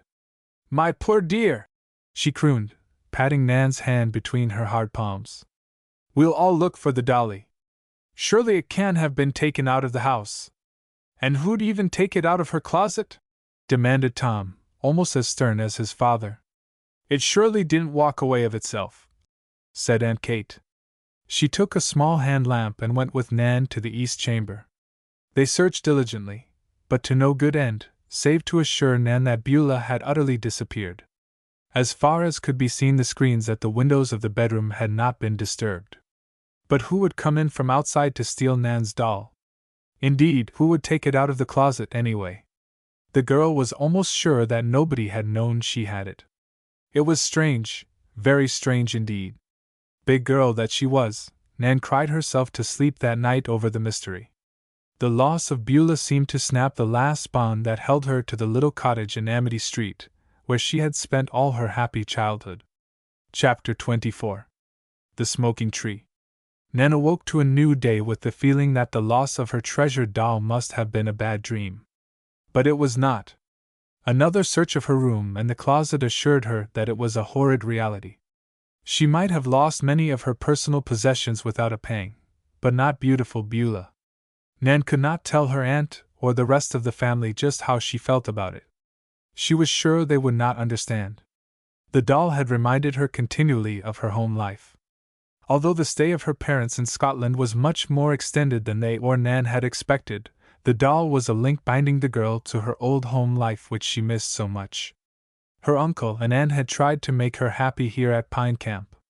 As far as they could do so, they had supplied the love and care of Momsey and Papa Sherwood. But Nan was actually ill for her old home and her old home associations. On this morning, by herself in her bedroom, she cried bitterly before she appeared before the family. "I have no right to make them feel miserable just because my heart is breaking," she sobbed aloud. "I won't let them see how bad I feel. But if I don't find Beulah, I just know I shall die." Could she have run to Momsey for comfort, it would have helped. Oh, how much! "I am a silly," Nan told herself at last warmly. "But I cannot help it. Oh dear! Where can Beulah have gone?" She bathed her eyes well in the cold spring water brought by Tom that she always found in the jug outside her door in the morning, and removed such traces of tears as she could, and nobody noticed when she went out to breakfast that her eyelids were puffy and her nose a bit red. The moment Rafe caught sight of her, he began to squall, supposedly like an infant, crying, "Mama! Mama! Tum and take 2 tums! Vav! Vav! Vav!" After all her hurt pride and sorrow, Nan would have called up a laugh at this. But Tom, who was drinking at the water bucket, wheeled with the full dipper and threw the contents into Rafe's face. That broke off the teasing cousin's voice for a moment, but Rafe came up, sputtering and mad. "Say, you big oaf!" he shouted. "What you trying to do?" "Trying to be funny," said Tom, sharply. "And you set me the example." "Now, boys," begged Aunt Kate, "don't quarrel." "And dear me, boys," gasped Nan, "please don't squabble about me. That big lummox," continued Rafe, still angry. "Because Dad backs him up and says he ought to lick me, he does this. I'm going to defend myself. If he does a thing like that again, I'll fix him." Tom laughed in his slow way and lumbered out. Uncle Henry did not hear this, and Nan was worried. She thought Aunt Kate was inclined to side with her youngest boy. Rafe would always be the baby to Aunt Kate. At any rate, Nan was very sorry the quarrel had arisen over her, and she was careful to say nothing to fan further the flame of anger between her cousins. Nor did she say anything more about the lost doll. So the family had no idea how heartsore and troubled the girl really was over the mystery. It hurt her the more because she could talk to nobody about Beulah. There was not a soul in whom she could confide. Had Bess Harley been here at Pine Camp, Nan felt that she could not really expect sympathy from her chum at this time, for Bess considered herself quite grown up and her own dolls were relegated to the younger members of her family. Nan could write to her chum, however, and did. She could write to Momsey, and did that too, not forgetting to tell her absent parents about old Toby Vanderwiller, and his wife and his grandson, and of their dilemma. If only Momsey's great fortune came true, Nan was sure that Gedney Raffer would be paid off and Toby would no longer have the threat of dispossession held over him. Nan Sherwood wrote, too, to Mr. Mangle, the principal of the Tilbury High School, and told him about the collection the crippled grandson of the old lumberman had made, mentioning those specimens which had impressed her most. She had some hope that the strange moth might be very valuable. Nan was so busy writing letters, and helping Aunt Kate preserve some early summer fruit, that she did not go far from the house during the next few days, and so did not see even Margaret Llewellyn. The other girl-friends she had made at Pine Camp lived too far away for her to visit them often or have them come to call on her. A long letter from Papa Sherwood about this time served to take Nan's mind off the mystery, in part, at least. It was a nice letter and most joyfully received by the girl, but to her despair it gave promise of no very quick return of her parents from Scotland. "Those relatives of your mother's whom we have met here, Mr. Andrew Blake's family, for instance, have treated us most kindly. They are, themselves, all well-to-do, and gentlefolk as well. The disposal by old Hughie Blake, as he was known hereabout, of his estate makes no difference to the other Blakes living near Emberin," wrote Mr. Sherwood. It is some kin at a distance, children of a half-sister of old Hughie, who have made a claim against the estate. Mr. Andrew Blake, who is well versed in the Scotch law, assures us these distant relatives have not the shadow of a chance of winning their suit. He is so sure of this that he has kindly offered to advance certain sums to your mother to tide us over until the case is settled. I am sending some money to your Uncle Henry for your use, if any emergency should arise. You must not look for our return, my dear Nancy, too soon. Momsey's health is so much improved by the sea voyage and the wonderfully invigorating air here, that I should be loath to bring her home at once, even if the matter of the legacy were settled. By the way, the sum she will finally receive from Mr. Hugh Blake's estate will be quite as much as the first letter from the lawyer led us to expect. Some of your dearest wishes, my dear, may be realized in time. Oh, I can go to Lakeview Hall with Bess, after all, cried Nan, aloud, at this point. Indeed, that possibility quite filled the girl's mind for a while. Nothing else in Papa Sherwood's letter, aside from the good news of Momsey's improved health, so pleased her as this thought. She hastened to write a long letter to Bess Harley, with Lakeview Hall as the text. Summer seemed to stride out of the forest now, full panoplied. After the frost and snow of her early days at Pine Camp, Nan had not expected such heat. The pools beside the road steamed. The forest was attuned from daybreak to midnight with winged denizens, for insect and bird life seemed unquenchable in the big woods. Especially was this true of the tamarack swamp. It was dreadfully hot at noontide on the Cordero road which passed Toby Vanderwiller's little farm, but often Nan Sherwood went that way in the afternoon. Mr. Mangle, the school principal, had written Nan and encouraged her to send a full description of some of Corson Vanderwiller's collection, especially of the wonderful Death's Head moth, to a wealthy collector in Chicago. Nan did this at once.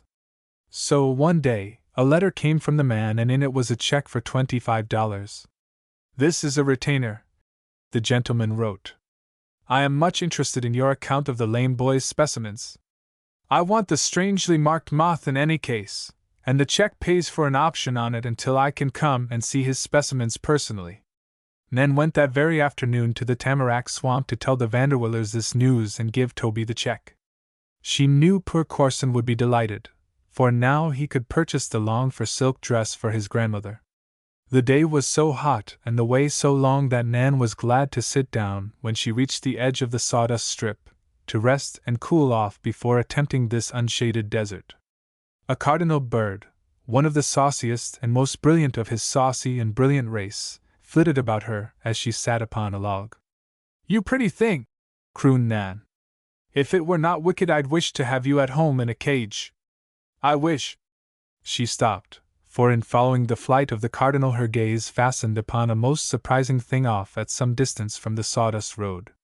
A single dead tree, some 40 feet in height and almost limbless, stood in solemn grandeur in the midst of the sawdust waste.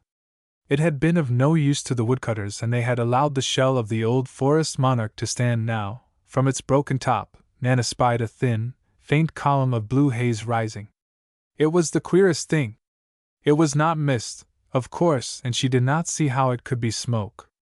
There was no fire at the foot of the tree, for she could see the base of the bole plainly. She even got up and ran a little way out into the open in order to see the other side of the dead tree. The sky was very blue, and the air was perfectly still. Almost Nan was tempted to believe that her eyes played her false. The column was almost the color of the sky itself, and it was thin as a veil. How could there be a fire in the top of that tall tree? There just isn't. I don't believe I see straight, declared Nan to herself, moving on along the roadway. But I'll speak to Toby about it. Chapter 25. The Tempest. Nan, however, did not mention to Toby the haze rising from the dead tree. In the first place, when she reached the little farm on the island in the tamarack swamp, old Toby Vanderwiller was not at home. His wife greeted the girl warmly, and Corson was glad to see her. When Nan spread the check before him and told him what it was for, and what he could do with so much money, the crippled boy was delighted. It was a secret between them that the grandmother was to have the black silk dress that she had longed for all her married life. Only Nan and Corson knew that Nan was commissioned to get the check cashed and buy the dress pattern at the Forks, or send to a catalog house for it if she could not find a suitable piece of goods at any of the local stores. Nan lingered, hoping that Toby would come home. It finally grew so late that she dared not wait longer. She had been warned by Aunt Kate not to remain after dusk in the swamp, nor had she any desire to do so. Moreover, there was a black cloud rolling up from the west.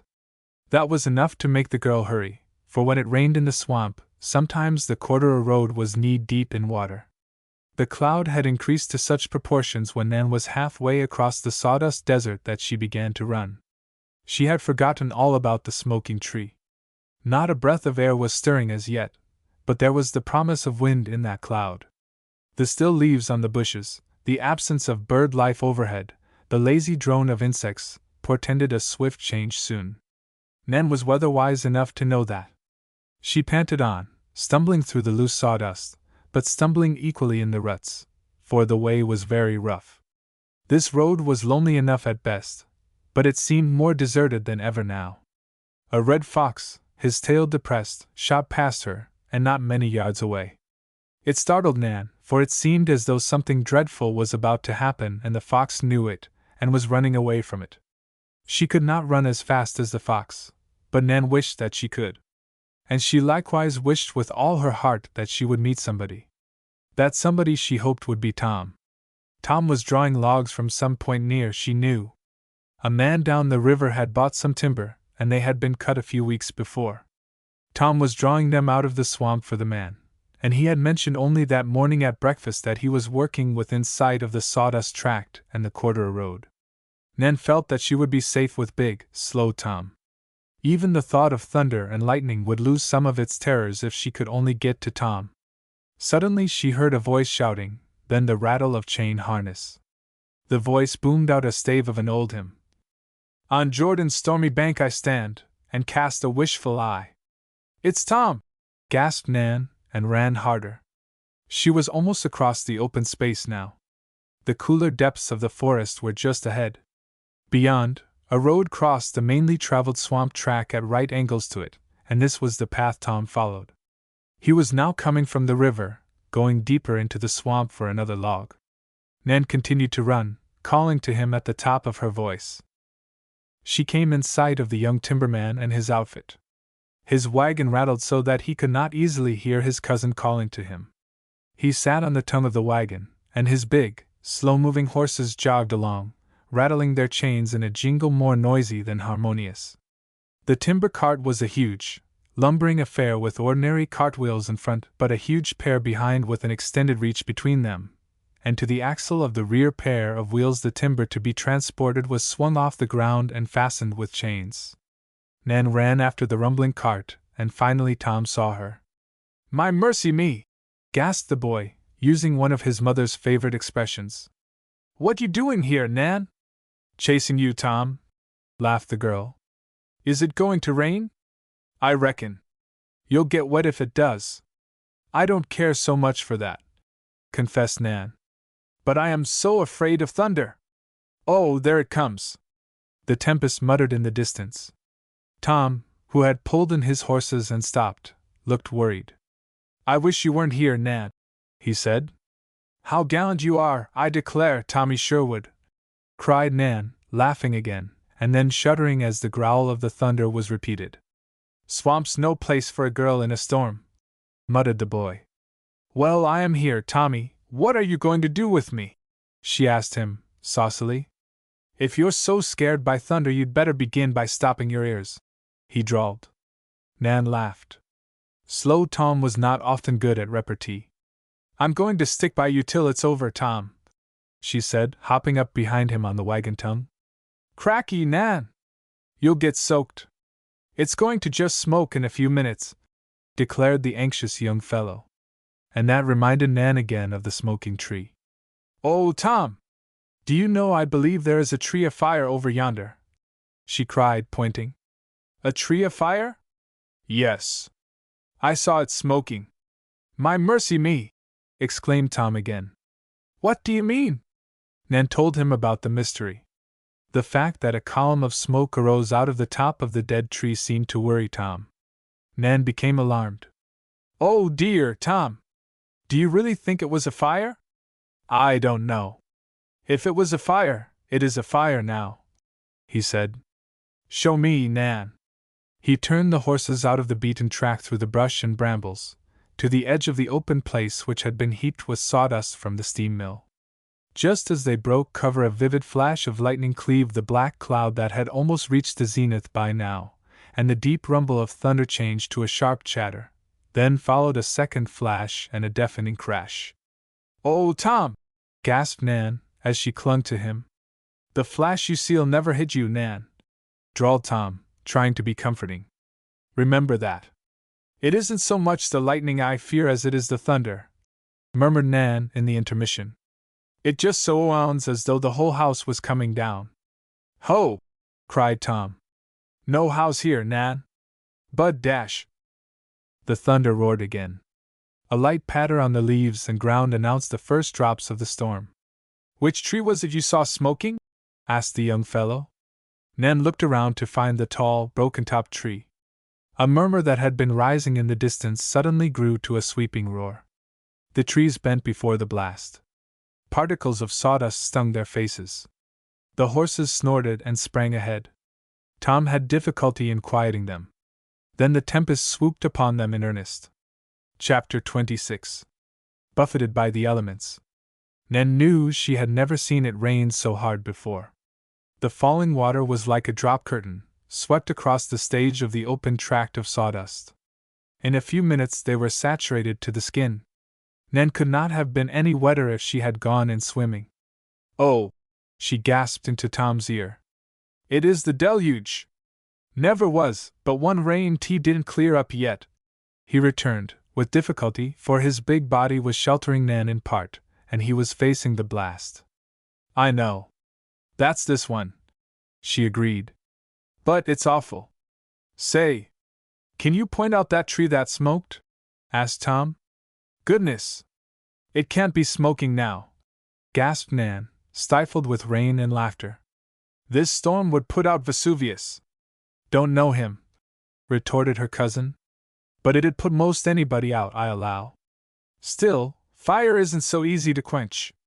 Where's the tree?" "I can't see it, Tom," declared Nan, with her eyes tightly closed. She really thought he was too stubborn. Of course, if there had been any fire in that treetop, this rain would put it out in about 10 seconds. So Nan believed. "Look again, Nan," urged her cousin. "This is no funning. If there's fire in this swamp—" "Goodness gracious!" snapped Nan. "What a fuss budget you are, to be sure, Tom. If there was a fire, this rain would smother it." "Oh! Did it ever pelt one so before?" Fortunately the rain was warm, and she was not much discomforted by being wet. Tom still clung to the idea that she had started in his slow mind. "Fire's no funning, I tell you," he growled. "Sometimes it smolders for days and days, and weeks, then it bursts out like a hurricane. But the rain—" "This sawdust is mighty hard packed, and feet deep," interrupted Tom. "The fire might be deep down." "Why, Tom! How ridiculously you talk!" cried the girl. "Didn't I tell you I saw the smoke coming out of the top of a tree? Fire couldn't be deep down in the sawdust and the smoke come out of the tree top." "Couldn't, he?" returned Tom. "Dead tree, wasn't it?" "Oh, yes. Hollow, too, of course." "I don't know. Might be hollow clear through its length," Tom explained seriously. "The butt might be all rotted out. Just a tough shell of a tree standing there, and 'twould be a fine chimney if the fire was smoldering down at its old roots." "Oh, Tom! I never thought of such a thing," gasped Nan. "And you don't see the tree now? Let me look! Let me look!" cried Nan, conscience-stricken. In spite of the beating rain, and when she got to her knees, still clinging to her big cousin, and then stood upon the broad tongue of the wagon. The horses stood still with their heads down, bearing the buffeting of the storm with the usual patience of dumb beasts. A sheer wall of water seemed to separate them from every object out upon the open land. Behind them the bulk of the forest loomed as another barrier. Nan had really never believed that rain could fall so hard. It almost took her breath. Moreover, what Tom said about the smoking tree began to trouble the girl. She thought of the fire at Pale Lick, of which she had received hints from several people. That awful conflagration, in which she believed 2 children belonging to her uncle and aunt had lost their lives, had started in the sawdust. Suddenly she cried aloud and seized Tom more tightly. "Cracky! Don't choke a fellow!" he coughed. "Oh, Tom!" "Well, I think I see it." "The tree that smoked?" asked her cousin. "Yes. There!" For the moment it seemed as though the downpour lightened. Veiled by the still falling water, a straight stick rose high in the air ahead of them. Tom chirped to the horses and made them, though unwilling, go forward. They dragged the heavy cart unevenly. Through the heavy downpour the trail was hard to follow, and once in a while a rear wheel bumped over a stump, and Nan was glad to drop down upon the tongue again, and cling more tightly than ever to her cousin's collar. "Sure that's it?" queried Tom, craning his neck to look up into the tall, straight tree. I'm almost sure," stammered Nan. "I don't see any smoke," drawled Tom, with his head still raised. The rain had almost ceased, an intermission which would not be of long duration. Nan saw that her cousin's prophecy had been true. The ground actually smoked after the downpour. The sun-heated sawdust steamed furiously. They seemed to be crossing a heated cauldron. Clouds of steam rose all about the timber cart. "Why, Tommy!" Nan choked. "It does seem as though there must be fire under this sawdust now." Tom brought his own gaze down from the empty treetop with a jerk. "Who?" he shouted, and leaned forward suddenly to flick his off-horse with the whiplash. Just then the rear wheel on that side slumped down into what seemed a veritable volcano. Flame and smoke spurted out around the broad wheel. Nan screamed. The wind suddenly swooped down upon them, and a ball of fire, flaming sawdust, was shot into the air and was tossed 20 feet by a puff of wind. "We're over an oven!" gasped Tom, and laid the whip solidly across the backs of the frightened horses. They plunged. Another geyser of fire and smoke spurted from the hole into which the rear wheel had slumped. Again and again the big horses flung themselves into the collars in an endeavor to get the wheel out. "Oh, Tommy!" cried Nan. "We'll be burned up!" "No, you won't," declared her cousin, leaping down. "Get off and run, Nan!" "But you—" "Do as I say!" commanded Tom. "Run!" Where'll I run to?" gasped the girl, leaping off the tongue too, and away from the horses' heels. "To the road." "Get toward home!" cried Tom, running around to the rear of the timber cart. "And leave you here?" cried Nan. "I guess not, Mr. Tom," she murmured. But he did not hear that. He had seized his axe and was striding toward the edge of the forest. For a moment Nan feared that Tom was running away as he advised her to do. But that would not be like Tom Sherwood. At the edge of the forest he laid the axe to the root of a sapling about 4 inches through at the butt. 3 strokes, and the tree was down. In a minute he had lopped off the branches for 20 feet, then removed the top with a single blow. As he turned, dragging the pole with him, up sprang the fire again from the hollow into which the wheel of the wagon had sunk. It was a smoking furnace down there, and soon the felloe and spokes would be injured by the flames and heat. Sparks flew on the wings of the wind from out of the mouth of the hole. Some of them scattered about the horses and they plunged again, squealing. It seemed to Nan impossible after the recent cloudburst that the fire could find anything to feed upon. But underneath the packed surface of the sawdust, the heat of summer had been drying out the moisture for weeks. And the fire had been smoldering for a long time. Perhaps for yards and yards around, the interior of the sawdust heap was a glowing furnace. Nan would not run away and Tom did not see her. As he came plunging back to the stalled wagon, suddenly his foot slumped into the yielding sawdust, and he fell upon his face. He cried out with surprise or pain. Nan, horrified, saw the flames and smoke shooting out of the hole into which her cousin had stepped. For the moment the girl felt as if her heart had stopped beating. "Oh, Tom! Oh, Tom!" she shrieked, and sprang toward him. Tom was struggling to get up. His right leg had gone into the yielding mass up to his hip, and despite his struggles he could not get it out. A long yellow flame shot out of the hole and almost licked his face. It, indeed, scorched his hair on one side of his head. But Nan did not scream again. She needed her breath, all that she could get, for a more practical purpose. Her cousin waved her back feebly, and tried to tell her to avoid the fire. Nan rushed in, got behind him, and seized her cousin under the arms. To lift him seemed a giant's task, but nevertheless she tried. Chapter 27. Old Toby in Trouble. The squealing and plunging of the horses, the rattling of their chains, the shrieking of the wind, the reverberating cracks of thunder made a deafening chorus in Nan's ears. She could scarcely hear what the imperiled Tom shouted to her. Finally she got it. "Not that way! Pull sideways!" He beat his hands impotently upon the crust of sawdust to the left. Nan tugged that way. Tom pulled, too, heaving his great body upward, and scratching and scrambling along the sawdust with fingers spread like claws. His right leg came out of the hole, and just then the rain descended torrentially again. The flames from this opening in the roof of the furnace were beaten down. Tom got to his feet, shaking and panting. He hobbled painfully when he walked. But in a moment he seized upon the pole he had dropped and made for the smoking timber cart. The terrified horses tried again and again to break away, but the chain harnesses were too strong, nor did the mired wheel budge. "Oh, Tom! Oh, Tom!" begged Nan. "Let us make the poor horses free, and run ourselves." "And lose my wagon?" returned her cousin grimly. "Not much!" The rain, which continued to descend with tropical violence, almost beat Nan to the ground, but Tom Sherwood worked furiously. He placed the butt of the lever he had cut under the hub of the great wheel. There was a sound stump at hand to use as a fulcrum. Tom threw himself upon the end of the lever. Nan ran to add her small weight to the endeavor. The wheel creaked and began to rise slowly. The sawdust was not clinging, it was not like real mire. There was no suction to hold the wheel down.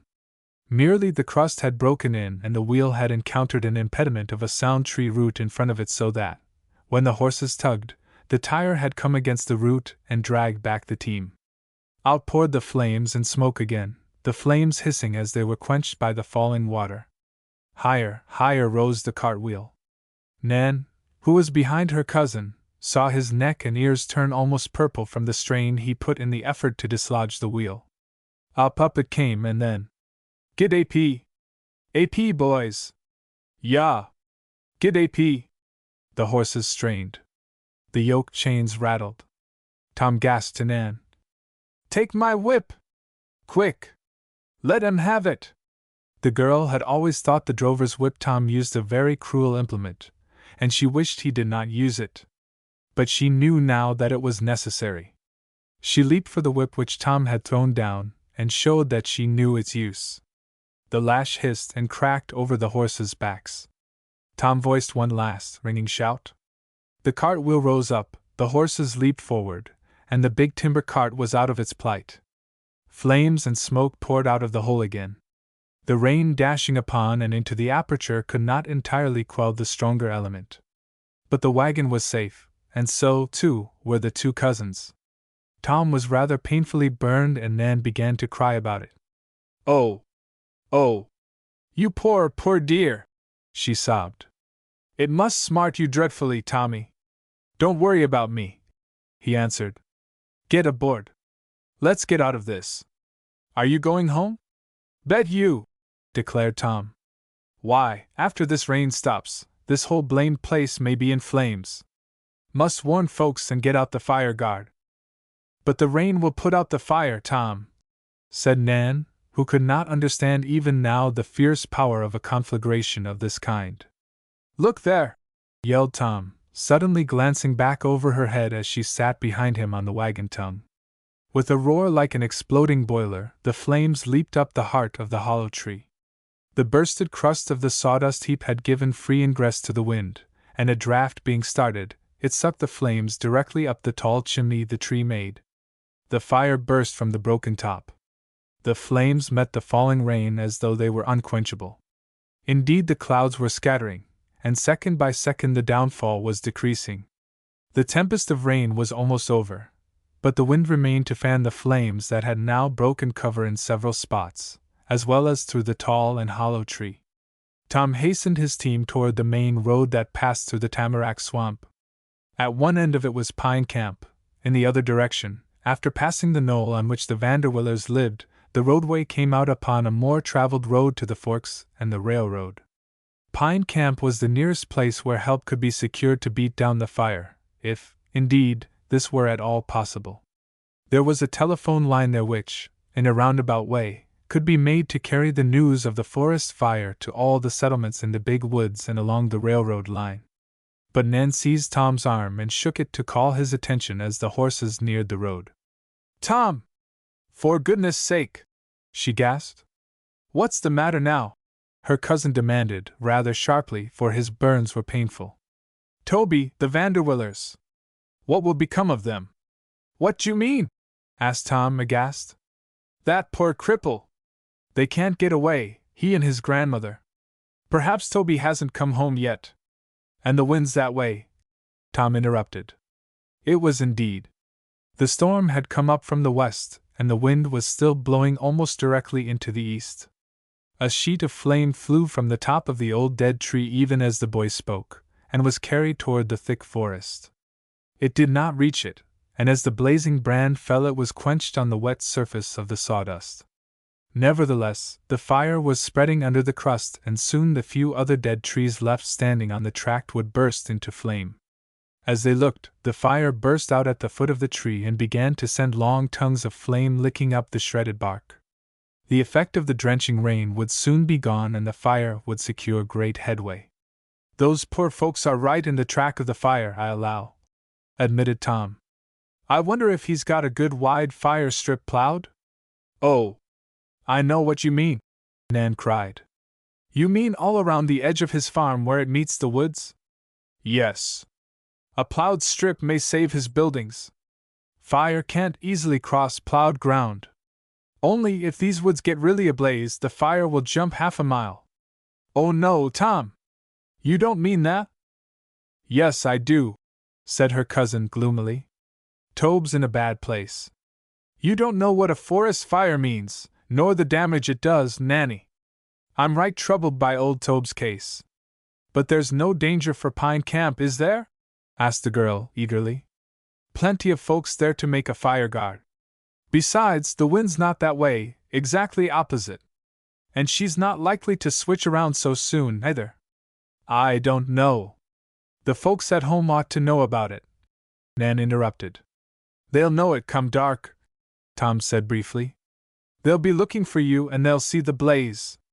Why, after dark that old dead tree will look like a lighthouse for miles and miles."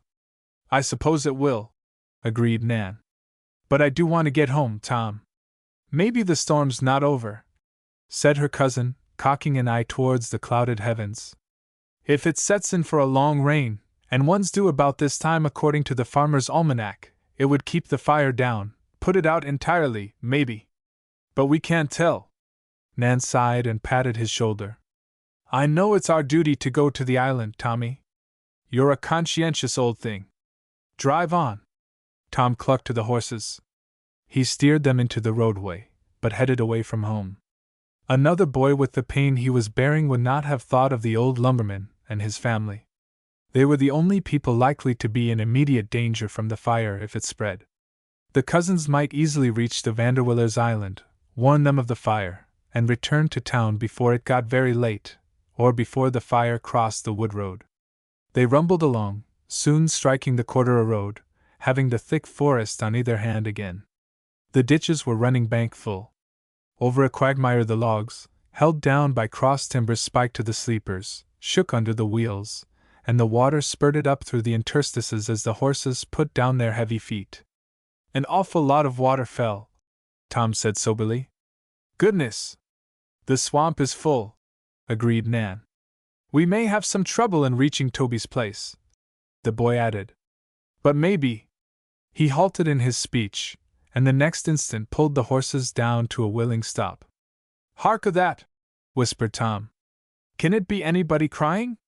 Maybe it's a wildcat, said Nan, with a vivid remembrance of her adventure in the snow that she had never yet told to any member of the family. It's somebody shouting, all right, observed Tom. Up ahead away. G'day, P. He hurried the horses on, and they slopped through the water which, in places, flowed over the road, while in others it actually lifted the logs from their foundation and threatened to spoil the roadway entirely. Again and again they heard the faint cry, a man's voice. Tom stood up and sent a loud cry across the swamp in answer. We're coming! Hold on! Don't know what's the matter with him, he remarked, dropping down beside Nan again, and stirring the horses to a faster pace. I s'pose he's got into a mud hole, team and all, maybe. Oh, Tom! Maybe he'll be sucked right down into this awful mud. Not likely. There aren't many quicksands or the like hereabout. Never heard tell of 'em, if there are. Old Tobe lost a cow once in some slough. They came to a small opening in the forest just then. Here a great tree had been uprooted by the wind and leaned precariously over a quagmire beside the roadway. Fortunately only some of the lower branches touched the road line and Tom could get his team around them. Then the person in trouble came into sight. Nan and her cousin saw him immediately.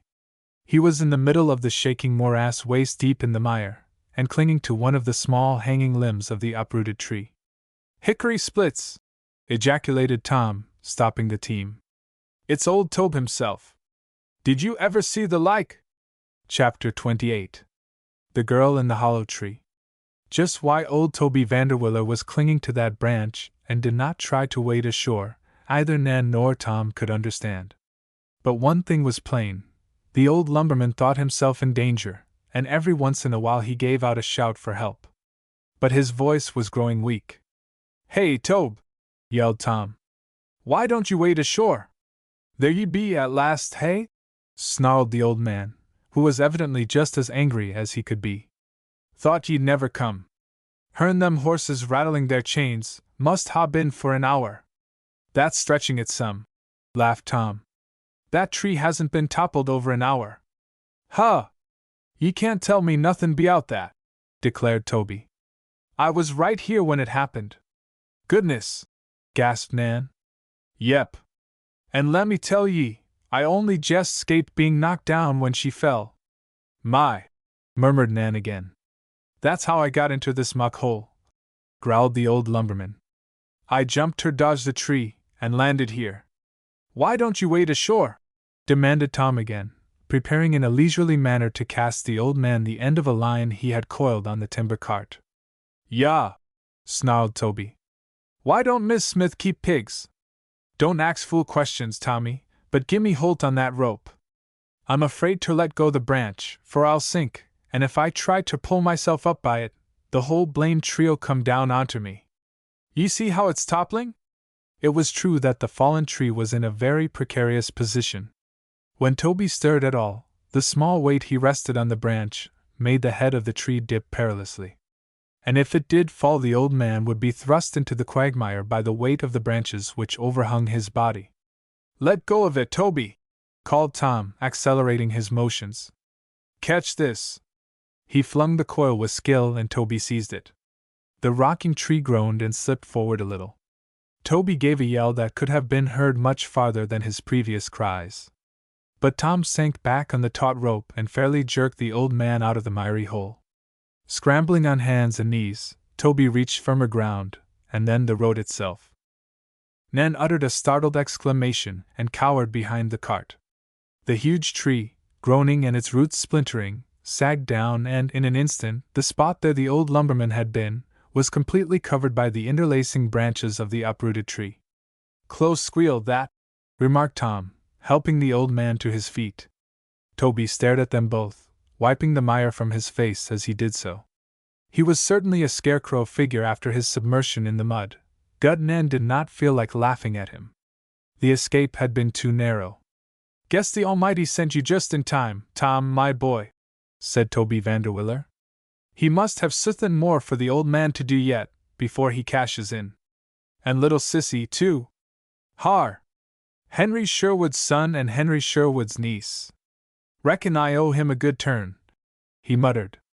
Nan heard this, though Tom did not, and her heart leaped. She hoped that Toby would feel sufficient gratitude to help Uncle Henry win his case against Gedney Raffer. But, of course, this was not the time to speak of it. When the old lumberman heard about the fire and the sawdust, he was quite as excited as the young folk had been. It was fast growing dark now, but it was impossible from the narrow road to see even the glow of the fire against the clouded sky. "I believe it's going to open up and rain again," Toby said. "But if you want to go on and plow me a fire strip, Tommy, I'll be 1,000 times obliged to you."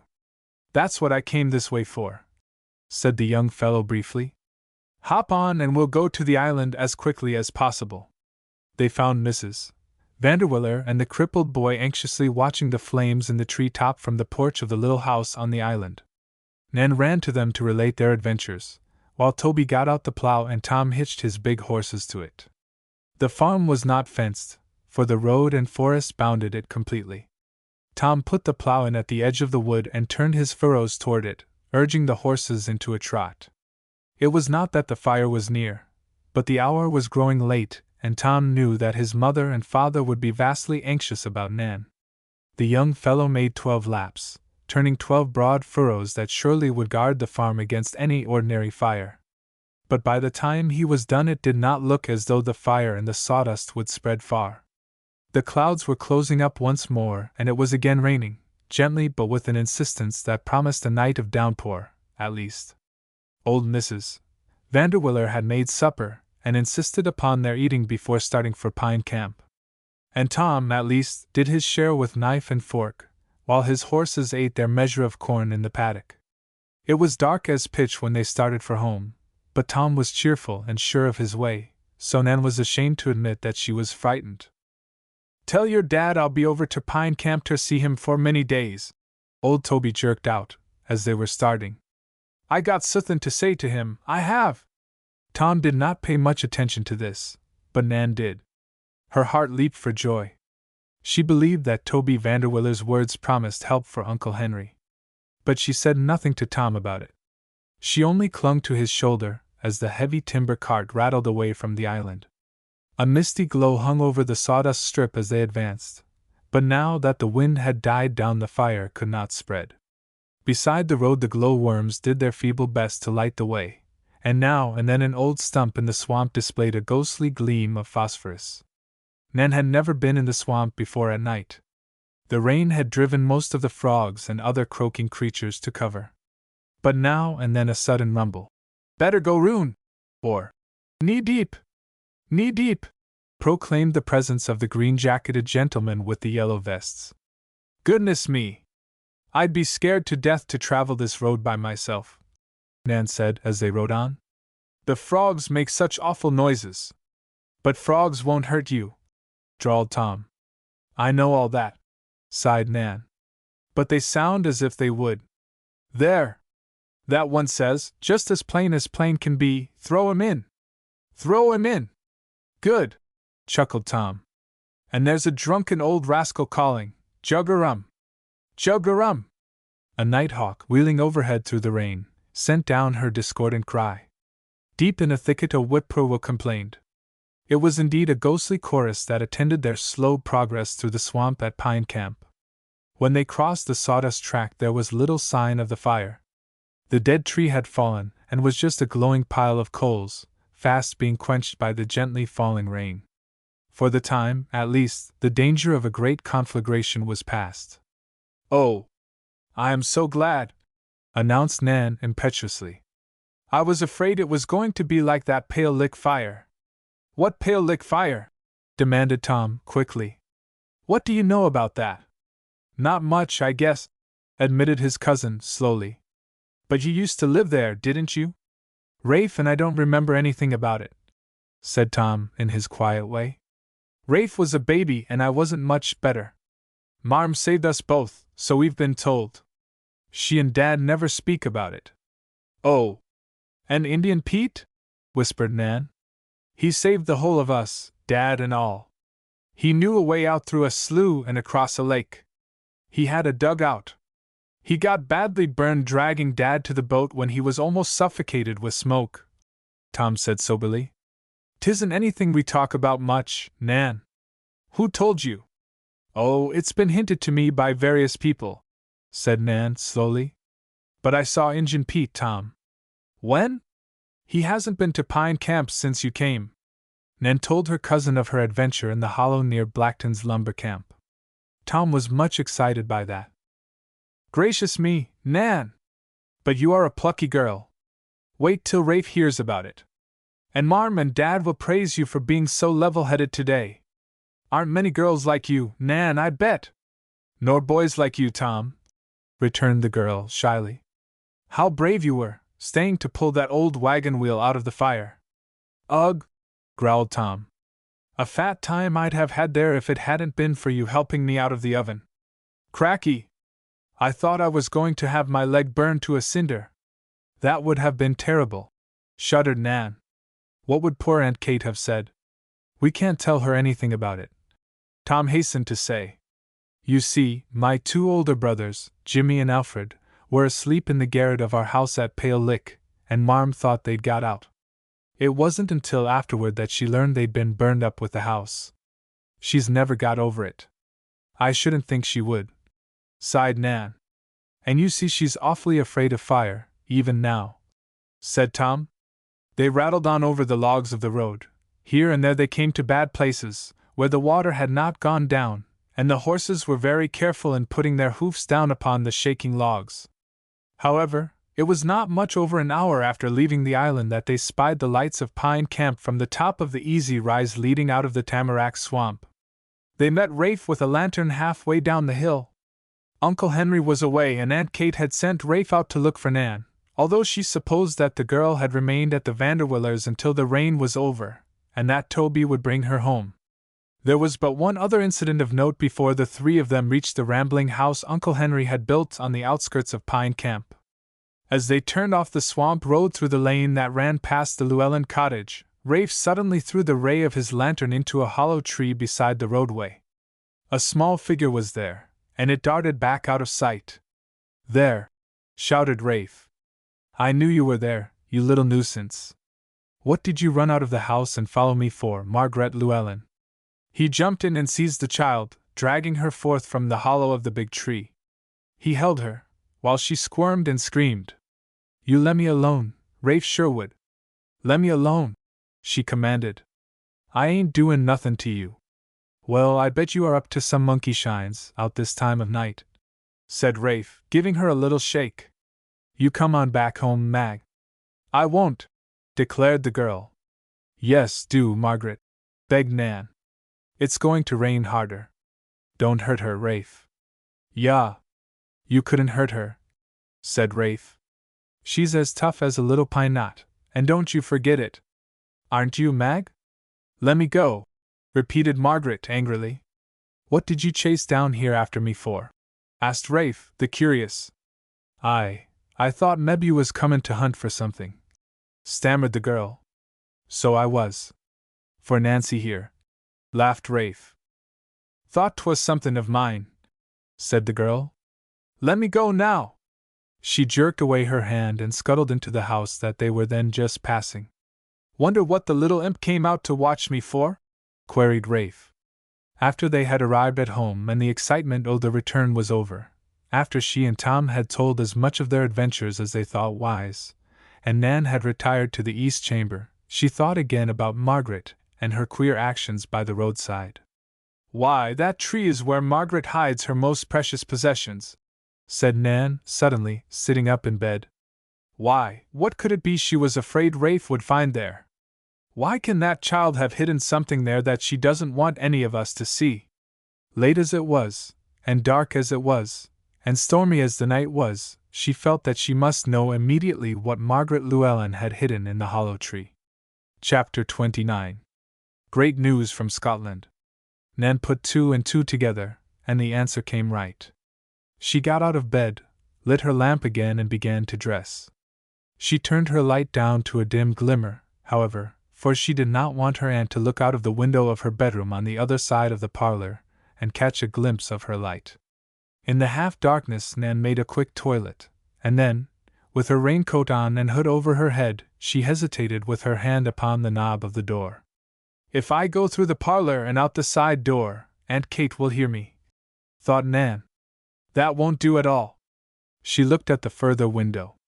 Outside the rain was pattering and there was absolutely no light. In the pocket of her raincoat Nan had slipped the electric torch she had brought from home, something of which Aunt Kate cordially approved, and was always begging Uncle Henry to buy one like it. The pocket lamp showed her the fastenings of the screen. Tom had made it to slide up out of the way when she wanted to open or close the sash. And, as far as she could see, any one could open it from the outside as easily as from the room itself. And that's just what she did, decided Nan. How foolish of me not to think of it before. With this enigmatical observation, Nan prepared to leave the room by this very means. She was agile, and the sill of the window was only 3 feet from the ground. It was through this opening that she had helped Margaret Llewellyn into her room on the first occasion that odd child had visited her. Nan jumped out, let the screen down softly, and hurried across the unfenced yard to the road. She knew well enough when she reached the public track, despite the darkness, for the miry clay stuck to her shoes and made the walking difficult. She flashed her lamp once, to get her bearings, and then set off down the lane toward the swamp road. There was not a light in any house she passed, not even in Mr. Finn Llewellyn's cottage. I guess Margaret's fast asleep, murmured Nan, as she passed swiftly on. The rain beat down upon the girl steadily, and Nan found it shivery out here in the dark and storm. However, her reason for coming, Nan conceived, was a very serious one. This was no foolish escapade. By showing her light now and then she managed to follow the dark lane without stepping off into any of the deep puddles which lay beside the path. She came, finally, to the spot where Rafe had met her and Tom with his lantern that evening. Here stood the great tree with a big hollow in it, Margaret Llewellyn's favorite playhouse. For a moment Nan hesitated. The place looked so dark and there might be something alive in the hollow. But she plucked up courage and flashed her lamp into it. The white ray played about the floor of the hollow. The other Llewellyn children dared not come here, for Margaret punished them if they disturbed anything belonging to her. What Nan was looking for was not in sight. She stepped inside and raised the torch. The rotting wood had been neatly scooped out, and where the aperture grew smaller at the top a wide shelf had been made by the ingenious Margaret. Nan had never been in this hideout before. It must be here! It must be here! She kept telling herself, and stood on her tiptoes to feel along the shelf, which was above her head. Nan discovered nothing at first. She felt along the entire length of the shelf again. Nothing. I know better! She almost sobbed. My dear, beautiful! She jumped up, feeling back on the shelf with her right hand. Her fingers touched something, and it was not the rotting wood of the tree. It's there! Breathed the excited girl. She flashed her lamp around, searching for something to stand upon. There in the corner was a roughly made footstool. In a moment Nan had the footstool set in position, and had stepped upon it. Her hand darted to the back of the shelf. There was a long box, a pasteboard box. Nan dropped her lamp with a little scream of ecstasy, and of course the light went out. But she had the long box clasped in her arms. She could not wait to get home with it, but tumbled off the stool and sat down upon it, picked up the torch, held it so the round spotlight gave her illumination, and untied the string. Off came the cover. She peeped within. The pink and white loveliness of Beulah's wax features peered up at her. In 15 minutes Nan was back in her room, without being discovered by anybody, and with the doll safely clasped in her arms.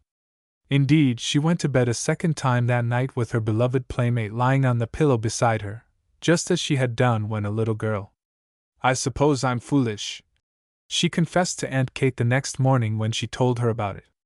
But I loved Beulah so much when I was little that I can't forget her now. If I go to Lakeview Hall, I'm going to take her with me. I don't care what the other girls say. You are faithful in your likes, child, said Aunt Kate, nodding. 'Tis a good trait. But I'd like to lay that Margaret Llewellyn across my knee, for her capers. And I didn't think she cared for dolls, murmured Nan.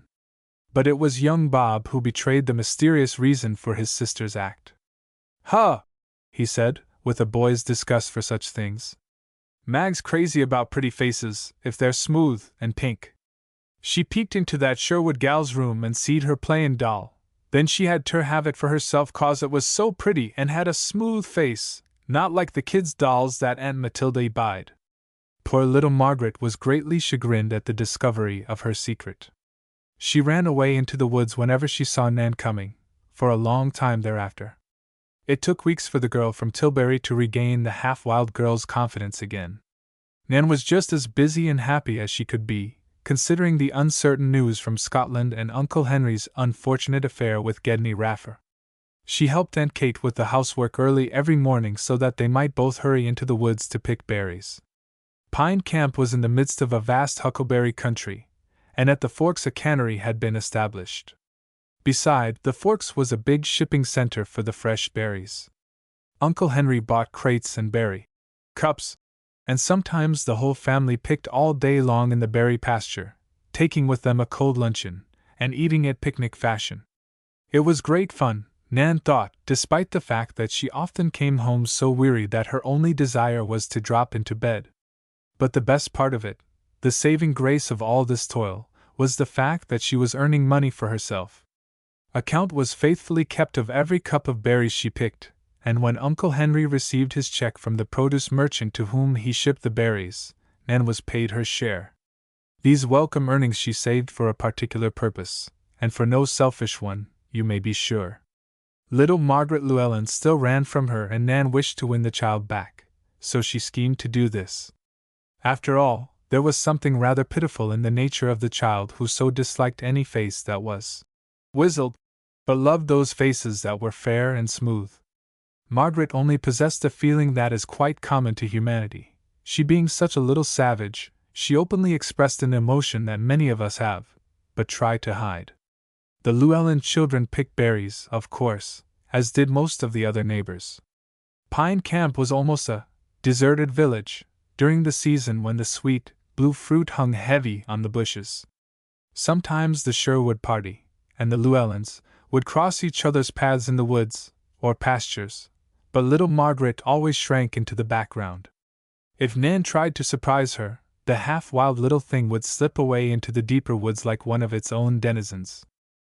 Near the river one day Margaret had an experience that should have taught her a lesson, however, regarding wandering alone in the forest. And the adventure should, too, have taught the child not to shrink so from an ugly face. Nan had something very important to tell Margaret. Her savings had amounted to quite a goodly sum, and in the catalogue of a mail-order house she had found something of which she wished to secure Margaret's opinion. The child, as usual, ran away when they met, and even Bob could not bring her back. "She's as obstinate as Dad's old Muel," grunted the disgusted boy. "Can't do a thing with her, Nan Sherwood." "I'll just get her myself," declared Nan, laughing, and she started into the thicker woods to circumvent Margaret. She did not follow the river as the smaller girl had, but struck into the bush, intending to circle around and head Margaret off. She had not pushed her way through the clinging vines and brush for 10 minutes before she heard somebody else in the jungle. She thought it was the little girl, at first. Then she caught sight of a man's hat, and knew that Margaret did not wear a hat at all. "Goodness! Who can that be?" thought Nan. She was a little nervous about approaching strange people in the wood. Although at this season there was nothing to apprehend from stragglers, there were so many berry pickers within call. Nan did not seek to overtake the man, however, and would have kept on in her original direction, had she not heard a cry and a splitting crash toward the river bank. Some accident had happened, and when Nan heard the scream repeated, she was sure that the voice was that of Margaret. So she set off directly, on a run, tearing her dress and scratching her hands and face, but paying no attention to either misfortune. She only wanted to get to the scene of the accident and lend her aid, if it was needed. And it would have been needed if it had not been for the man whose hat she had seen a few moments before. He made his passage through the bush much quicker than could Nan, and when the latter reached an opening where she could see the river, the stranger was just leaping into the deep pool under the high bank. It was plain to be seen what had happened. A sycamore overhung the river, and somebody had climbed out upon a small branch to reach a few half-ripened grapes growing on a vine that ran up the tree. The branch had split, drooping downward, and the adventurous grape-gatherer had been cast into the water. "Oh, Margaret!" screamed Nan, confident that it was the reckless child that was in peril. She hurried to the brink of the low bluff, from which the rescuer had plunged. He had already seized the child, there was an eddy here under the bank, and was striking out for the shore. Nan saw his wet face, with the bedraggled hair clinging about it. It was the awfully scarred face of Injun Pete, but to the excited Nan, at that moment, it seemed one of the most beautiful faces she had ever seen. The Indian reached the bank, clung to a tough root, and lifted up the gasping Margaret for Nan to reach. The girl took the child and scrambled up the bank again. By the time she was at the top, Injun Pete was beside her. "She not hurt, little missy," said the man, in his soft voice, and turning his face so that Nan should not see it. "She just scared." Margaret would not even cry. She was too plucky for that. When she got her breath, she croaked, "Put me down, Nan Sherwood. I ain't no baby." "But you're a very wet child," said Nan, laughing yet on the verge of tears herself. "You might have been drowned, you would have been had it not been for Mr. Indian Pete." "Ugh!" whispered Margaret. "I seen him when I come up out o' that nasty water. I wanted to go down again." "Hush, Margaret!" cried Nan sternly. "You must thank him." The man was just then moving away. He shook himself like a dog coming out of the stream, and paid no further attention to his own wet condition. "Wait, please!" Nan called after him. "She all right now," said the Indian. "But Margaret wants to thank you, don't you, Margaret?" "Much obleeged," said the little girl, bashfully. "You air all right, you air." That all right," said the man, hurriedly. "No need to thank me." "Yes, there is," said Nan insistently. "Come here, please. Margaret wants to kiss you for saving her life." "Oh!" The word came out of Margaret's lips like an explosion. Nan stared very sternly at her. "If you don't," she said in a low tone, "I'll tell your father all about how you came to fall into the river." Under this threat, Margaret became amenable. She puckered up her lips and stretched her arms out toward Indian Pete. The man stumbled back and fell on his knees beside the two girls. Nan heard the hoarse sob in his throat as he took little Margaret in his arms. "Bless you! Bless you!" he murmured, receiving the kiss right upon his scarred cheek. But Nan saw that Margaret's eyes were tightly closed as she delivered the caress per order. The next moment the man with the scarred face had slipped away and disappeared in the forest. They saw him no more. However, just as soon as the catalog house could send it, Margaret received a beautiful, pink-cheeked, and flaxen-haired doll, not as fine as Beulah, but beautiful enough to delight any reasonable child. Nan had won back Margaret's confidence and affection. Meanwhile the hot summer was fast passing. Nan heard from her chum, Bess Harley, with commendable regularity, and no time did Bess write without many references to Lakeview Hall.